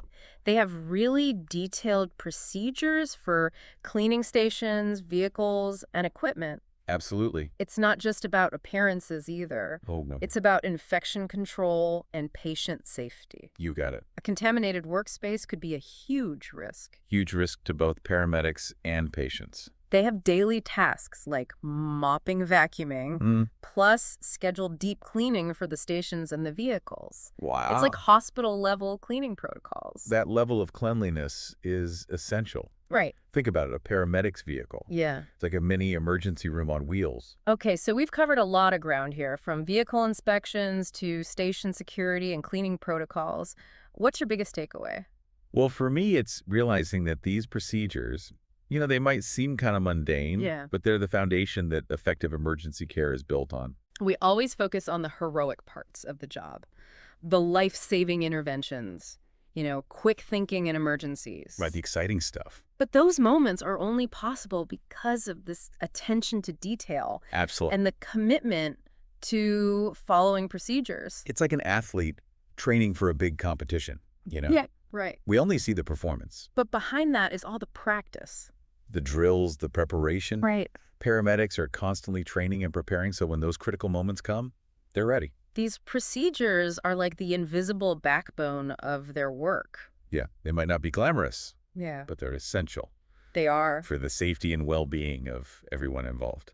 It's funny, we started this deep dive thinking we'd get a glimpse into this exciting world of paramedics. Right. All the adrenaline pumping action. All the action. Yeah. But really, the real story is in these everyday procedures. that quiet dedication to doing things the right way every time, It's remarkable. it really is. It speaks volumes about the professionalism and commitment of paramedics. Yeah. They understand that lives are at stake, and they take that responsibility very seriously. It's a reminder that sometimes the most important work happens behind the scenes, Yeah, in the details. the details we often overlook. And those details can make all the difference. Yeah. Think about it. What other behind-the-scenes processes do we take for granted in our lives? Ooh, that's a good question. The systems that keep our water clean, our food safe, our transportation running smoothly. It's all connected. All these things rely on procedures and people who follow them. It's pretty fascinating to think about. It is. We focus on the results, but we rarely stop and consider all the little things that make it happen. It's a whole web of processes and protocols. And they're often invisible until something goes wrong. That's when we realize how much we rely on those people. The people working behind the scenes to keep everything running. Exactly. It's given me a new appreciation for the unseen heroes in our world. Yeah, the ones that keep our world functioning. Makes you wonder what other hidden systems are out there. It's like we found this whole hidden world. Yeah, a world of precision and meticulousness Mm-hmm. and responsibility, too. What really struck me was how this document emphasizes not just what they do, but why they do it. Right. It's about building a culture, Yeah. where everything's done for a reason. Every step is taken with the thought that, lives are on the line. It's almost like they're approaching emergency response philosophically. I like that. It's not about just reacting to chaos. It's Right. about creating order within the chaos. Exactly. And that order is what lets them act quickly and effectively in those situations. When every second counts. Exactly. Knowing there's a system, the equipment is reliable, everyone's on the same page. Mm-hmm. That confidence is crucial when things get intense. It's like a well-oiled machine, Yeah. Every part working together, And running 24/7. ready at a moment's notice. It's incredible. It really is a testament to their dedication and professionalism. Think about it. They're constantly training, Reviewing procedure maintaining equipment. so that when that call comes in, they're ready to go. No hesitation. It's a level of preparedness we probably all take for granted. Probably. We just assume help will be there when we need it, Right. but there are all these dedicated people working behind the scenes. Making sure that safety net is there. It really is something. It is something to think about. We talk about heroes in this grand way, Right. But the real heroism is often in these small acts of dedication. Yeah, the commitment to excellence that might never make the news. So next time you see a paramedic, just think about all that goes into their work. All those hours. The training, the checks, the And procedures, it all comes together, in those moments where they can make a difference. And remember that dedication, it goes way beyond just emergency response. It does. Think about teachers who spend hours preparing lessons. The nurses who give care around the clock. The engineers who design systems that keep our world running. It's all connected. They're all contributing to this huge tapestry of human effort that often goes unnoticed. But it's essential for us all. It really makes you think. It does. We're all connected in ways we don't always realize. Relying on each other. Maybe this deep dive will inspire you to look a little closer at the world around you, Yeah, appreciate the unseen hands that are shaping your everyday experience. you might find a hidden world of your own. You never know. Full of fascinating details and unsung heroes. Until next time, Keep exploring, keep learning. and keep diving deep. Welcome to another deep dive, everybody.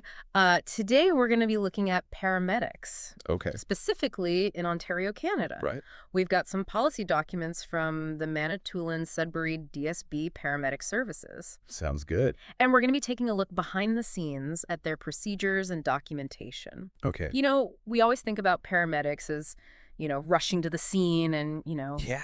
bandages and, Yeah. all the exciting stuff, but we don't often think about all the paperwork involved. The paperwork is really important. It is. It's, what happens behind the scenes that protects both the patient and the paramedic. That's right. And it can even come up, years down the line in legal matters and stuff. Exactly. It all builds this really detailed picture of everything that happened. So let's jump right into some of these documents. Okay. And the first thing I'm noticing here is this shift from paper to electronic records. Yeah, so they're using a system called Pre-host Pre-host? on iPads now. Wow. So every single call now generates an electronic patient care record. That's right, an EPCR. And that's even for things like lift assists. Yeah, everything. Because even if they're just helping somebody up, That's they right. still have to generate one of these reports. Yep. And these records are kept for 5 years. 5 years. Imagine that. I'm trying to put myself in the shoes of a paramedic, and I'm thinking, okay, this is a high-pressure situation. Yeah. Every second is critical. Yeah. And I also have to be documenting everything. Right. That seems like a lot to juggle. It is, but they're trained for it. Really? Yeah, they integrate it into their workflow, so it's just kind of second nature to them at this point. So they're doing all this while also, checking vitals and Oh, yeah. administering medication and Absolutely. Yeah, And it's man. so important because, down the line, maybe a patient claims that they weren't informed about a certain procedure, right. and then that EPCR is right there as evidence. So it really protects both sides of the equation. The Exactly. patient and the paramedic. That's right. So it's not just some bureaucratic hurdle, it's really a safeguard. It is. Mm-hmm. And there's so much detail in these reports. I bet. Like, they even have specific instructions for what to do if somebody refuses service. It's like they're creating a medical chart Right on the go. right there on the spot, That's right. which then gets used by other healthcare providers. Exactly. Wow. So these reports could potentially follow a patient Mm-hmm. throughout their whole healthcare journey. Absolutely. Yeah. It's so important that everything is accurate and complete. Absolutely. Now, what happens if their iPad malfunctions? Oh, yeah. I mean, they can't just stop in the middle of an emergency to troubleshoot tech issues. You're right about that. They have procedures for that. I bet. So the source material mentions that they can contact pre-host support Uh-huh. for Oh. technical assistance. Okay. And if they have to revert back to a paper ACR, A paper ACR? yeah, they have to contact the on-duty superintendent Right. and file an incident report. Oh, an incident report. Yeah. What's it? So an incident report is separate from the EPCR. Okay. The EPCR is all about the patient, Mm-hmm. but the incident report is about everything else that's going on. Interesting. So it's kind of like the bigger picture. Yeah, it's like if the EPCR is the close-up, the incident report is the wide shot. I like that. So things like, Mm. that they had to use a paper ACR Right. because their iPad wasn't working, Okay. that would go in the incident report. Gotcha. Complaints, equipment issues, unusual delays, that kind of thing. So even something like a traffic jam Yeah. causing a delay would go in an incident report. That's right. Wow. So they really are gathering a ton of information. They are. But with all this detail, I mean, how do they ensure patient confidentiality? Yeah, that's super important. This is all really sensitive stuff. That's where FIPA comes in, Okay. the Personal Health Information Protection Act, Okay. and it mandates all sorts of technical and physical safeguards. So we're talking like locked screens on the iPads, individual logins. Absolutely. I bet there's a whole category in the incident report for Yeah. dropped and shattered screens in the field. Right. So they've got those technical safeguards in place. Uh-huh. They also track who's accessing what information and when. Right. But then they also have physical safeguards in place too. Absolutely. Like the ambulances and stations are kept locked, Mm-hmm. and they're really serious about breaches. Right. The consequences can be pretty severe. That's right. Disciplinary action, even reporting to regulatory bodies. Wow. So they're not messing around. Nope. Okay. So now I'm wondering what happens if somebody needs to access information about a specific call, Okay. like maybe a lawyer or a family member. Is Right. there a procedure for that? There is. Okay. So the paramedic is instructed to obtain the person's contact information Uh-huh. and defer to management. Okay. So no sharing information on the spot. Nope. And the same goes for Ministry of Health inspections. Yes. Wait, the Ministry of Health actually inspects their work? They do. I had no idea. Yep. Part of making sure everything's up to snuff. So they have to verify the inspector's ID before granting access? Yeah, anything. Facilities equipment? Absolutely no exceptions. Wow, so there's a real balancing act there Yeah. between transparency and protecting all that sensitive information. Right. It makes you realize how much responsibility these paramedics have. It's true. It goes way beyond just the immediate care. Okay, so we've talked about the what of all this documentation. Right. The EPCRs, the incident reports, all that. Right. But let's get into the how. Okay. You're a paramedic, adrenaline's pumping. Yeah. Every second is critical, but you also have to document everything meticulously. Yeah. How do you even balance those two things? It's a juggling act for sure. I bet. But these are highly trained professionals. Mhm. They're skilled at prioritizing in those really intense situations. So documentation isn't an afterthought. No, it's part of the workflow. Are there any techniques or strategies they use to streamline the process? Yeah. Well, for one thing, Because they can't exactly be stopping to read a novel in the middle of a crisis. right? Think about those iPads. Uh-huh. Huge difference in terms of efficiency. Okay. They can input data quickly. Yeah, right. Often they're using drop-down menus or standardized templates. So it's more like filling out a detailed form Exactly. than like writing paragraphs and paragraphs of narrative. That's right. Okay, so it's less Dear Diary and more like check this box, check that box. Yeah, you could say that. And those data points, Uh-huh. those seemingly little details, Like what? the exact time a medication was given a change in the patient's breathing, Right. those can be so important later on. It's like those crime procedurals where they zoom in on a tiny fiber Yeah, and suddenly the whole case breaks wide open. exactly. It all helps to create that complete picture. But here, instead of solving a crime, it's more like piecing together a medical puzzle. That's a great way to put it. And the source material mentions uploading data from the cardiac monitor? Oh, yeah. That was interesting to me. Absolutely. It really highlights how integrated technology is in all of this. Yeah, we're not talking handwritten notes anymore. No, it's direct data straight from the devices. So that adds a whole other layer of accuracy and insight. It does. It really is like detective work in a way. Yeah. Gathering evidence, putting together the story, and then creating a record that could be used years later. It's true. And all this while dealing with these super intense situations. Yeah. It's amazing. I'm kind of in awe of the mental agility it must take. And remember, they're not just documenting medical information. Right. Those incident reports, Uh-huh. they cover complaints, Yeah. unusual delays, even equipment issues. It's like those reports are designed to capture not just what went right, but also what could be improved. Exactly. Okay, so that makes sense. But I'm wondering, Yeah. is there ever a risk of over-documentation? Uh, Could all this paperwork take away from the time they have to focus on the patient? I mean, it's a good question. Right. There's always a risk of getting bogged down in paperwork, Uh-huh. especially in a field as demanding as this. Right. But you have to remember the point of all this. Yeah. It's not just to create busy work. Right. It's about ensuring quality care and accountability. So it's not just ticking boxes. No. It's about capturing crucial information. Exactly. That could even save lives. Absolutely. Down the line. And the systems they have in place. Yeah. Those electronic forms, the templates, all of that. Right. It's designed to make the process as efficient as possible. So they're trying to work smarter, not harder. Exactly. Okay, so we've talked about the importance of documentation, the challenges of balancing that with providing immediate care, Yeah. all the detail involved. Uh-huh. But what does this all mean for the average person? Right. Someone who might never set foot in an ambulance. I think it gives you a glimpse into this whole other world. Uh-huh. Those flashing lights and sirens. Right. There's a whole system behind that. Yeah. An ecosystem of care and documentation, all focused on the patient. It really makes you appreciate everything that paramedics do. Oh, absolutely. They're not just first responders. Your record keepers, data analysts, even detectives in a way. Right. And all of that, Uh-huh. their attention to detail, their commitment to accuracy, Yeah. it all makes for a safer and more accountable healthcare system By everyone. for everyone. And it's amazing how these procedures, Mm-hmm. these forms and reports, Yeah. they can have such a big impact Mm-hmm. on patient care and the quality of our healthcare system. Absolutely. And it brings us back to that question we talked about earlier, Yeah. balancing documentation with providing immediate care. Right. How do you think they do it? It's amazing, isn't it? It is. They're under so much pressure in those moments. Right. What's your biggest takeaway from all of this? I think for me, it's the realization that every little thing matters. Yeah. Every timestamp, every vital sign, every observation, it all comes together to tell the whole story. Exactly. And that story, Mm-hmm. carefully documented and preserved, Yeah. it can impact things down the line, Absolutely. maybe even years later. That's powerful. It really is. Even in the middle of all the chaos, Uh-huh.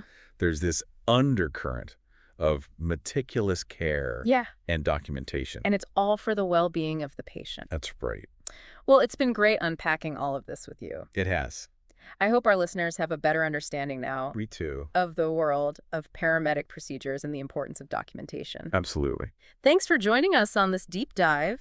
Until next time. Stay curious. Welcome to your personalized deep dive.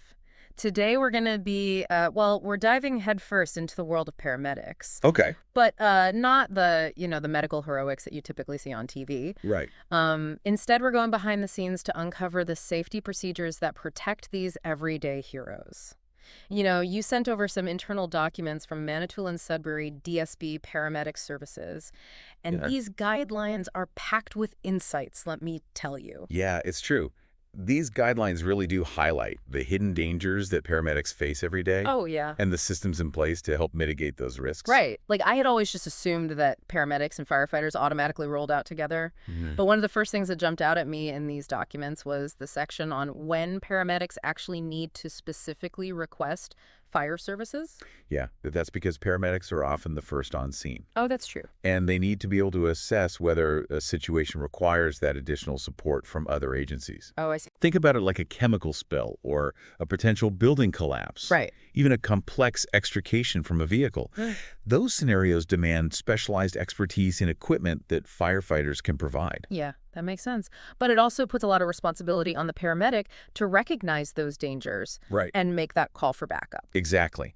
And the guidelines lay out these specific situations where paramedics have to either confirm the presence of fire services or request their assistance. Okay, so what kind of situations? So these would include things like chemical, biological, radiological, nuclear, or explosion events, Yep. fires, potential structural collapses, and special rescue situations. Things like extrication, high-angle rescues, water and ice rescue, confined space incidents, Wow. and of course any situation involving electrical hazards like downed power lines. It's a pretty intense list. It is. And I noticed that even if there's no immediate threat, they still need to think about securing a safe way in and out of the scene. Absolutely, that's paramount. Mm-hmm. Paramedics are trained to assess the scene for hazards before approaching Okay. and to wait for specialized services to secure the area if necessary. Yeah. They're not just rushing in blindly. And it's interesting that they have those Canutech manuals right in their vehicles. Yeah. It's like having an encyclopedia of hazardous materials right at their fingertips. Right. Conutech is Canada's National Emergency Response Center for Hazardous Materials Incidents. Oh, okay. And those manuals provide real-time guidance that's tailored to the specific hazard, Mm-hmm. which can be crucial in those, critical early moments. Speaking of handling potentially dangerous things, let's talk about the protocols around sharps disposal. Okay. It's interesting how much emphasis they put on not recapping needles. Yeah, and that's because recapping needles is one of the leading causes of accidental needle sticks, Oh, right. which can then expose paramedics to bloodborne pathogens. That's right. So the guidelines are very strict about this. Sharps go directly into designated containers, no exceptions. And these containers are handled with extreme care. They're sealed, stored, and then disposed of monthly through a specialized service called SteriCycle in line with Ministry of Environment regulations. Exactly. It's a multi-step process designed to minimize any risk of exposure. Now, moving beyond sharps, the guidelines also cover broader hazardous materials, right? Yes, and again, training and knowledge are key here. Okay. Paramedics are only authorized to handle materials for which they've received specific training Right. and have access to the corresponding safety data sheets, Oh, okay. or SDS. So, And those sheets provide detailed information about each substance, Okay. and how to handle it safely. So PPE, personal protective equipment, becomes really important in those situations. Absolutely. And the type of PPE required will vary Right. depending on the specific hazard. Okay, let's shift gears a little bit and talk about roadway incidents. This section of the guidelines really highlights the need for teamwork, especially with other agencies like the police and fire departments. What's fascinating here is this concept of a blocker vehicle. Blocker vehicle. Yeah, so the guidelines actually specify that a fire truck or other heavy equipment is the preferred blocker Oh, interesting. because they provide such a substantial physical barrier Okay. between the, ongoing traffic and the scene itself. So they're literally creating a safe working zone. Exactly. And if a fire truck isn't immediately available, well, the first responder on scene, often the paramedic, becomes the blocker, using their vehicle to protect the scene.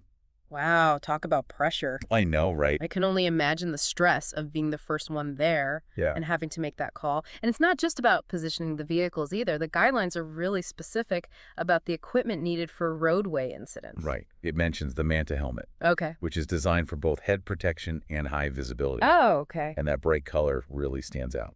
They also need high-vis vests or jackets, armbands, and gloves.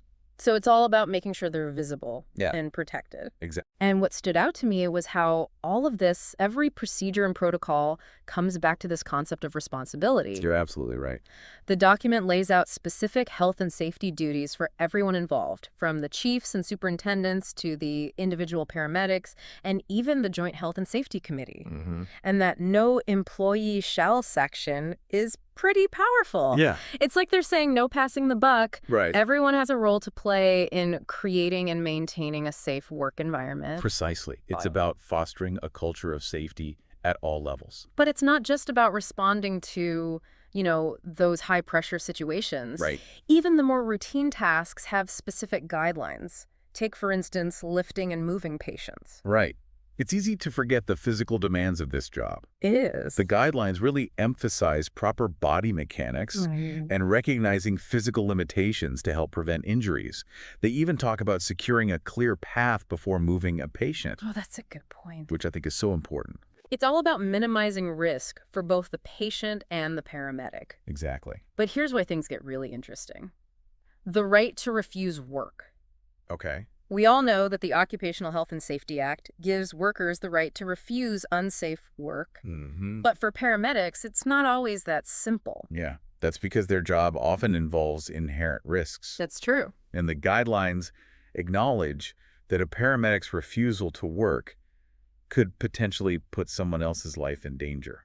So they're constantly weighing their own safety against the potential consequences of not responding. It's a tough one. That must be a really difficult position to be in. It is. It's a very complex ethical dilemma that highlights the unique challenges of this profession. Okay, let's dive into something that really caught my attention. Scene safety procedures. These read like a step-by-step guide for approaching a potentially dangerous situation. Yeah, and the communication between the paramedics and CACC, that's the Central Ambulance Communications Center, is a critical part of this process. Yeah. They're the ones who receive the initial call, gather the information, and then dispatch the paramedics. But it's not just about blindly following orders, right? Right. The paramedics still need to assess the situation on the ground. Exactly.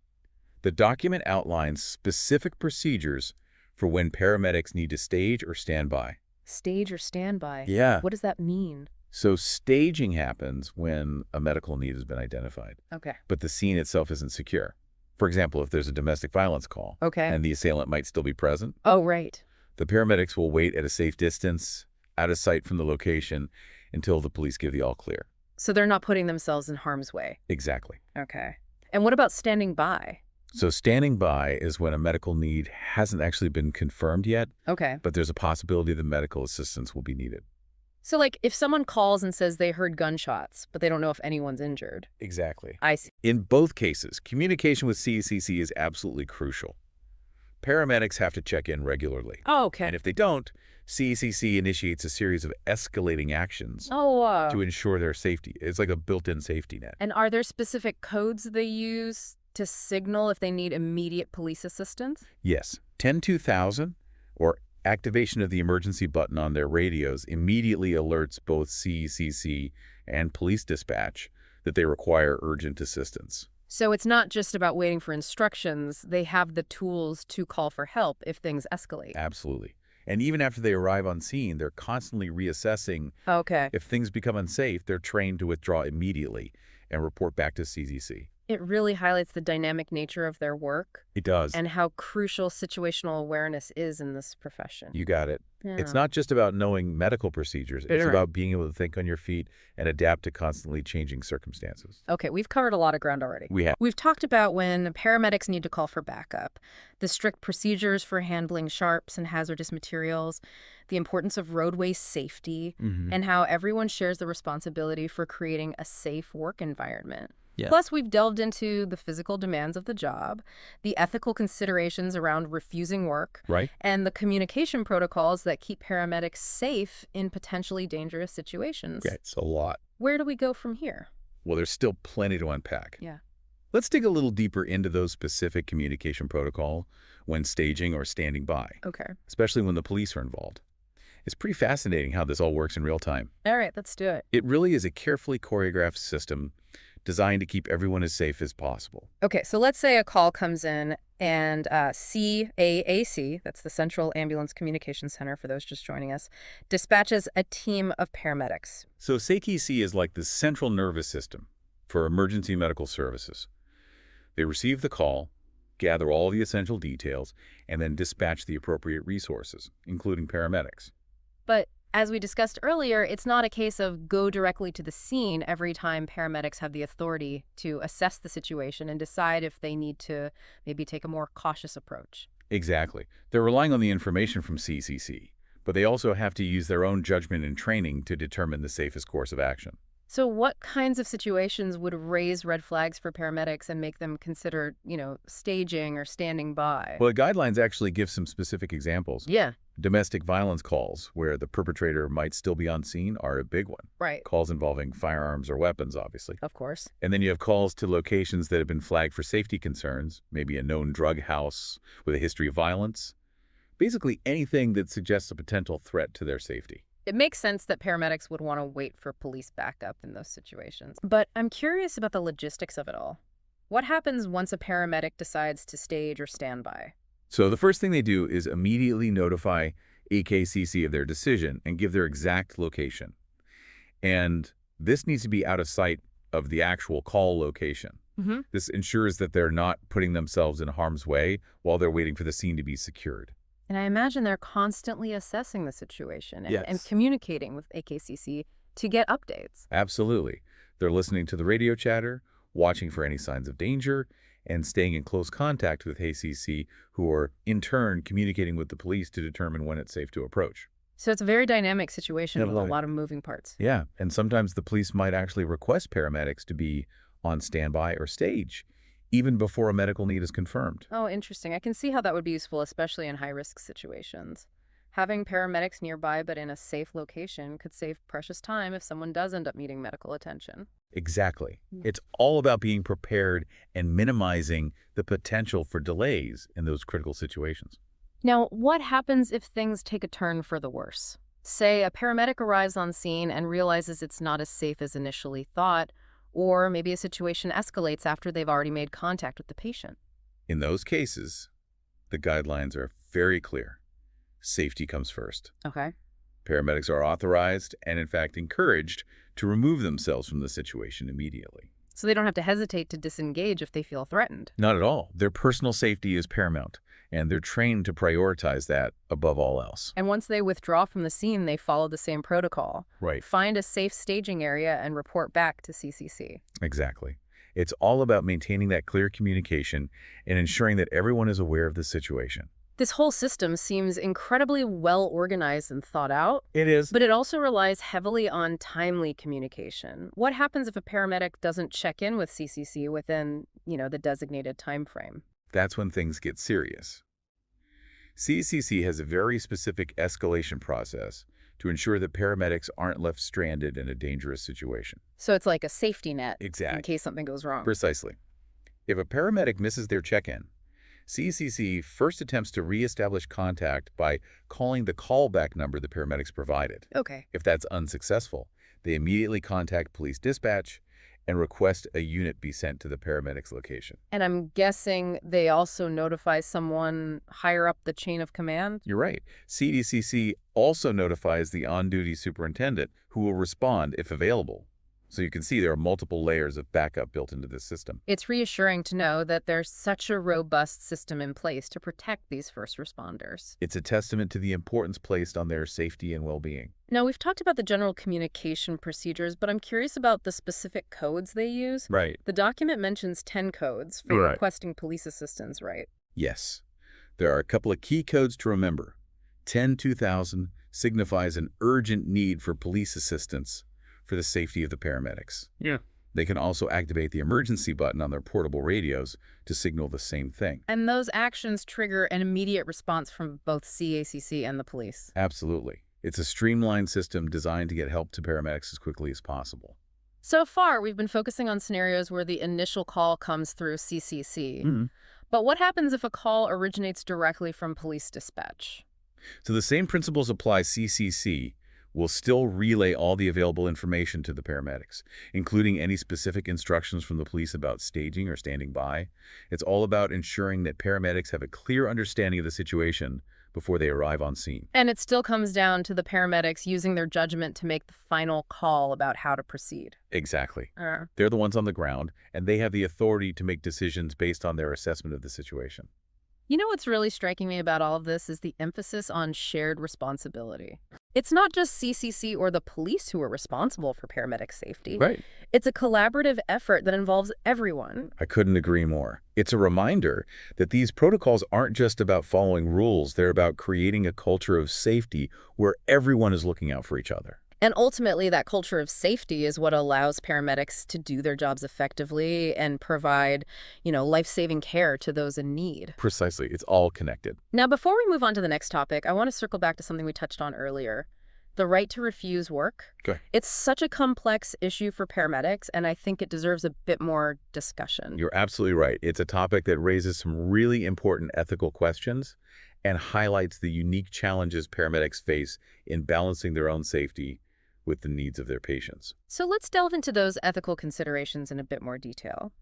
What are some of the factors that make this right to refuse work so complicated for paramedics?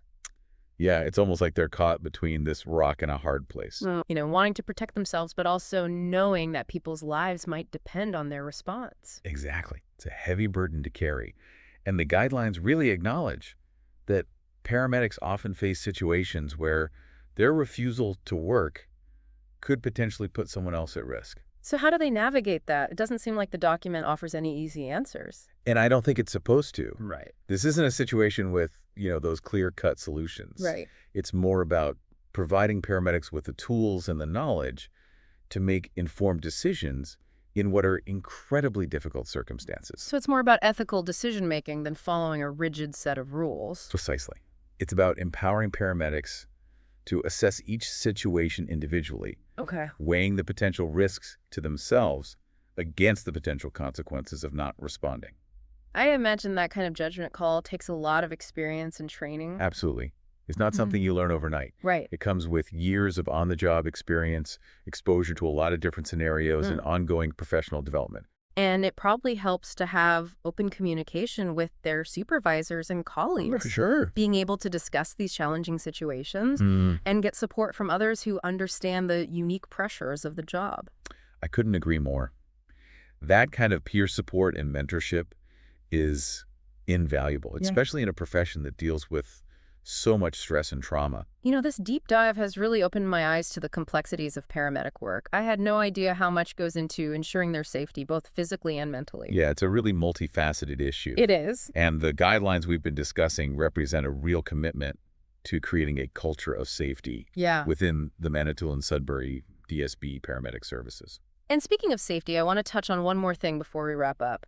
The document mentions specific protective equipment that paramedics need to use in certain situations. You're talking about the Manta helmet, the high visibility vests and armbands and the gloves? Yes, it seems like they've really thought of everything. Well, visibility and protection are paramount, especially in high-risk scenarios. Okay. The Manta helmet, for example, is designed to provide both head protection and high visibility. Yeah. So during roadway incidents, industrial or construction sites, fire standby events when traversing heavy foliage, during severe weather conditions where flying debris is a concern, and during air ambulance landings. Wow, that's quite a list. It It is. sounds like an essential piece of equipment. It is.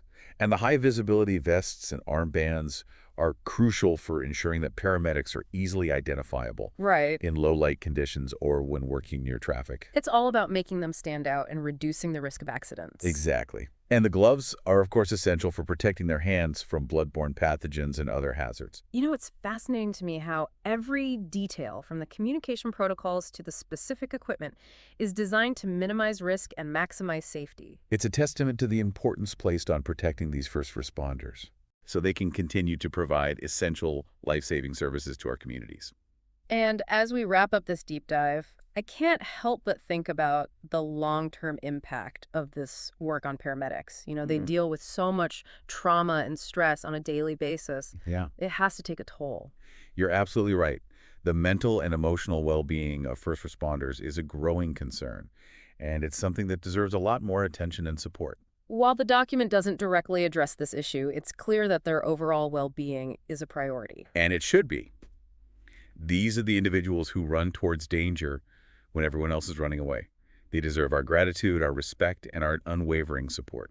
I think that's a perfect note to end on. So to our listener, we hope this deep dive into the world of paramedic safety has given you a new appreciation for the challenges and complexities of this essential profession. It's a job that demands not only medical expertise, but also quick thinking, courage, and a deep commitment to safety. It's been a privilege to share these insights with you. Until next time, stay curious, stay informed, and stay safe. All right, welcome to another deep dive. This time, we're going to take a look at Manitoulin-Sudbury DSB Paramedic Services. Yeah. And this isn't just, going to be for medical folks or anything like that. Right. This is something that's really relevant to anyone living in those communities that these paramedics serve. Absolutely. Thinking about things like special events, Okay. patient escorts, Mm-hmm. or what happens when the emergency department is closed or backed up, Yeah, things yeah. like that. So to start off, let's talk about special events. Okay. Now, I know that could be a concert or festival, but is there a more official definition of what it is when it comes to requesting paramedic services? Absolutely. So the paramedic services, they actually have a specific framework. Okay. And it's any gathering or sporting event or any situation where Yeah. you might need medical care or even public education outside of their usual routine. Okay, so let's say I'm organizing a huge community picnic. Do I just give the paramedics a call a couple days before and say, hey, can you guys show up? Not quite. Okay. There's a formal process for requesting paramedic coverage for special events, Gotcha. and that involves submitting a written request to the deputy chief's office. Okay. Well, in advance. Okay, that makes sense. Yeah. So they can get their resources together. Exactly. Get everything planned and ready. Yeah. Yeah. Yeah. Now, here's a question I've always kind of wondered about these special events. Okay. Are paramedics like just hanging out, enjoying the festivities, or, I'm sure they appreciate the festivities, Yeah. but when paramedics are assigned to special events, they're considered on duty. Okay. Their vehicles are strategically positioned Hmm. for a quick exit. They maintain constant communication, and they're ready for anything. Wow. They're technically not considered deployed during these events, Okay. but they can be rerouted instantly if a real emergency pops up. Oh, wow. That's amazing. So they're kind of always on edge, ready to jump into action if they need to. Yeah, it's almost like a Oh. sixth sense for knowing when something might be brewing. I bet that really helps people feel safer at these events, knowing that they're prepared. Oh, absolutely. Yeah, That peace of mind is priceless, especially at large gatherings where the unexpected can always happen. for sure. For sure. Okay, let's move on to our next topic, which is patient escorts. Okay. I know there are medical escorts and non-medical escorts. Mhm. Can you kind of break down the difference for us? Yeah, so a medical escort is typically a healthcare professional Okay. who is assigned by the sending facility, Oh, okay. and they maintain medical responsibility for that patient during transport, Okay. especially if there is no receiving hospital bed confirmed. Oh, wow. Okay. So they're essentially an extension of the sending facility's care. So they're kind of like a traveling guardian for the patient Exactly. during that So- time. Okay, that makes sense. What if I just want to, support my loved one Yeah. during transport? What are the rules surrounding non-medical escorts being on an ambulance? Yeah, that's a great question. Yeah. So Paramedics try their best to accommodate requests for non-medical escorts, Okay. but ultimately they have the final say Right. because they're the ones who are considering Right. all the factors involved, Okay. like safety and ambulance capacity. I see. So it's not always a guarantee that, like, a friend or a family member can just ride along. Correct. Okay, it's situational. Gotcha, gotcha. What happens if a non-medical escort is denied? Like, is there any sort of Yeah. procedure that they go through? So anytime a non-medical escort is denied, Right. it actually triggers what we call an incident report. Oh, wow. So this just highlights Ah, the seriousness of these protocols and the documentation process. okay. Yeah. It's interesting you mentioned that about medical escorts being responsible for a patient, even if there's no receiving hospital bed ready. It just sounds like a logistical nightmare waiting to happen. It can be. Yeah. And here's something most people don't realize. Okay. The repatriation of medical escorts Right. back to their original facility Okay. is not always guaranteed. What? So they might need to figure out their own way back. Wow, I had no idea. Yeah, it adds another layer of complexity to the Yeah. whole process. I wonder if there's any sort of, like, advocacy or policy changes that could be made to help with that. It's definitely something to think about. Yeah, for sure. Yeah. Okay, for our final topic in this section of the deep dive, Right. we're going to talk about emergency department closures Right. and offload delays. Yeah. We've all heard those horror stories about hospitals being completely backed up. Right. So what actually happens when a hospital emergency department is closed Yeah. or diverted, or they just can't accept any more patients? So the protocols are pretty clear-cut Hmm. in these situations. Okay. So whether it's a closure, a diversion, or an ambulance offload delay, Right. paramedics are directed to transport patients to the nearest open and appropriate facility. Okay.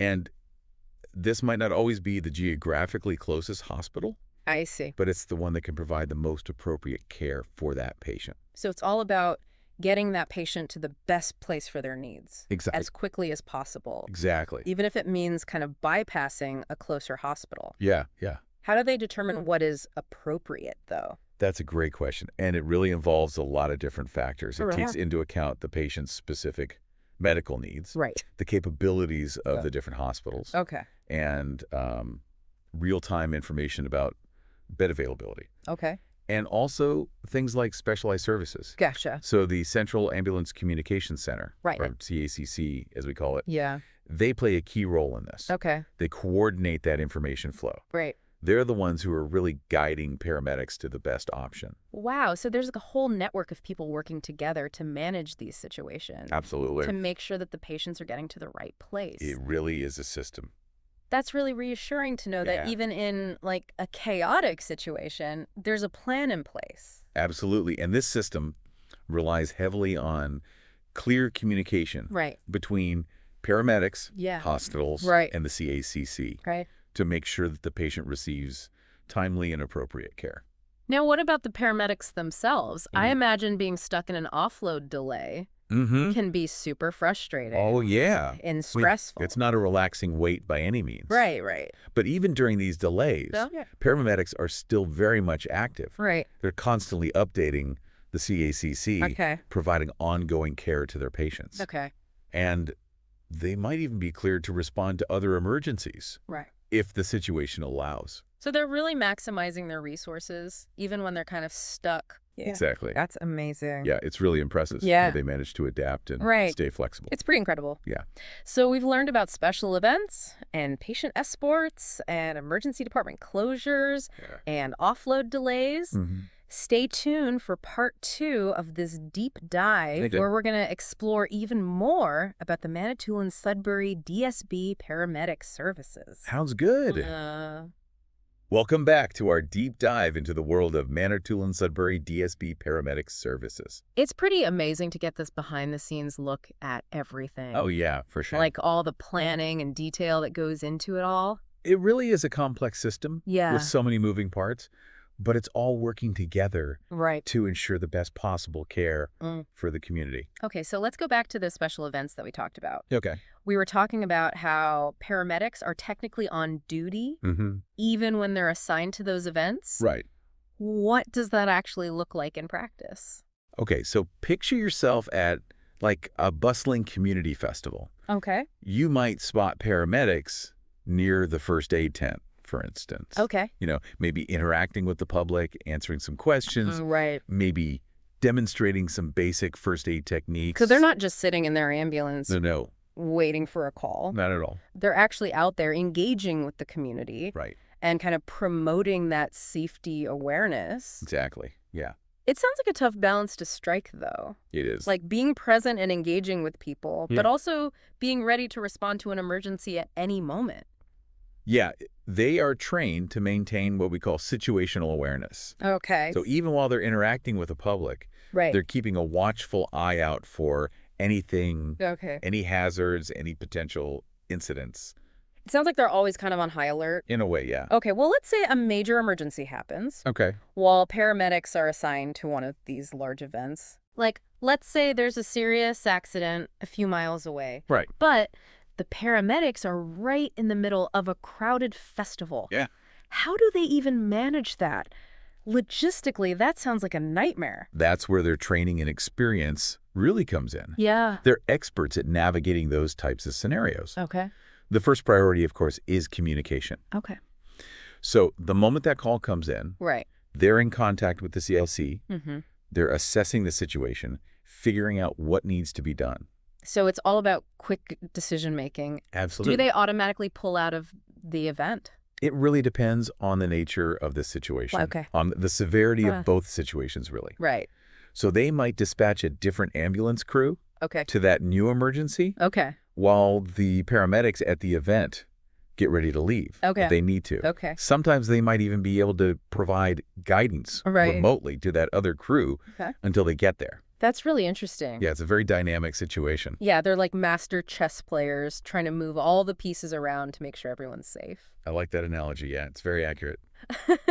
Okay, let's switch gears back to patient escorts for a minute. Okay. We talked about the responsibilities of those medical escorts. Right. But what about their qualifications? Like, what kind of certifications or training do they need to have? That's a great question. Yeah. And it really varies depending on the situation, Okay. on the patient's condition, Right. and the level of care that's needed during that transport. Okay. Sometimes the medical escort might be a registered nurse Right. or physician Right. or even a respiratory therapist. Okay. It's not a one-size-fits-all. Gotcha. The sending facility, they carefully consider Right. the patient's needs and, Right. match them with an escort who has the right skills. So they're really looking for that continuity of care Exactly. during that whole transfer process. Yeah. How do the paramedics know that the escort is actually qualified, though? Good question. Communication is key here. Okay. The sending facility provides the paramedics with what we call a handover report. Okay. And that report includes, the patient's history, Yeah. their current condition, Right. and the escort's qualifications. So it's like this comprehensive patient package. Exactly. Yeah. Yeah. That makes a lot of sense. Yeah. It seems like there's so much communication going on Oh. behind the scenes to make sure everything runs smoothly. Absolutely. It really is a team effort. Okay, let's go back to those emergency department closures and offload delays. Right. I mean, those situations sound incredibly stressful They are, yeah. for everyone involved, Yeah. especially the paramedics who are trying to care for patients in that environment. Yeah. We talked about the communication aspect, Right. but what about the emotional toll that these delays can take? Yeah, that's an important point. Paramedics, they're trained to handle those emergencies, Yeah. but they're human too. Right, exactly. So those delays, the stress, Yeah. the uncertainty, it affects them just like it would anyone else. It's easy to forget that they're not robots. Yeah, They're dealing with all the same emotions as the patients and their families. absolutely. That's why those support systems are so important. Oh, yeah. You know, the debriefing sessions, Mm-hmm. peer support programs, Right. access to mental health resources. Yeah. You've really got to take care of the caregivers Absolutely. to make sure that they can continue to do their jobs effectively. Yeah, their well-being is directly linked Right. to their ability to care for others. This deep dive is really giving me a new appreciation for paramedics. Oh, good. You know, they're on the front lines every single day responding to these emergencies in all kinds of unpredictable situations. Absolutely. It's amazing. It's a tough job, Yeah. for sure. Okay, well, let's take a quick break. Okay. And when we come back, we'll wrap up our deep dive All right. with some final thoughts about the Manitoulin Sudbury DSB paramedic services.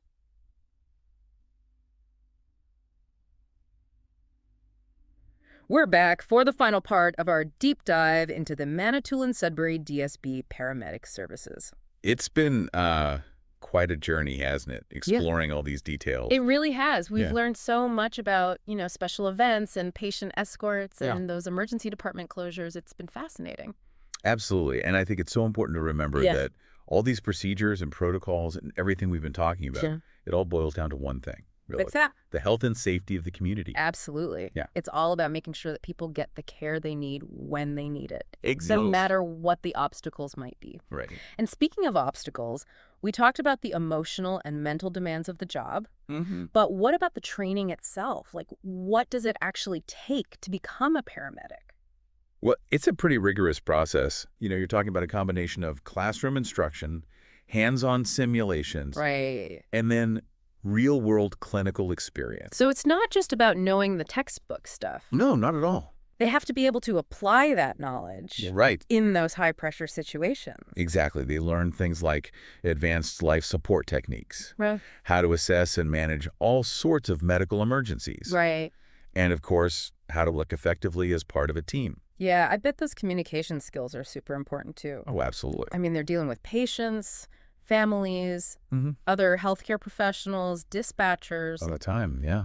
There's a lot of people to communicate with. Yeah, and clear and concise communication. Right. It's absolutely essential, especially when you're in those high-stress situations. Where every second counts. Exactly. It seems like they're developing this incredible skill set. Yeah. Medical knowledge, critical thinking, compassion. It's pretty remarkable. It's really inspiring to see how dedicated these paramedics are Yeah. to serving their communities. They really are. And I imagine their job is always changing. Oh, yeah. With new technology, new medical advancement. Yeah, it's a constant learning process. They're Right. always staying up to date. So they're lifelong learners. Absolutely. This deep dive has really opened my eyes to Yeah. all that goes into being a paramedic. Yeah. It's not just about the lights and sirens. Right. It's about that whole network of people and processes. Yeah, It's quite humbling, really. it is. So as we wrap up our exploration of the Manitoulin-Sudbury DSB paramedic services, Okay. what are some key takeaways for our listeners? Well, I hope they've gained a better understanding of just how complex Yeah, paramedic services really are. absolutely. And, of course, the essential role they play in our healthcare system. It's not just about ambulances rushing to the scene. Right. It's about making sure people get the right care Exactly. at the right time, no Yeah. matter what. I also hope they've developed a deeper appreciation Yeah, for the paramedics themselves. absolutely. Their dedication, their skills, their compassion. They're truly remarkable people. They are, yeah. Okay, so any final thoughts for our listeners? I would leave you with this question. Okay? Now that you know all this about the Manitoulin-Sudbury DSB paramedic services, Mm-hmm. how might you use that knowledge to be more prepared for emergencies yourself? That's a great question. Yeah. It's a reminder that we all have a role to play Right. in keeping ourselves and our communities safe. Being informed is such an important part of that. Absolutely. Yeah. Well, thank you for joining us on this deep dive into the world of the Manitoulin-Sudbury DSB paramedic services. It's been a pleasure. And until next time, stay curious, stay informed, Yes. and stay safe.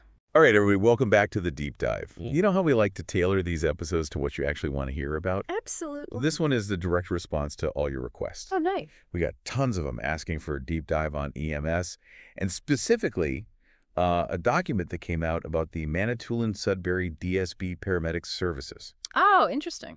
Yeah, so we dove into it, and let me tell you, these guys are dealing with some serious scale.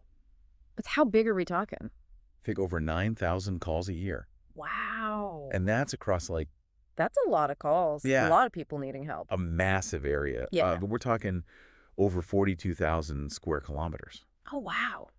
That's not like a little neighborhood ambulance service, you know? No. This is the real deal. That's pretty impressive. Yeah, so they've got 13 ambulances, Wow. a patient transfer unit, 12 bases, and like a whole army of paramedics. Jeez. So how do they make all that work? How Yeah. do they keep everything running smoothly and give everyone the care they need? Well, that's exactly what we're going to unpack today. That's a really interesting case study, actually, and Yeah. how to make essential services work in a place where it's not so easy to get around. Yeah. Yeah. So before we even get into like how they do it, Right? I think we got to paint a picture for everyone listening. Yeah, for sure.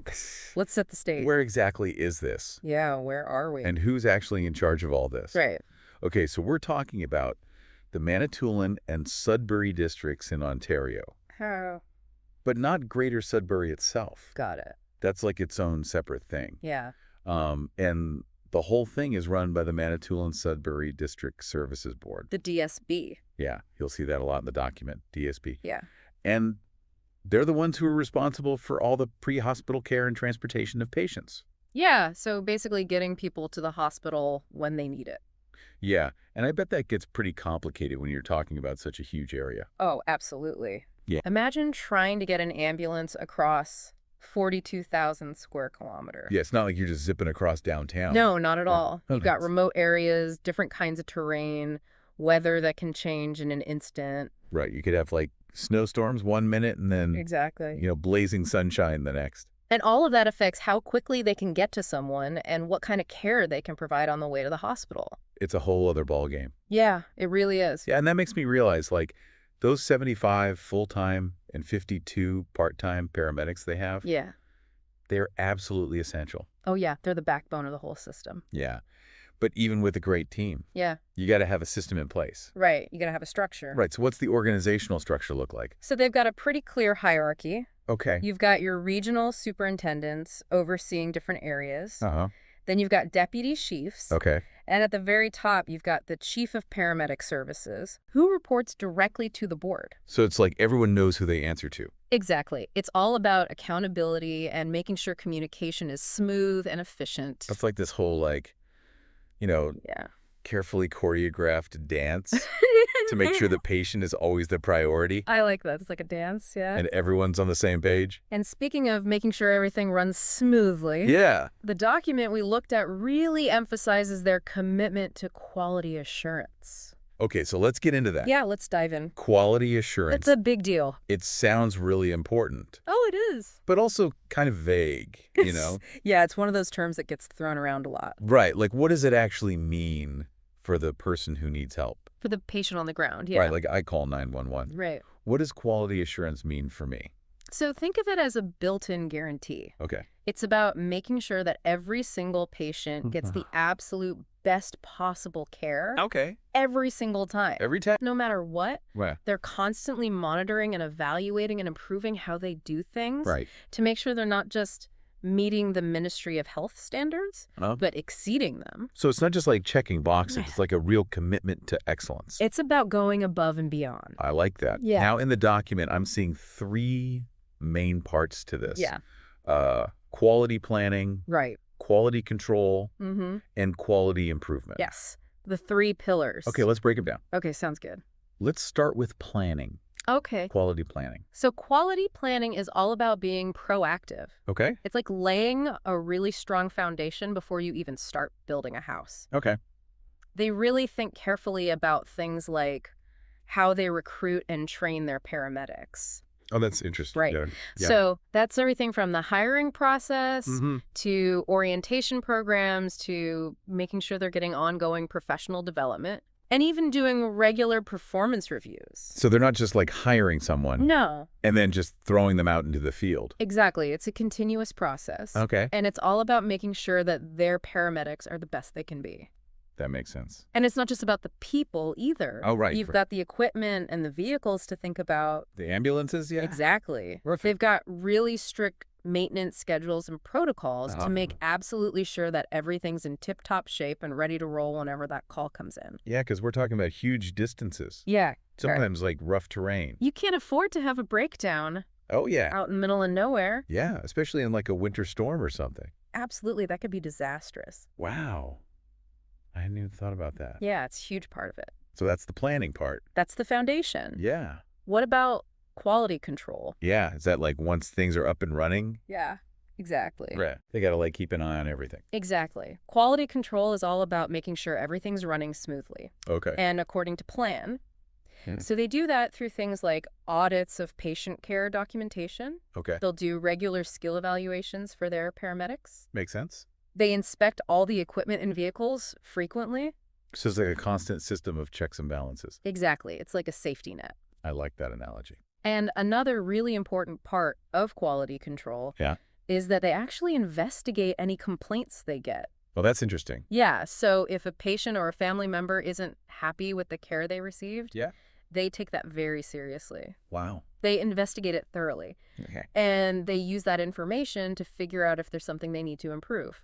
That's awesome. So it's not just about catching mistakes. Right. It's about learning from them Yeah. and making the system better for everyone. And of course, you can't forget about response times. Yep. Oh, yeah, response times are critical. I mean, every second counts in an emergency. Absolutely. Right. They analyze response times super carefully Right. to figure out how to shave off even a few seconds, because that can make all the difference. You know, it's funny. What's that? Going through all this Yeah. is making me realize, like, there's so much going on behind the scenes Oh, yeah, tons. when you call 911 Right. that we don't even think about. Yeah, most people just think, oh, I call 911, the ambulance shows up. Right. And the paramedics are there to help. But there's this whole system Yeah. working behind the scenes. To make sure that happens. Exactly. It's really remarkable. It really is. But they don't stop there. Really? Oh, no, they're always striving to be better. Okay. And that's where that third pillar comes in. Yeah. Quality improvement. Exactly. Quality improvement. So tell me about that.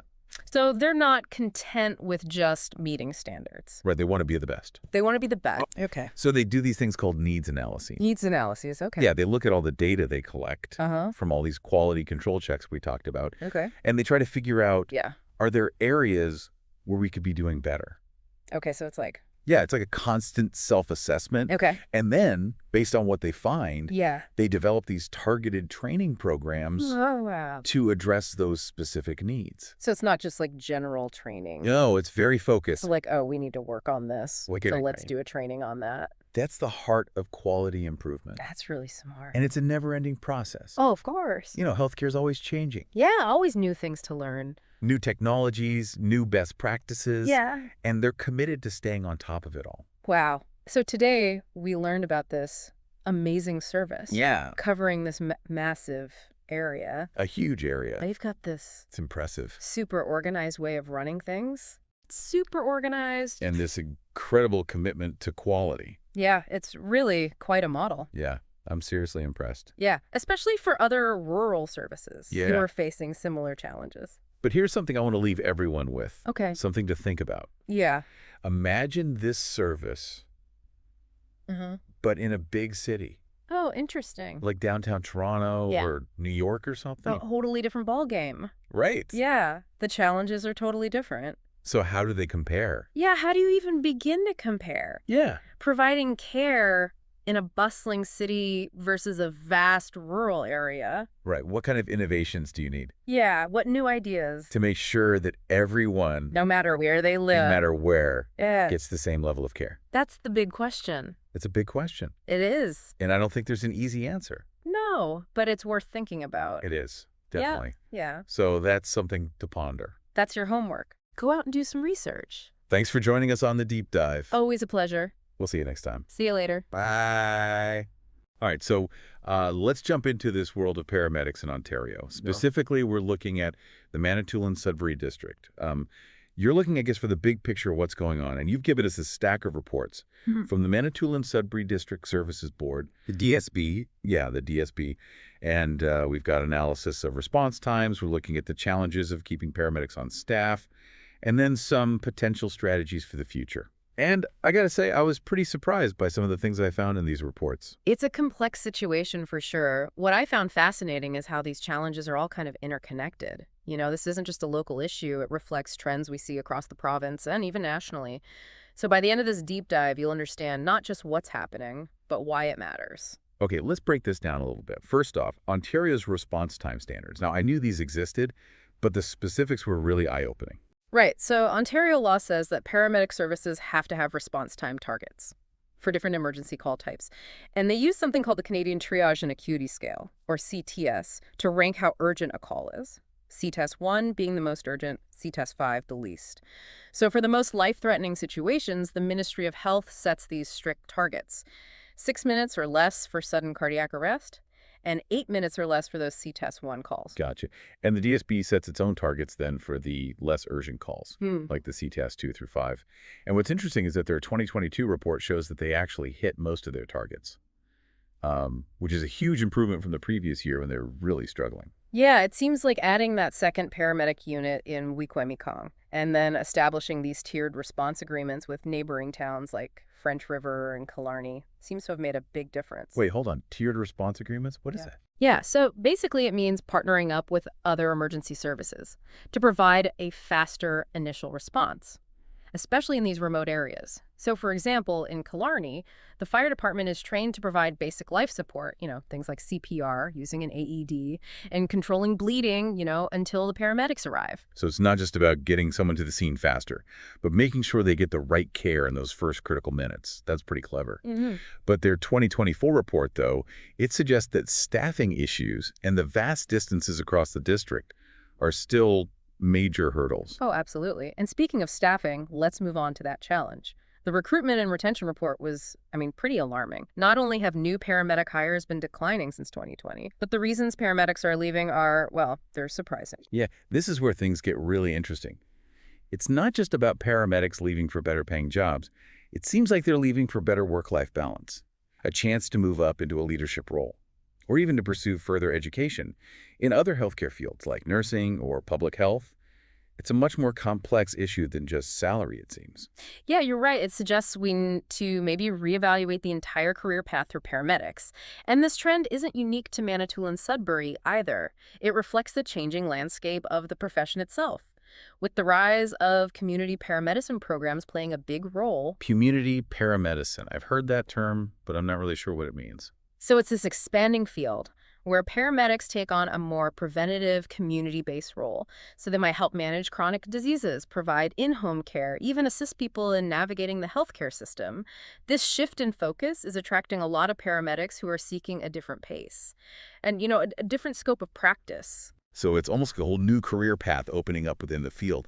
But with paramedics leaving traditional roles to pursue these opportunities, what does that mean for emergency response services? It intensifies the staffing shortage, which is already putting a huge strain on the system. The report reveals that overtime hours have skyrocketed, an 18-fold increase between 2019 and 2023. Wow, that's crazy. Seems like they're trying to do more with less, which can't be easy. So what are they doing about it? Well, the 2025 Response Time Standards report outlines some proactive steps they're considering. It's good to see they're taking this seriously. Like what? What kind of steps are we talking? Well, first and foremost, they're developing a robust recruitment and retention plan. And it's not just about filling positions. It's about really understanding why people are leaving. It's about addressing the root causes, not just applying these temporary fixes. That makes sense, but wouldn't that take a lot of time and resources? Especially when they're already so stretched thin. You're right, it won't be easy. But the report emphasizes the need for faster hiring processes just to keep up with the demand. And they're exploring some, I guess you could say, innovative solutions to address the response time challenges. Okay, innovative solutions. I like the sound of that. Tell me more. Well, remember those tiered response agreements we discussed earlier? Yeah. They're looking at expanding those partnerships, particularly with fire departments, like the one in Killarney. So they're seeing success with the Colorado partnership. Are there plans to replicate that model with other fire departments in the district? That's a great question. While the report doesn't explicitly state that, it does highlight the potential of these agreements to really significantly improve response times, All right. particularly in those remote areas. So it's definitely something to keep an eye on. It sounds like they're really thinking outside the box. But I'm curious, what does this all mean for our listener who's trying to get a grasp on this complex situation? Well, it means they're getting a front row seat to the challenges and potential solutions being explored. In paramedic services, this deep dive is giving them a foundation for understanding, not just what's happening today, but how it might shape the future of emergency care. And it's not just about numbers and statistics. There's a human element to all of this that we need to explore. Yeah, you're right. We can't forget about the paramedics themselves. What about the impact this is having on them? That's a crucial aspect, and we'll dive into it further in the next part of our deep dive. We'll be discussing the pressures paramedics face, the emotional toll of the job, and the support systems that are so vital for their well-being. So stay tuned. So we talked about these tiered response agreements, but I'm still a little fuzzy on how they work in practice. Can you maybe tell me a bit more about that partnership with the Killarney Fire Department? Yeah, absolutely. So what makes the Killarney case interesting is that it's a small, primarily volunteer fire department. And yet, they've really stepped up to play a crucial role in providing those initial, moments of medical care. It really shows a strong sense of responsibility to the community. Yeah, it's pretty amazing that a volunteer fire department can contribute in such a big way. What kind of training do they get to handle these medical calls? Well, they undergo specialized training to provide basic life support, which means they're equipped to handle a whole range of situations. They can perform CPR, use an AED to restart a heart, control bleeding, even administer oxygen. This training can make a huge difference in those crucial minutes before the paramedics arrive, especially in a geographically challenging area like Killarney. So it sounds like these partnerships are about more than just speed. It's about making sure people get the right care at the right time. I can see how that could have a big impact. Exactly. And the report actually suggests that these agreements have the potential to dramatically improve response times, especially in those remote areas where every minute counts. All this talk about evolving roles and partnerships makes me wonder about the future of paramedic services as a whole. Is the traditional model of just responding to emergencies in an ambulance, is that becoming outdated? That's a really interesting question. And I think the answer is yeah, the role of paramedics is definitely expanding. We already touched on community paramedicine. And that's just one example of how the profession is adapting to meet these, changing needs. Right. We talked about community paramedics helping with chronic disease management, Yeah. providing in-home care, even helping people navigate the healthcare system. It sounds like almost like a different career path altogether. In a way, it is, and it kind of speaks to the increasing complexity of healthcare and the need for a more integrated approach. But this raises another important point. How do we make sure that paramedic training keeps pace with these evolving roles? Yeah. That's a good point. You can't expect paramedics to take on these expanded responsibilities without the proper education and support. Exactly. And while the reports we're looking at don't really get into the training aspect that much, it's definitely something that needs to be considered as we look ahead, especially if we want to attract and keep skilled professionals in this field. And I imagine expanding services, providing additional training, implementing these innovative partnerships, it all comes with a pretty hefty price tag. How does funding fit into all of this? You've hit on another critical issue. These initiatives require significant resources, and unfortunately, these reports don't really offer any easy answers to the funding problem. That's a much bigger kind of systemic issue that needs to be addressed at a higher level. It seems like there are no easy answers when it comes to the future of paramedic services. It's a very complex web of interconnected challenges, but I'm impressed by the DSB's efforts to find creative solutions and adapt to this, evolving landscape. I agree. It's clear that they're not just accepting the status quo. They're looking at the data, identifying the problems, and actively looking for ways to improve. It's a real testament to their dedication to the communities they serve. And let's not forget about the dedication of the paramedics themselves. These reports offer a glimpse into the pressures they face. The long hours, the demanding calls, the emotional toll of witnessing trauma day in and day out. That's right. We can't overlook the human side of all of this. Being a paramedic requires incredible resilience, compassion, and a really deep commitment to helping others. Yeah, it's easy to get caught up in the numbers and statistics. But at the end of the day, it's about people, real people who are out there on the front lines, saving lives and making a difference every day. What kind of impact is this having on their lives, their families, their well-being? That's such a crucial question, and it's something we need to explore more. So let's shift our focus now to the individual paramedics and consider the personal sacrifices they make, the challenges they face, and the support systems that are so important for their well-being. Yeah, it's easy to get lost in the big picture. But I think it's important to zoom in a bit and remember that we're talking about people, the paramedics themselves. What kind of toll does this job take on them? I mean, it's a demanding profession, no doubt about that. You know, these reports, while focused on operational stuff, they do hint at those pressures that paramedics face. We're talking long hours, exposure to trauma, the constant pressure of making these really tough decisions. Yeah, I can imagine the emotional weight of that kind of responsibility. And it's not like it's a 9 to 5 job. They're on call, working weekends, holidays. It must be tough to maintain a healthy balance. You're right. And the impact, it goes beyond just the paramedics. It affects their families, their relationships, their overall well-being. It's something that we don't talk about enough. So how do we do better? How do we support these folks who are so dedicated to helping others? That's the big question, isn't it? It needs a multifaceted approach, for sure. Access to mental health services is crucial. We need to make sure paramedics have confidential and easy support. to help them deal with that emotional stress and potential trauma. That makes sense. But it's not just about therapy, right? I imagine peer support, debriefing sessions, even just a supportive workplace could help. You got it. Creating that environment where paramedics feel okay talking about their experiences and seeking help when they need it is so important. And it's not just mental health either. We have to look at practical stuff: scheduling, shift length, time off. So it sounds like a big system-wide problem. But it's good that the DSP seems to be acknowledging that, at least. Yeah. In their 2025 report, they talk about recruitment and retention. Yeah, that's a good sign. Hopefully that turns into actual action, to improve things for paramedics. Because if we don't take care of the people who are taking care of us, the whole system falls apart. It all comes back to that interconnectedness we were talking about. Response times, staffing, money, well-being. It's all connected. Right. And this deep dive has given you a way better understanding of how all those pieces fit together. You've seen the data, the trends, the problems, and the possible solutions. You've also heard about how dedicated the people on the front lines are. The paramedics who are out there every day, putting their lives on hold to answer the call. So where does that leave you, the listener? Well, you're way more equipped now to talk about the future of paramedic services, not just in Manitoulin and Sudbury, but all over. You give the insights, the background, and a new appreciation for the human side of it all. And I'll leave you with this. As the role of paramedics keeps changing and the demands keep growing, what does the future look like for emergency medical services, especially in places that are hard to reach, like the one we've been talking about? It's a good question to think about. And I hope this deep dive has given you what you need to keep exploring this topic.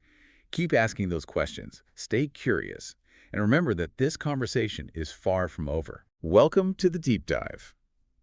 We got some really interesting stuff sent in this time. Operating procedures from Manitoulin Sudbury DSB Paramedic Services. Oh, wow. Yeah, someone's really fascinated by pre-hospital care. Nitty-gritty, yeah. Getting into the nitty-gritty. I love it. So we're going to unpack these guidelines together, see what they tell us about the job, and maybe even uncover some surprising things about this kind of work. It's a fascinating set of material. You're absolutely right. It really covers the whole spectrum of what paramedics have to deal with. Accessing patients in difficult locations, people who refuse care, Right. all the way to sensitive situations, mental health crises, suspected abuse. Let's jump right in with a situation that might not be super obvious to people. Okay. What happens when a paramedic can't even reach their patient? Yeah. I imagine there's some pretty unique challenges there that go beyond, a typical medical emergency. You're absolutely right. It's not always a straightforward, rush to the scene. These procedures have steps laid out for situations like a locked building or a hazardous environment, even resistance from people on site. So say the paramedics are stuck. Right. What's the first thing they do? The procedures are really clear on this. The very first step is to contact the Communication and Control Center. Okay. They call it CACC. So CCC knows what's going on. Then what? Well, that's where it gets interesting. There's this whole escalation process laid out in the procedures. If those initial attempts to get to the patient fail, it can actually go as far as requesting police assistance. Wow. And there's even mention of the paramedic superintendent getting involved in certain situations. Oh, really? Which really emphasizes the importance of safety and oversight. That makes sense. I mean, you can't just have paramedics running into potentially dangerous situations without any backup. Absolutely. But you know what really jumped out at me? What's that? This specific point about notifying the police if access is delayed or denied, even by other officers. Oh. I mean, that's a pretty bold statement about accountability, don't you think? I think you're right. Transparency is definitely a huge focus here. Yeah. They want to make sure there are no gray areas and that everyone is acting appropriately, even in high-pressure situations Right. where things could get tense. Exactly. And you know something else I noticed? This theme of thorough documentation. Yeah. It pops up all over these procedures.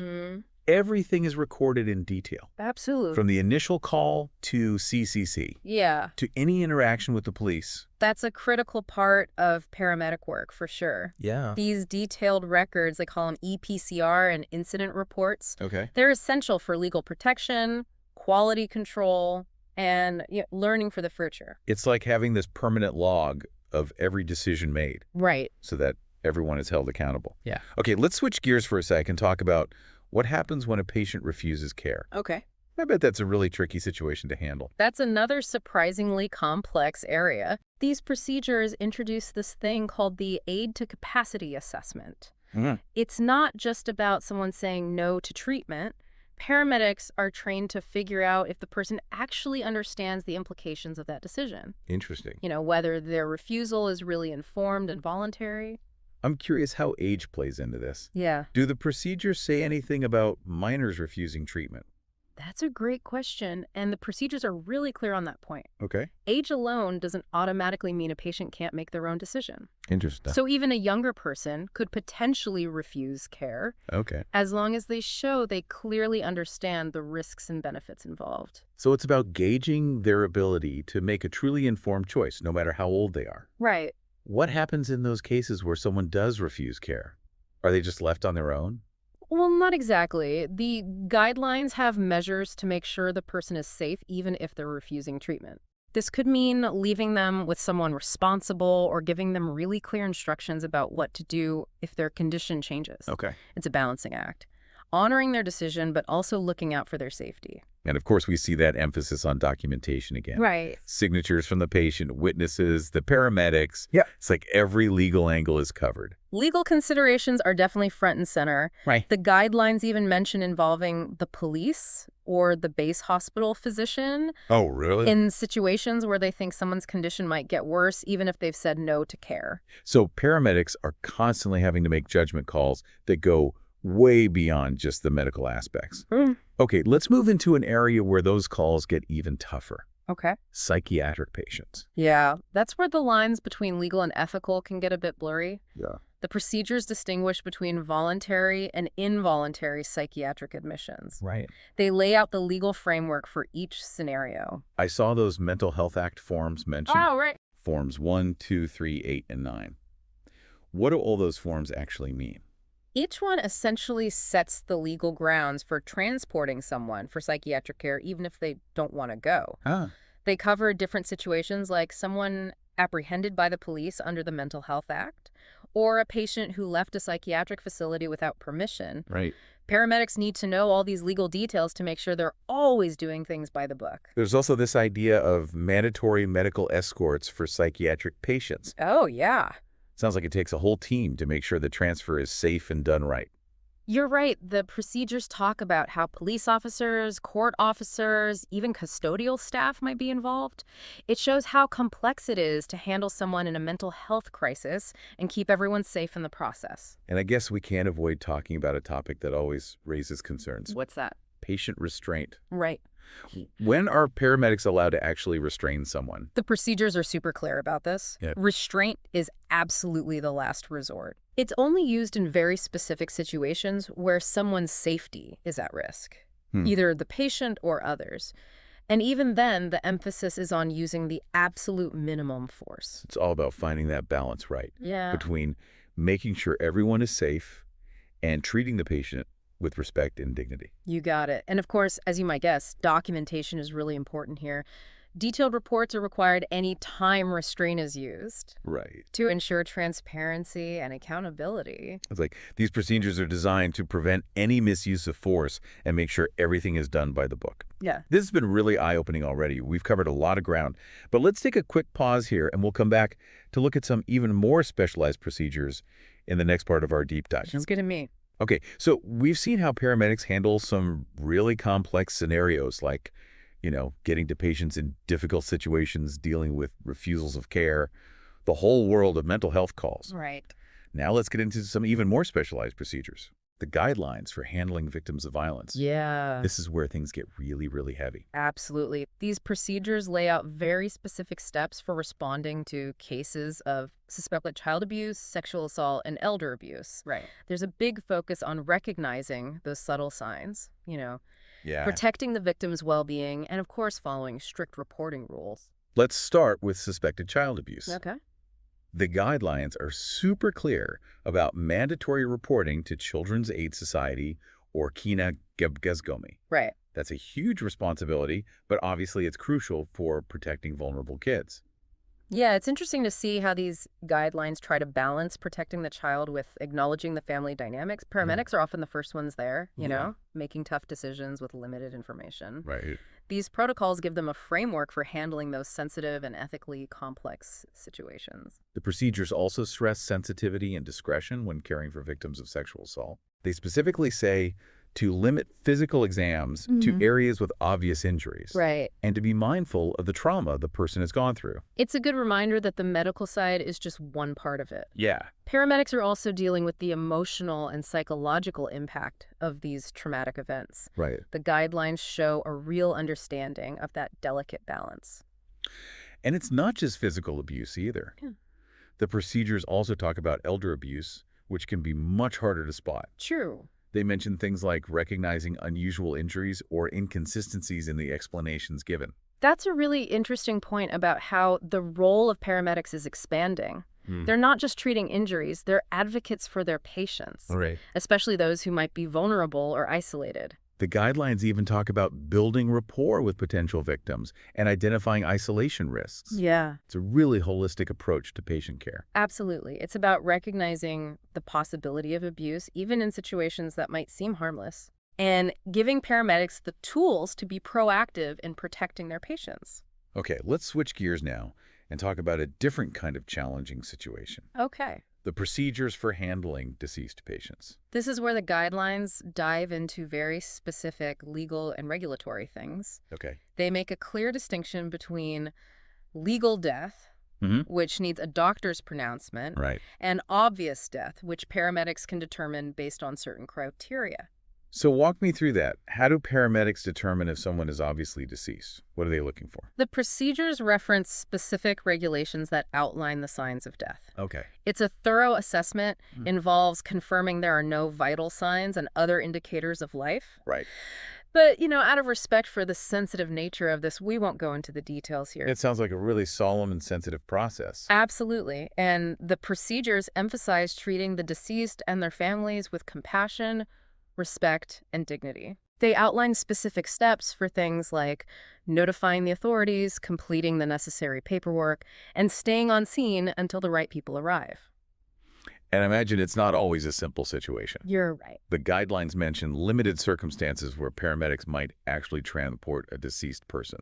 Yeah, there are specific rules about transporting deceased individuals. Okay. It's generally only allowed in certain cases, like from a public place or if there's no body removal service available. Right. There are also rules against transporting a deceased person at the same time as a living patient, Wow. except in very specific scenarios. Sounds like a lot of legal and ethical considerations go into those decisions. Absolutely. These procedures make sure everything's handled appropriately and respectfully, Right. both for the deceased and anyone else involved. What about situations where they suspect foul play? Ah, good How do point. the procedures address that? If foul play is suspected, the paramedics make it a priority to preserve the scene and any potential evidence. Ugh. They also contact the paramedic superintendent for guidance. It's a delicate situation that requires careful handling so they don't mess up any evidence. Before we move on, let's talk about do not resuscitate orders, DNRs. Yeah. How do these guidelines address those? DNR orders are legally binding documents. Right. They outline a patient's wishes about resuscitation attempts. Mm-hmm. The procedures are very clear. Paramedics have to recognize and honor valid DNR orders, Okay. which need specific confirmation and documentation. So if a patient has a DNR and their heart stops, paramedics wouldn't do CPR. That's correct. Okay. But it's really important to remember that a DNR doesn't mean other care can't be given. Right. The guidelines explicitly say that DNR orders don't prevent paramedics from providing comfort care or transporting the patient for other reasons. But it's not an all or nothing thing. Exactly. DNR orders are nuanced, and paramedics have to be able to interpret them correctly and apply them to each unique situation. This has been a fascinating look into the world of paramedicine. It has. It's so complex and often really sensitive. It is. It's clear this job requires way more than just medical skills. Absolutely. What are your thoughts as we wrap up this section of our deep dive? What really strikes me is the level of responsibility paramedics carry. They're often making life or death decisions out in the field with limited information and resources. Yeah. It really speaks to their training, their professionalism, their dedication. Absolutely. A profession that deserves a lot of respect and admiration. I agree. Now let's move on to our final segment, where we'll reflect on everything we've learned and see what kind of insights we can get from these procedures. Man, we have really gone deep into the world of paramedics today. We have. From those very first moments of trying to reach a patient, all the way to the procedures for deceased individuals. Yeah. It's clear this job is about way more than just medical knowledge. It really is impressive, the sheer range of situations they have to be ready for. They deal with complex legal and ethical stuff, intense emotions, all under a ton of pressure. One thing that's come up again and again in these procedures is this focus on documentation. Yeah. It's like every single decision, every interaction is carefully recorded. Right. It almost feels like a detective's case file. Yeah. Why is that level of detail so important in this line of work? You've hit on something really crucial there. Those detailed records serve a few key purposes. Okay. First and foremost, they provide legal protection. Right. It's a permanent record that can be super important in court cases, investigations, any legal proceeding. So it protects both the paramedics and the patients. Exactly. But it goes beyond just the legal stuff. Okay. These records are also vital for maintaining those high standards of care and learning from every single experience. I see. By looking back at these accounts, medical professionals can find ways to improve, track trends, and make sure they're always using the best practices. So it's not just about covering their behinds. Yeah. It's about constantly trying to provide better care. You got it. And let's not forget about research. Oh, right. These records contribute to a huge pool of data that can be used to study health trends, see how effective treatments are, and advance medical knowledge overall. It's pretty amazing to think that the work paramedics do day in and day out could actually shape the future of healthcare. It shows how interconnected everything is in medicine. Every patient they see, every decision they make has an impact that goes way beyond that one moment. We've talked a lot about the tough parts of this job. But what do you think are some of the most rewarding things about being a paramedic? For me, I think it comes down to that ability to really make a difference in people's lives. Yeah. Paramedics are often the first ones there in emergencies. Right. They have the power to give that crucial care when every second matters. They're literally on the front lines of saving lives. Exactly. And it's not just about those life-saving actions either. There's a big human element to this work. Paramedics provide comfort, reassurance, a bit of hope in some of the most vulnerable times in people's lives. It's a job that needs more than just medical skills. For sure. It takes empathy, compassion, a real sense of purpose. Couldn't have said it better myself. It's a calling, not just a job. So after this deep dive into pre-hospital care, Yeah. what's the big takeaway for our listeners? What should they be thinking about? The key thing to remember is that paramedicine is so much more than we might think at first. It's not just about racing to the scene with lights and sirens. Right. It's about navigating this whole web of legal, ethical, and medical issues. Yeah. All while staying calm, compassionate, and focused on the patient's well-being. It's about understanding that behind every ambulance ride, there's a team of highly skilled pros. Absolutely. Dedicated to giving the best possible care no matter what. Couldn't agree more. And while we've learned a lot today, we've really only scratched the surface of this fascinating field. That's true. There's always more to explore and discover. Well said. And to our listeners, keep exploring the world of pre-hospital care. Yeah. It's full of incredible stories, inspiring people, groundbreaking advances. It is. We hope this deep dive has given you some new questions to think about. Me too. Let us know what you think and keep the conversation going. Yes. Until next time, thanks for joining us on the Deep Dive. Welcome to another Deep Dive.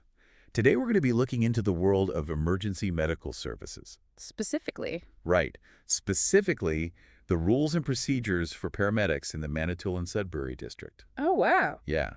We've got some official documents here straight from the district. Interesting. And I think you're going to be surprised by some of the stuff we found. I'm sure I will be. It's really fascinating to see, Yeah. like the inner workings of EMS. It's one thing to see the ambulance speeding down the street with lights and sirens. Right. But there's a whole other side to what they do. Exactly. Sort of a framework of protocols that they use to govern everything. Yeah, it's like a hidden language. Yeah. But with, life or death implications. Absolutely. One thing that really stood out to me was these priority codes. Oh, yeah. Like priority 6, legally dead. Wow. That's not something you hear every day. No, it's not. It's a very stark reminder of the gravity of the work that they do. Yeah. I mean, these codes, they range from priority 1 deferrable call all the way to priority Yeah. 6.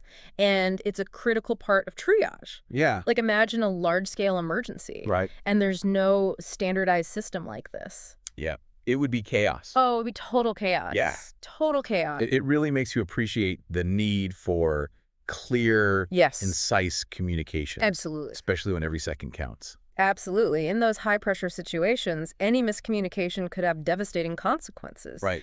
These codes act as mental shortcuts, Yeah. so they can relay vital information quickly and accurately.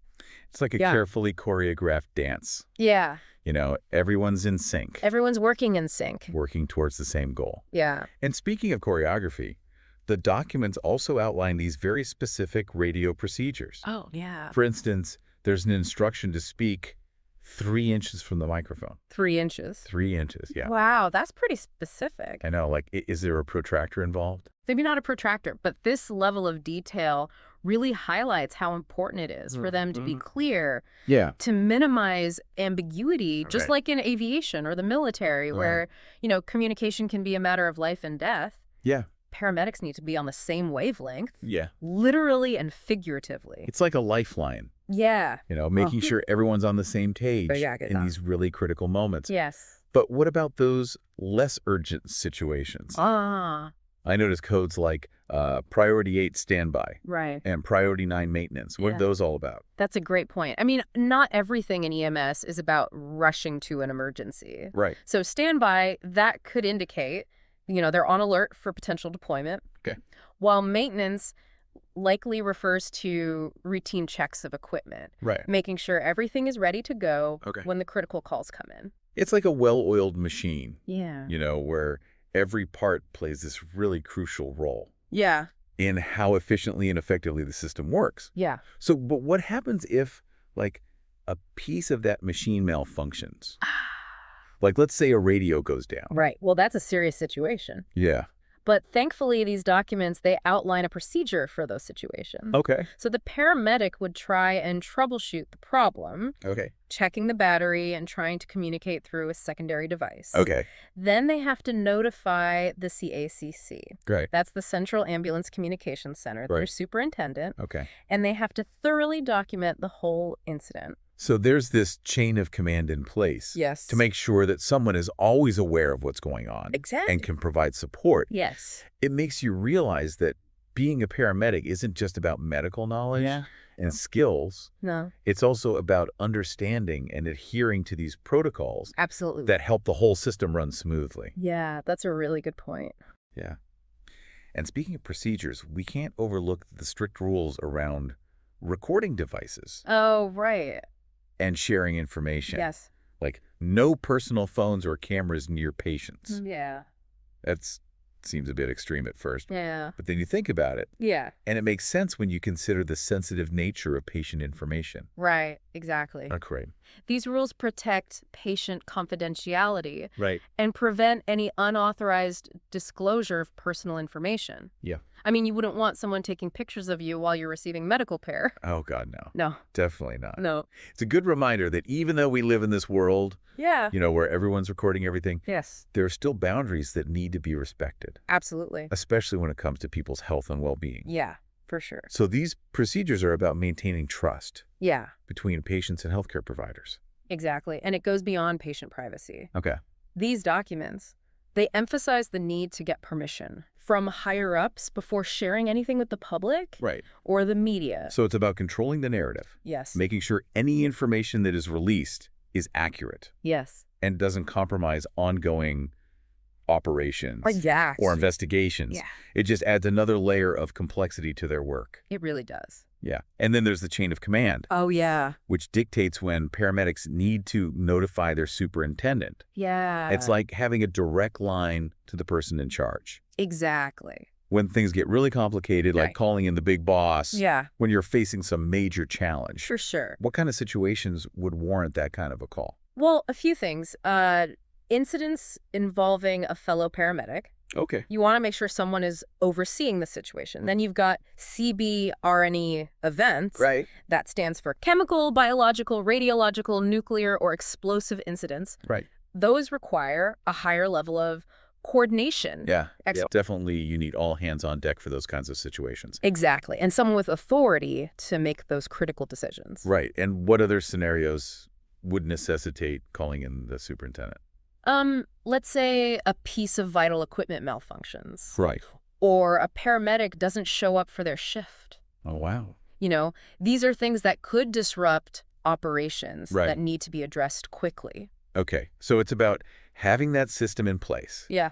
to handle these unexpected situations. Yes. And make sure that there's always someone who is responsible Yes. and in control. Exactly. It's incredible how much thought and planning It really is. goes into creating a system that's prepared for almost anything. It's remarkable, isn't it? And we've only just scratched the surface of these documents. Right. But already it's clear that the work of paramedics is so much more complex than most people realize. It's not just about rushing to emergencies and providing medical care. No, it's about operating within this highly structured system. Right. Adhering to these strict procedures and constantly communicating with this network of other professionals. It's about being a team player, Yes. a problem solver, Yes. a master of logistics, That's a good one. while remaining calm and collected Yes. under immense pressure. Yeah, it really is. That's what makes these everyday heroes so extraordinary. I agree. They're the unsung heroes of our healthcare system, Absolutely. working tirelessly behind the scenes to make sure that we receive the care we need Absolutely. when we need it most. Yeah. And as we've seen from these documents, their work is guided by this deep commitment Yes. to professionalism, attention to detail, Yes. and above all, patient safety. Yeah, I agree. And there's so much more to uncover. We'll be back after a quick message to continue our deep dive into the world of paramedic procedures in the Manitoulin-Sudbury district. Looking forward to it. Welcome back to the Deep Dive, where we're examining these protocols that govern the everyday work of paramedics in the Manitoulin-Sudbury district. Yeah. Before the break, we were talking about the chain of command and the importance of clear communication. Absolutely. One thing that really stood out to me in these documents Okay. was the instruction to contact the superintendent Yeah.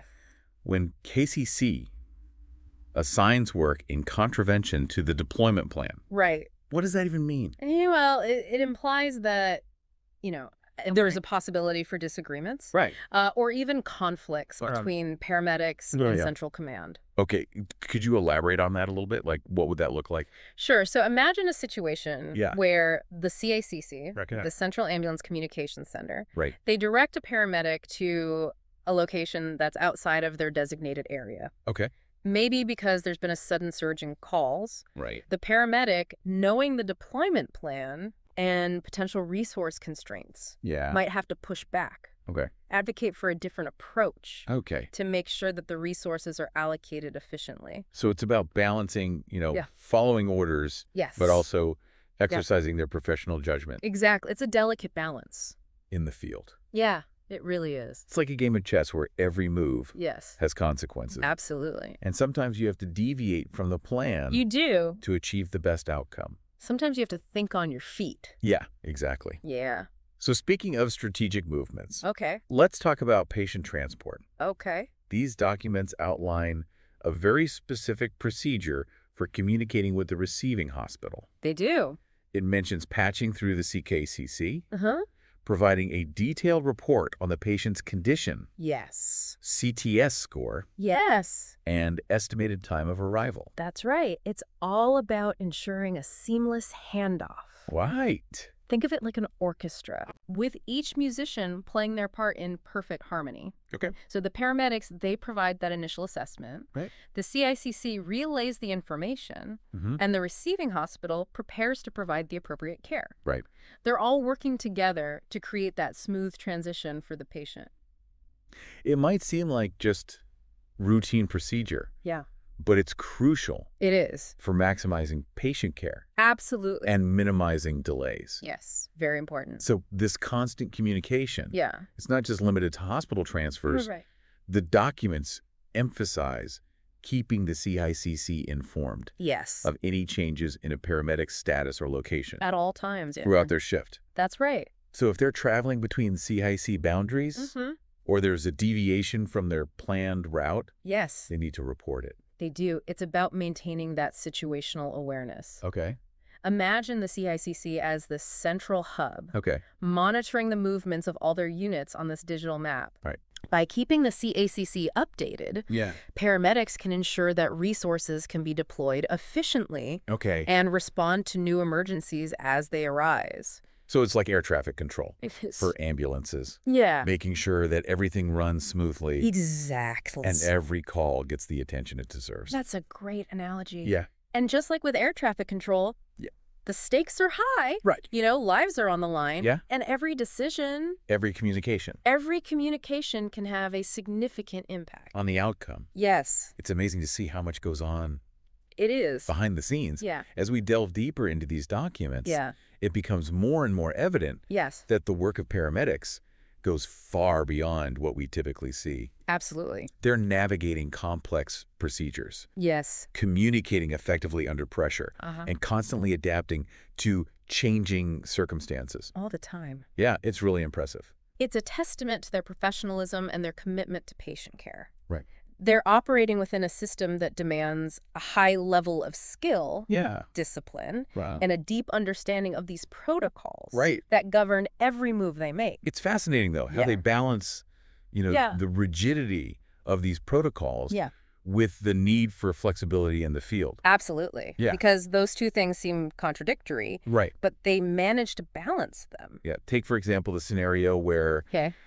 a paramedic might need to deviate from their planned route. Right. Maybe they encounter an unexpected road closure, Uh-huh. or they get new information. Yeah. That requires an immediate change of plans. Yeah. In those moments, Yes. they have to weigh They do. the potential risks Yes. of deviating from protocol Yeah. against the potential benefits of adapting to the situation. That's right. It's a delicate balancing act, It is. requiring a deep understanding of the rules Yeah. and the confidence to make those decisions Yeah. in the best interest of the patient. That's a good point, because sometimes making that decision to deviate from protocol Yeah, could actually be the best thing for the patient. exactly. Yeah. So it's not just about blindly following the rules. It's about understanding the bigger picture Yes. and using your judgment Yeah. to make the right call. It is. And it's that ability to think critically Right. and adapt to those ever-changing circumstances Yeah. that makes the work of paramedics so demanding, Yeah. but also so rewarding. It's clear that being a paramedic is not for the faint of heart. No, it's not. But amidst all the challenges Yeah. and those high-stakes situations, there's also this sense of camaraderie There. and shared purpose Yes. that shines through It does. in these documents. It really does. It's like they're all in this together. Yeah. This emphasis on teamwork, Uh-huh. clear communication, Yeah. and mutual support Right. creates a really strong sense of community It does. in the EMS system. Yeah, they're united by this commitment to providing the best possible care. To those in need. Absolutely. And that's truly inspiring. It is. We've talked a lot about the Yeah. technical aspects of their work, Right. but it's important to remember the human element Yes. at the heart of it all. Absolutely. These procedures and protocols Yeah. are ultimately designed to serve a greater purpose, They are. saving lives Yes. and alleviating suffering. That's right. And it's the paramedics on the ground, Yeah. those everyday heroes Yeah. who bring those protocols to life, They do. transforming them from words on a page Yes. into actions that make a real difference in people's lives. I agree. Their work often goes unnoticed. It does. It happens behind the scenes away from the spotlight. Yeah. But their impact on our communities is immeasurable. It really is. As we wrap up this section of our deep dive, Mm. I'm really struck by the dedication, the skill, and the compassion that these documents reveal Yes. about the world of EMS. It's amazing, isn't it? It's a world that demands precision, Yeah. adaptability, Uh-huh. and unwavering commitment to patient care. Absolutely. And it's a world that deserves our deepest respect and admiration. I agree. But there's still much more to explore in these documents. There is. When we return, we'll delve into the final takeaways Okay. and discuss the enduring impact of these procedures on the field of emergency medical services. Sounds good. Welcome back to the Deep Dive. We've spent this whole episode exploring this really intricate world of paramedic procedures in the Manitoulin Sudbury district, and it's been quite a journey. It really has. From those specific radio procedures to the chain of command and the emphasis on clear communication, it's clear that every aspect of a paramedic's job is governed by this meticulously designed system. Yeah, and while some people might see these protocols as rigid or bureaucratic, I think what we found is that they serve a vital purpose. Exactly. Yeah, they ensure consistency, Right. they minimize errors, Yeah, and ultimately they contribute to better patient care. absolutely. It's easy to, romanticize the heroics of emergency medicine. Right. But what we've seen here is a different kind of heroism. It's the heroism of meticulous preparation, Right. rigorous training, and unwavering adherence to protocols, even under pressure.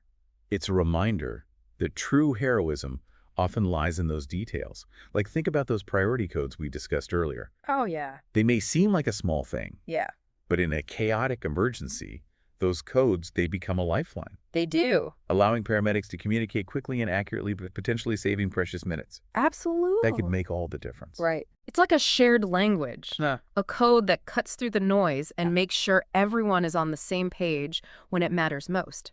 And it's not just about communication.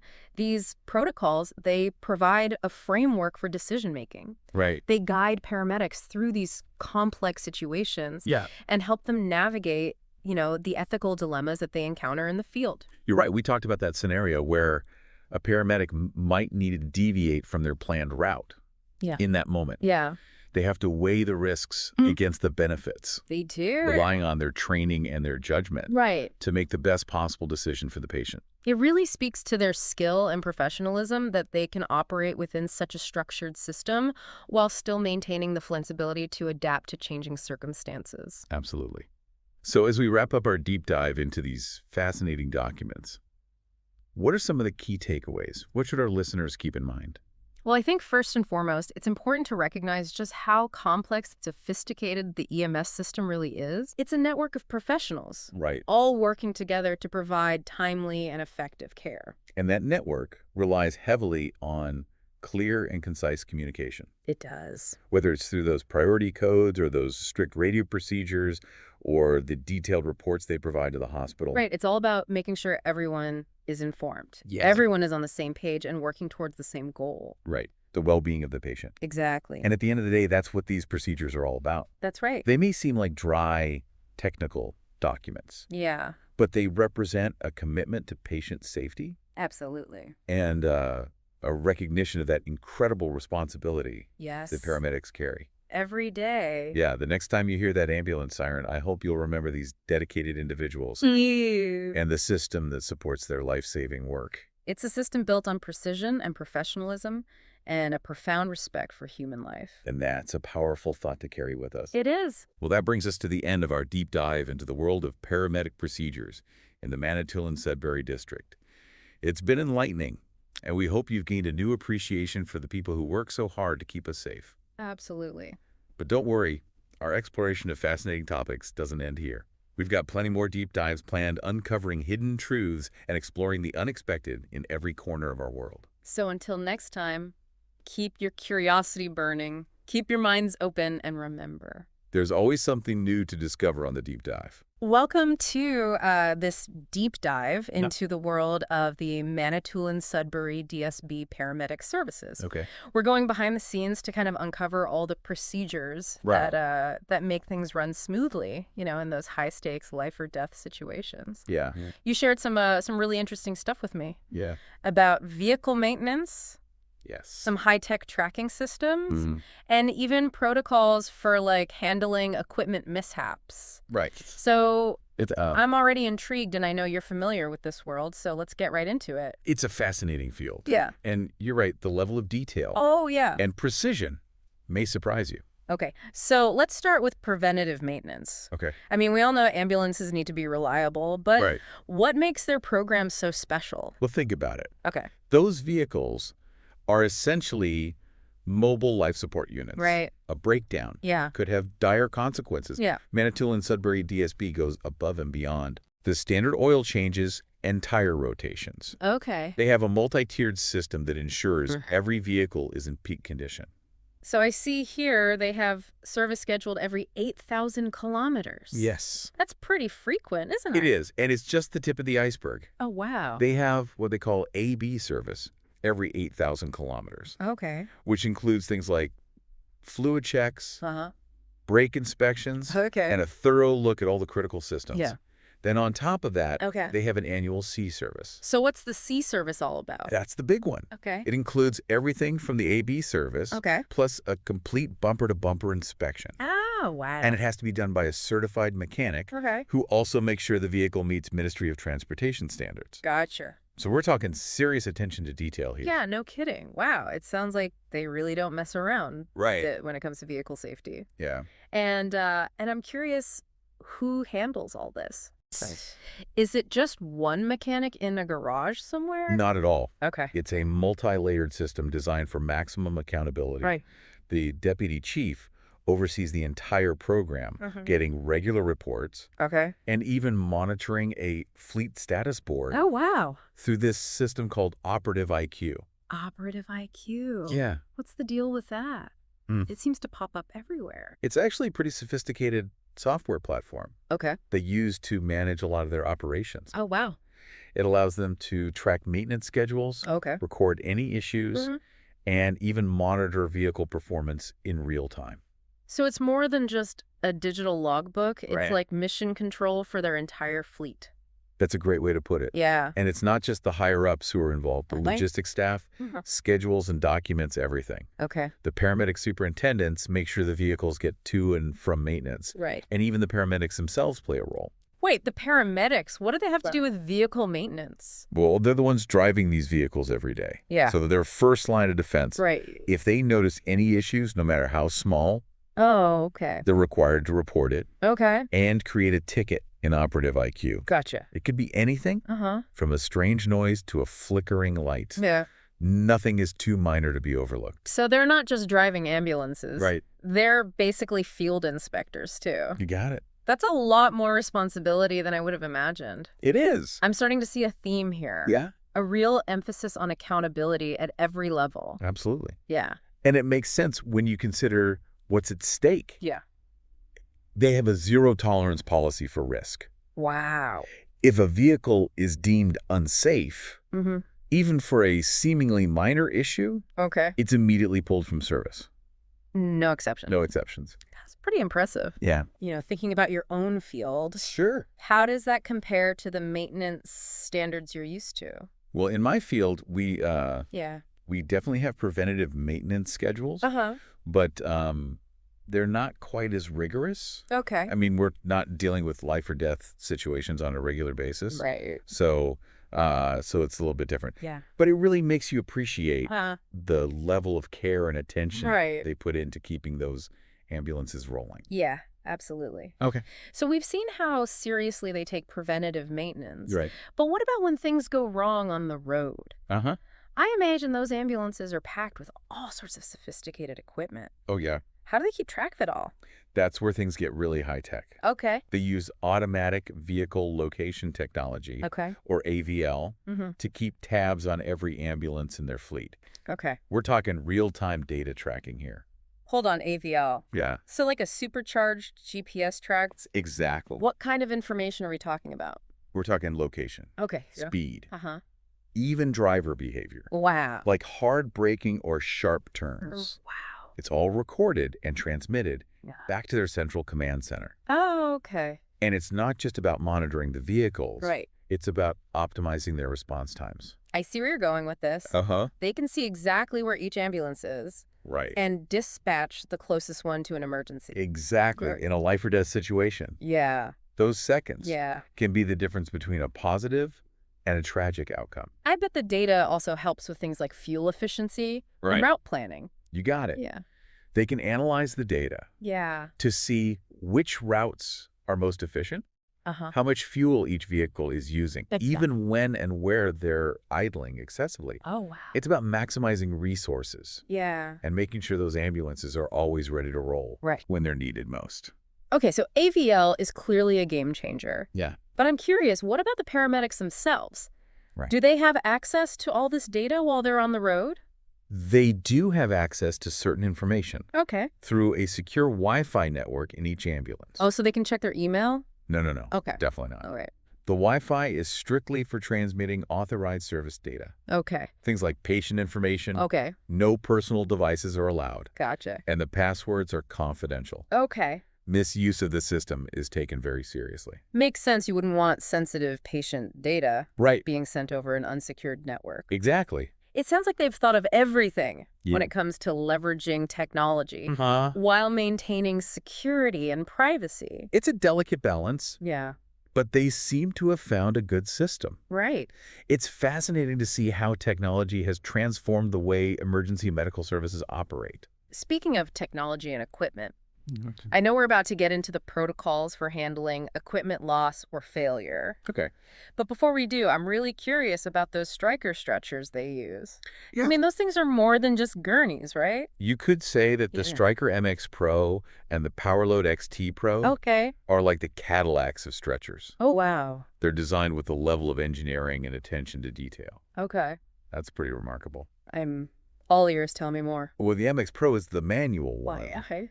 but don't let that fool you. Okay. It's incredibly robust, Yeah. weighing in at 81 pounds, Okay. and capable of handling patients up to 650 pounds. 81 pounds. Yeah. That's heavier than I imagined. It is. I can see why they need specific procedures for using it safely. Exactly. Yeah. It's not just about muscle. Mhm. It's about technique and teamwork. And what about that PowerLoad XT Pro? Right. That name sounds pretty high tech. It is. Yeah. Think of it as the MX Pro's Okay. even more capable big brother. Oh, wow. It's power assisted, Okay. so it takes some of the strain off the paramedics, Hmm.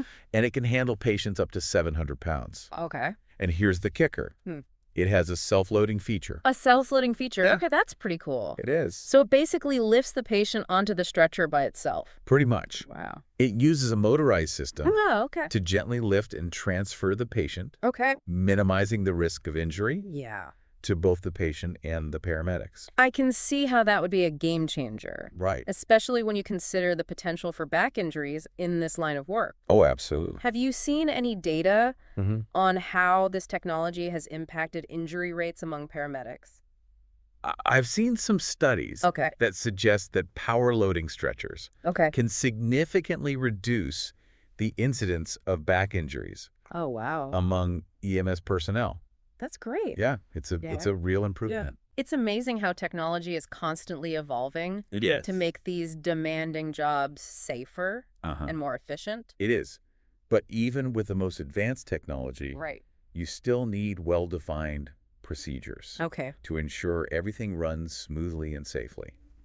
All right. I'm ready to dive into those procedures. Okay. Let's talk about what happens when a piece of equipment goes missing or breaks down in the field. Get ready, Okay. because their approach to equipment management Yeah. is just as meticulous Okay. as their approach to vehicle maintenance. Okay, let's hear it. What's the first step when a paramedic realizes they've got a problem with their gear? The first and most important step Yeah. is to immediately report the issue to their paramedic superintendent. Okay. This ensures everyone is aware of the situation Uh-huh. and can start taking appropriate action. So no sweeping it under the rug. Definitely not. Okay. Transparency and accountability are key here, Right. and a verbal report is just the beginning. I was about to say, there's got to be some paperwork involved, right? You bet. Yeah. The next step Right. is to file a detailed occurrence report. Okay. This includes information about what happened, Okay. what equipment's involved, Uh-huh. and any other relevant details Gotcha. that could help with recovery efforts. So they're not just saying, oh, hey, we lost a stethoscope somewhere. Right. They're documenting everything. Absolutely. Wow. It's about creating a trail of information Okay. and ensuring that nothing falls through the cracks. Right. And you guessed it, Uh-huh.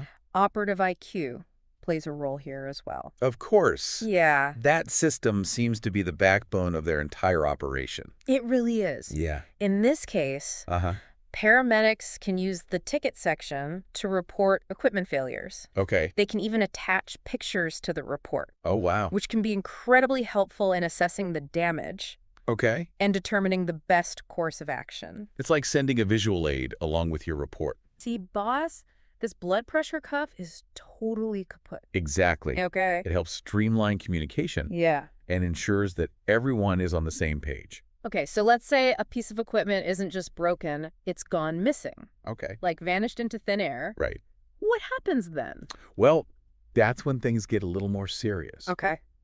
Remember, we're not talking about a misplaced stapler here. Yeah. These are vital pieces of medical equipment that Yeah. could be needed to save a life.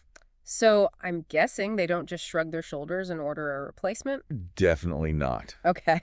The protocol for lost equipment involves a thorough investigation. Okay. They'll try to retrace the steps of the paramedic, Uh-huh. check the ambulance, Right. contact any other agencies or locations where the equipment might have ended up, Okay. and if necessary, Uh-huh. they'll even involve the police. Wow. So they really go all out to try and recover lost equipment. They do, Yeah. and it's a testament to their Right. commitment to responsible resource management Right. and their understanding that every piece of equipment is valuable. But let's be realistic. Yeah, Sometimes things just get lost, right? No matter how careful you are. mistakes happen. Right. Everyone understands that. Yeah. But the key here is recognizing patterns. Okay. If a particular paramedic or crew Yeah. seems to be consistently losing or damaging equipment, Okay. that's a sign that something else might be going on. And I bet that triggers a different kind of investigation. Absolutely. Yeah. It could indicate a lack of training, Uh-huh. carelessness, Right. or even something more serious. Okay. The Manitoulin-Sudbury DSB Paramedic Services Yeah. takes these matters very seriously, Yeah. and they have a system of progressive discipline in place Okay. to address such situations. So it's not just about recovering lost equipment. Right. It's about understanding why it went missing in the first place Exactly. and taking steps to prevent it from happening again. It's a proactive approach to ensuring that their paramedics have the tools they need Right. to do their jobs effectively and safely. Okay, that's a lot to take in. We've covered a lot of ground. Yeah, we have. From their incredibly detailed approach to vehicle maintenance Uh-huh. to the use of AVL technology Oh. and their meticulous equipment management protocols. Yeah. I'm honestly impressed by their commitment to safety and efficiency. It's definitely eye-opening, isn't it? Yeah. And we've only scratched the surface. Oh, really? There's still more to uncover Oh, wow. about the procedures and protocols that make Oh. this organization so remarkable. Well, we'll have to save that for next time. All right. Stay tuned, listener, as we continue our deep dive into the fascinating world of the Manitoulin-Sudbury DSB Paramedic Services in Part 2. Sounds good. Welcome back to our deep dive into the Manitoulin-Sudbury DSB Paramedic Services. Thanks. I'm still kind of reeling from all that stuff about vehicle maintenance. Oh, yeah. You know, it's amazing how seriously they take keeping those ambulances running. Right. But I know we've got more to cover, so We do. let's get into it. Let's talk about those stretchers. Okay. Yeah, those striker stretchers. Yeah, the MX Pro Yeah. and the PowerLoad XT Pro. I have to admit, when I first saw stretcher protocols on our list, Right. I thought, how complicated can it be? Yeah. You know, I thought you just put the patient on and wheel them away. Right. But then you mentioned these striker models, Yeah. and I'm like, okay, there must be more to it. There is? So what makes these stretchers so special that they require their own set of procedures? Well, think about the demands placed on a stretcher in an emergency situation. Okay. It'd have to be sturdy enough to handle patients of all sizes, Right. maneuverable enough to navigate tight spaces, Yeah, and most importantly, safe for both the patient and the paramedics using it. of course. These striker models are designed with all of that in mind. Okay, so let's start with the MX Pro. Okay. This is the manual one, right? It is. You mentioned it weighs 81 pounds. Yeah, it's a beast. That's a lot to handle, especially when you've got a patient on board. Absolutely. And that's precisely why they have such specific procedures for using it. Okay. It's all about teamwork and technique. Yeah. You need at least 2 trained operators to safely and effectively use the MX Pro. Okay, so 2 paramedics, 1 stretcher, and a patient who needs to be transported. Right. What's the first step? The first step is all about positioning. Okay. The paramedics need to carefully maneuver the stretcher alongside the ambulance cot, making sure the brakes are engaged. Brakes are on? Okay. Yeah, those brakes are crucial, I can imagine. especially considering the combined weight of the stretcher and the patient. So brakes are on stretchers in position. What's next? Next, they lower the side rails of the stretcher and open the restraint straps. Okay. The side rails provide an extra layer of security during the transfer, Uh-huh. and the restraints are essential for keeping the patient safely secured throughout the transport. Okay, so they've prepped the stretcher. Right. Now comes The tricky part. the tricky part, yeah, actually moving the patient from the cot to the stretcher. You're right. That's where proper lifting techniques and coordination are critical. Yeah. The paramedics use a synchronized lifting motion, Okay. paying close attention to their body mechanics to minimize the risk of injury to themselves. Yeah, of course. And remember, they're often dealing with patients who are in pain, injured, or unconscious. Oh, yeah. So they need to be extra careful. Yeah, I can see how this would be a real test of their skills and teamwork.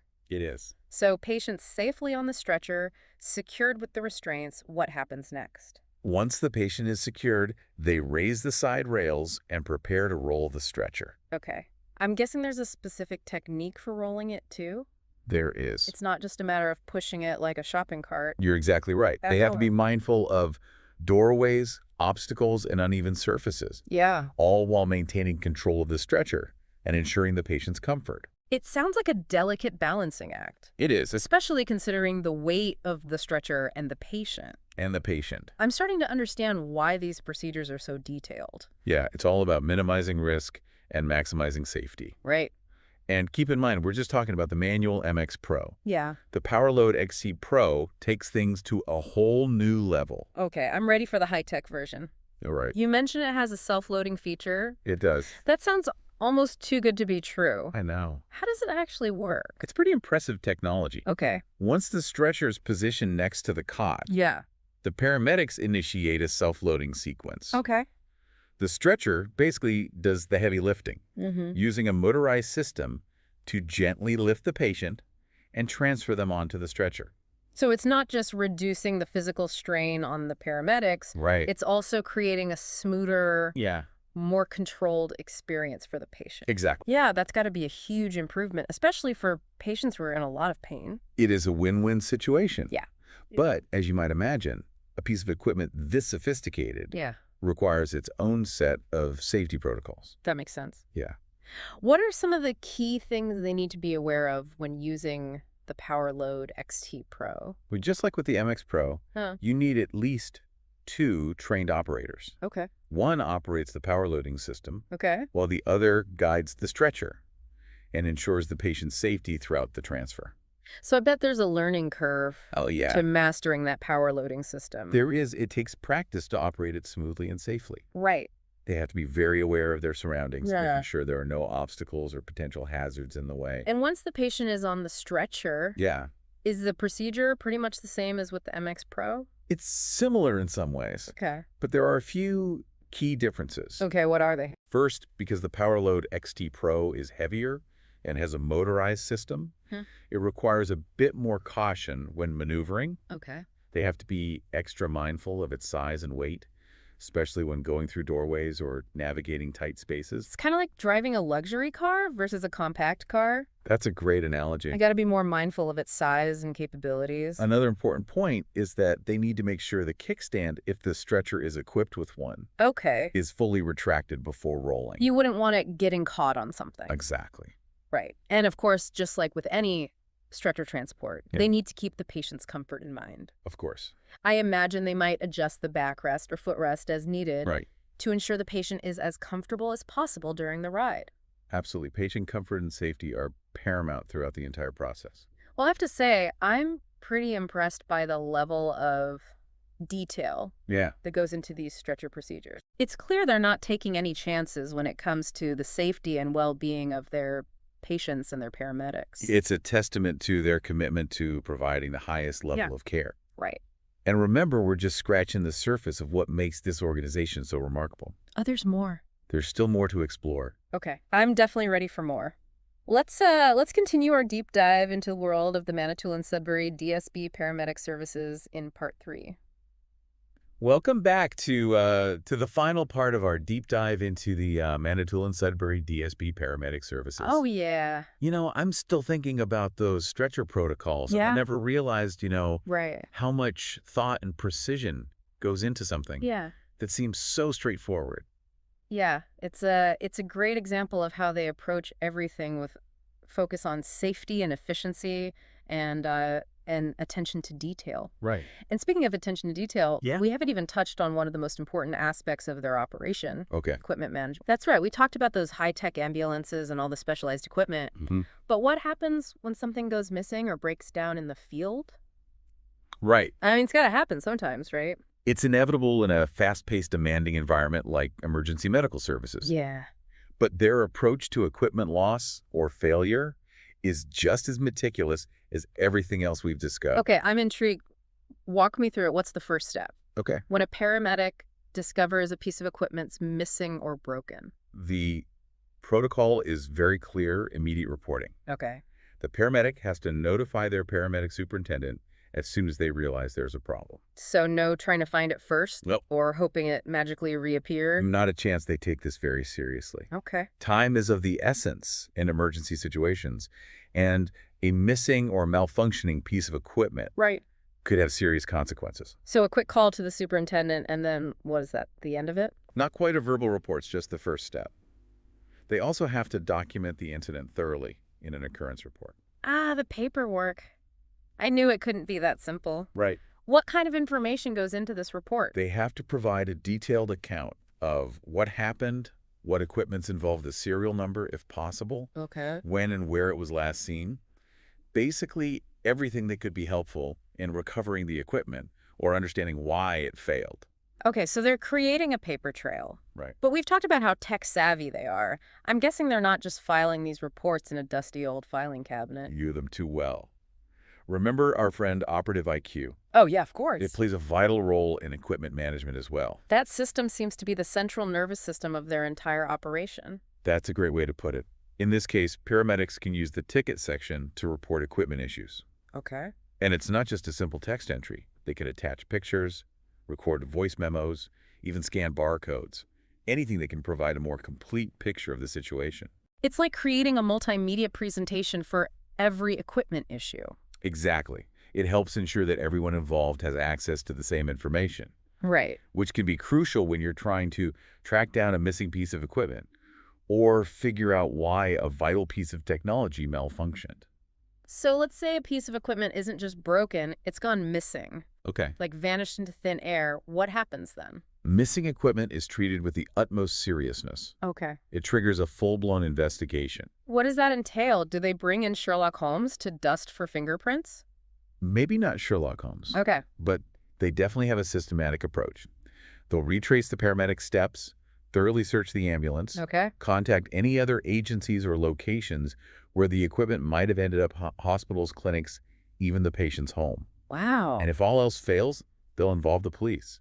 So they really go all out to try and recover lost equipment. They do. It's not just about the cost, is it?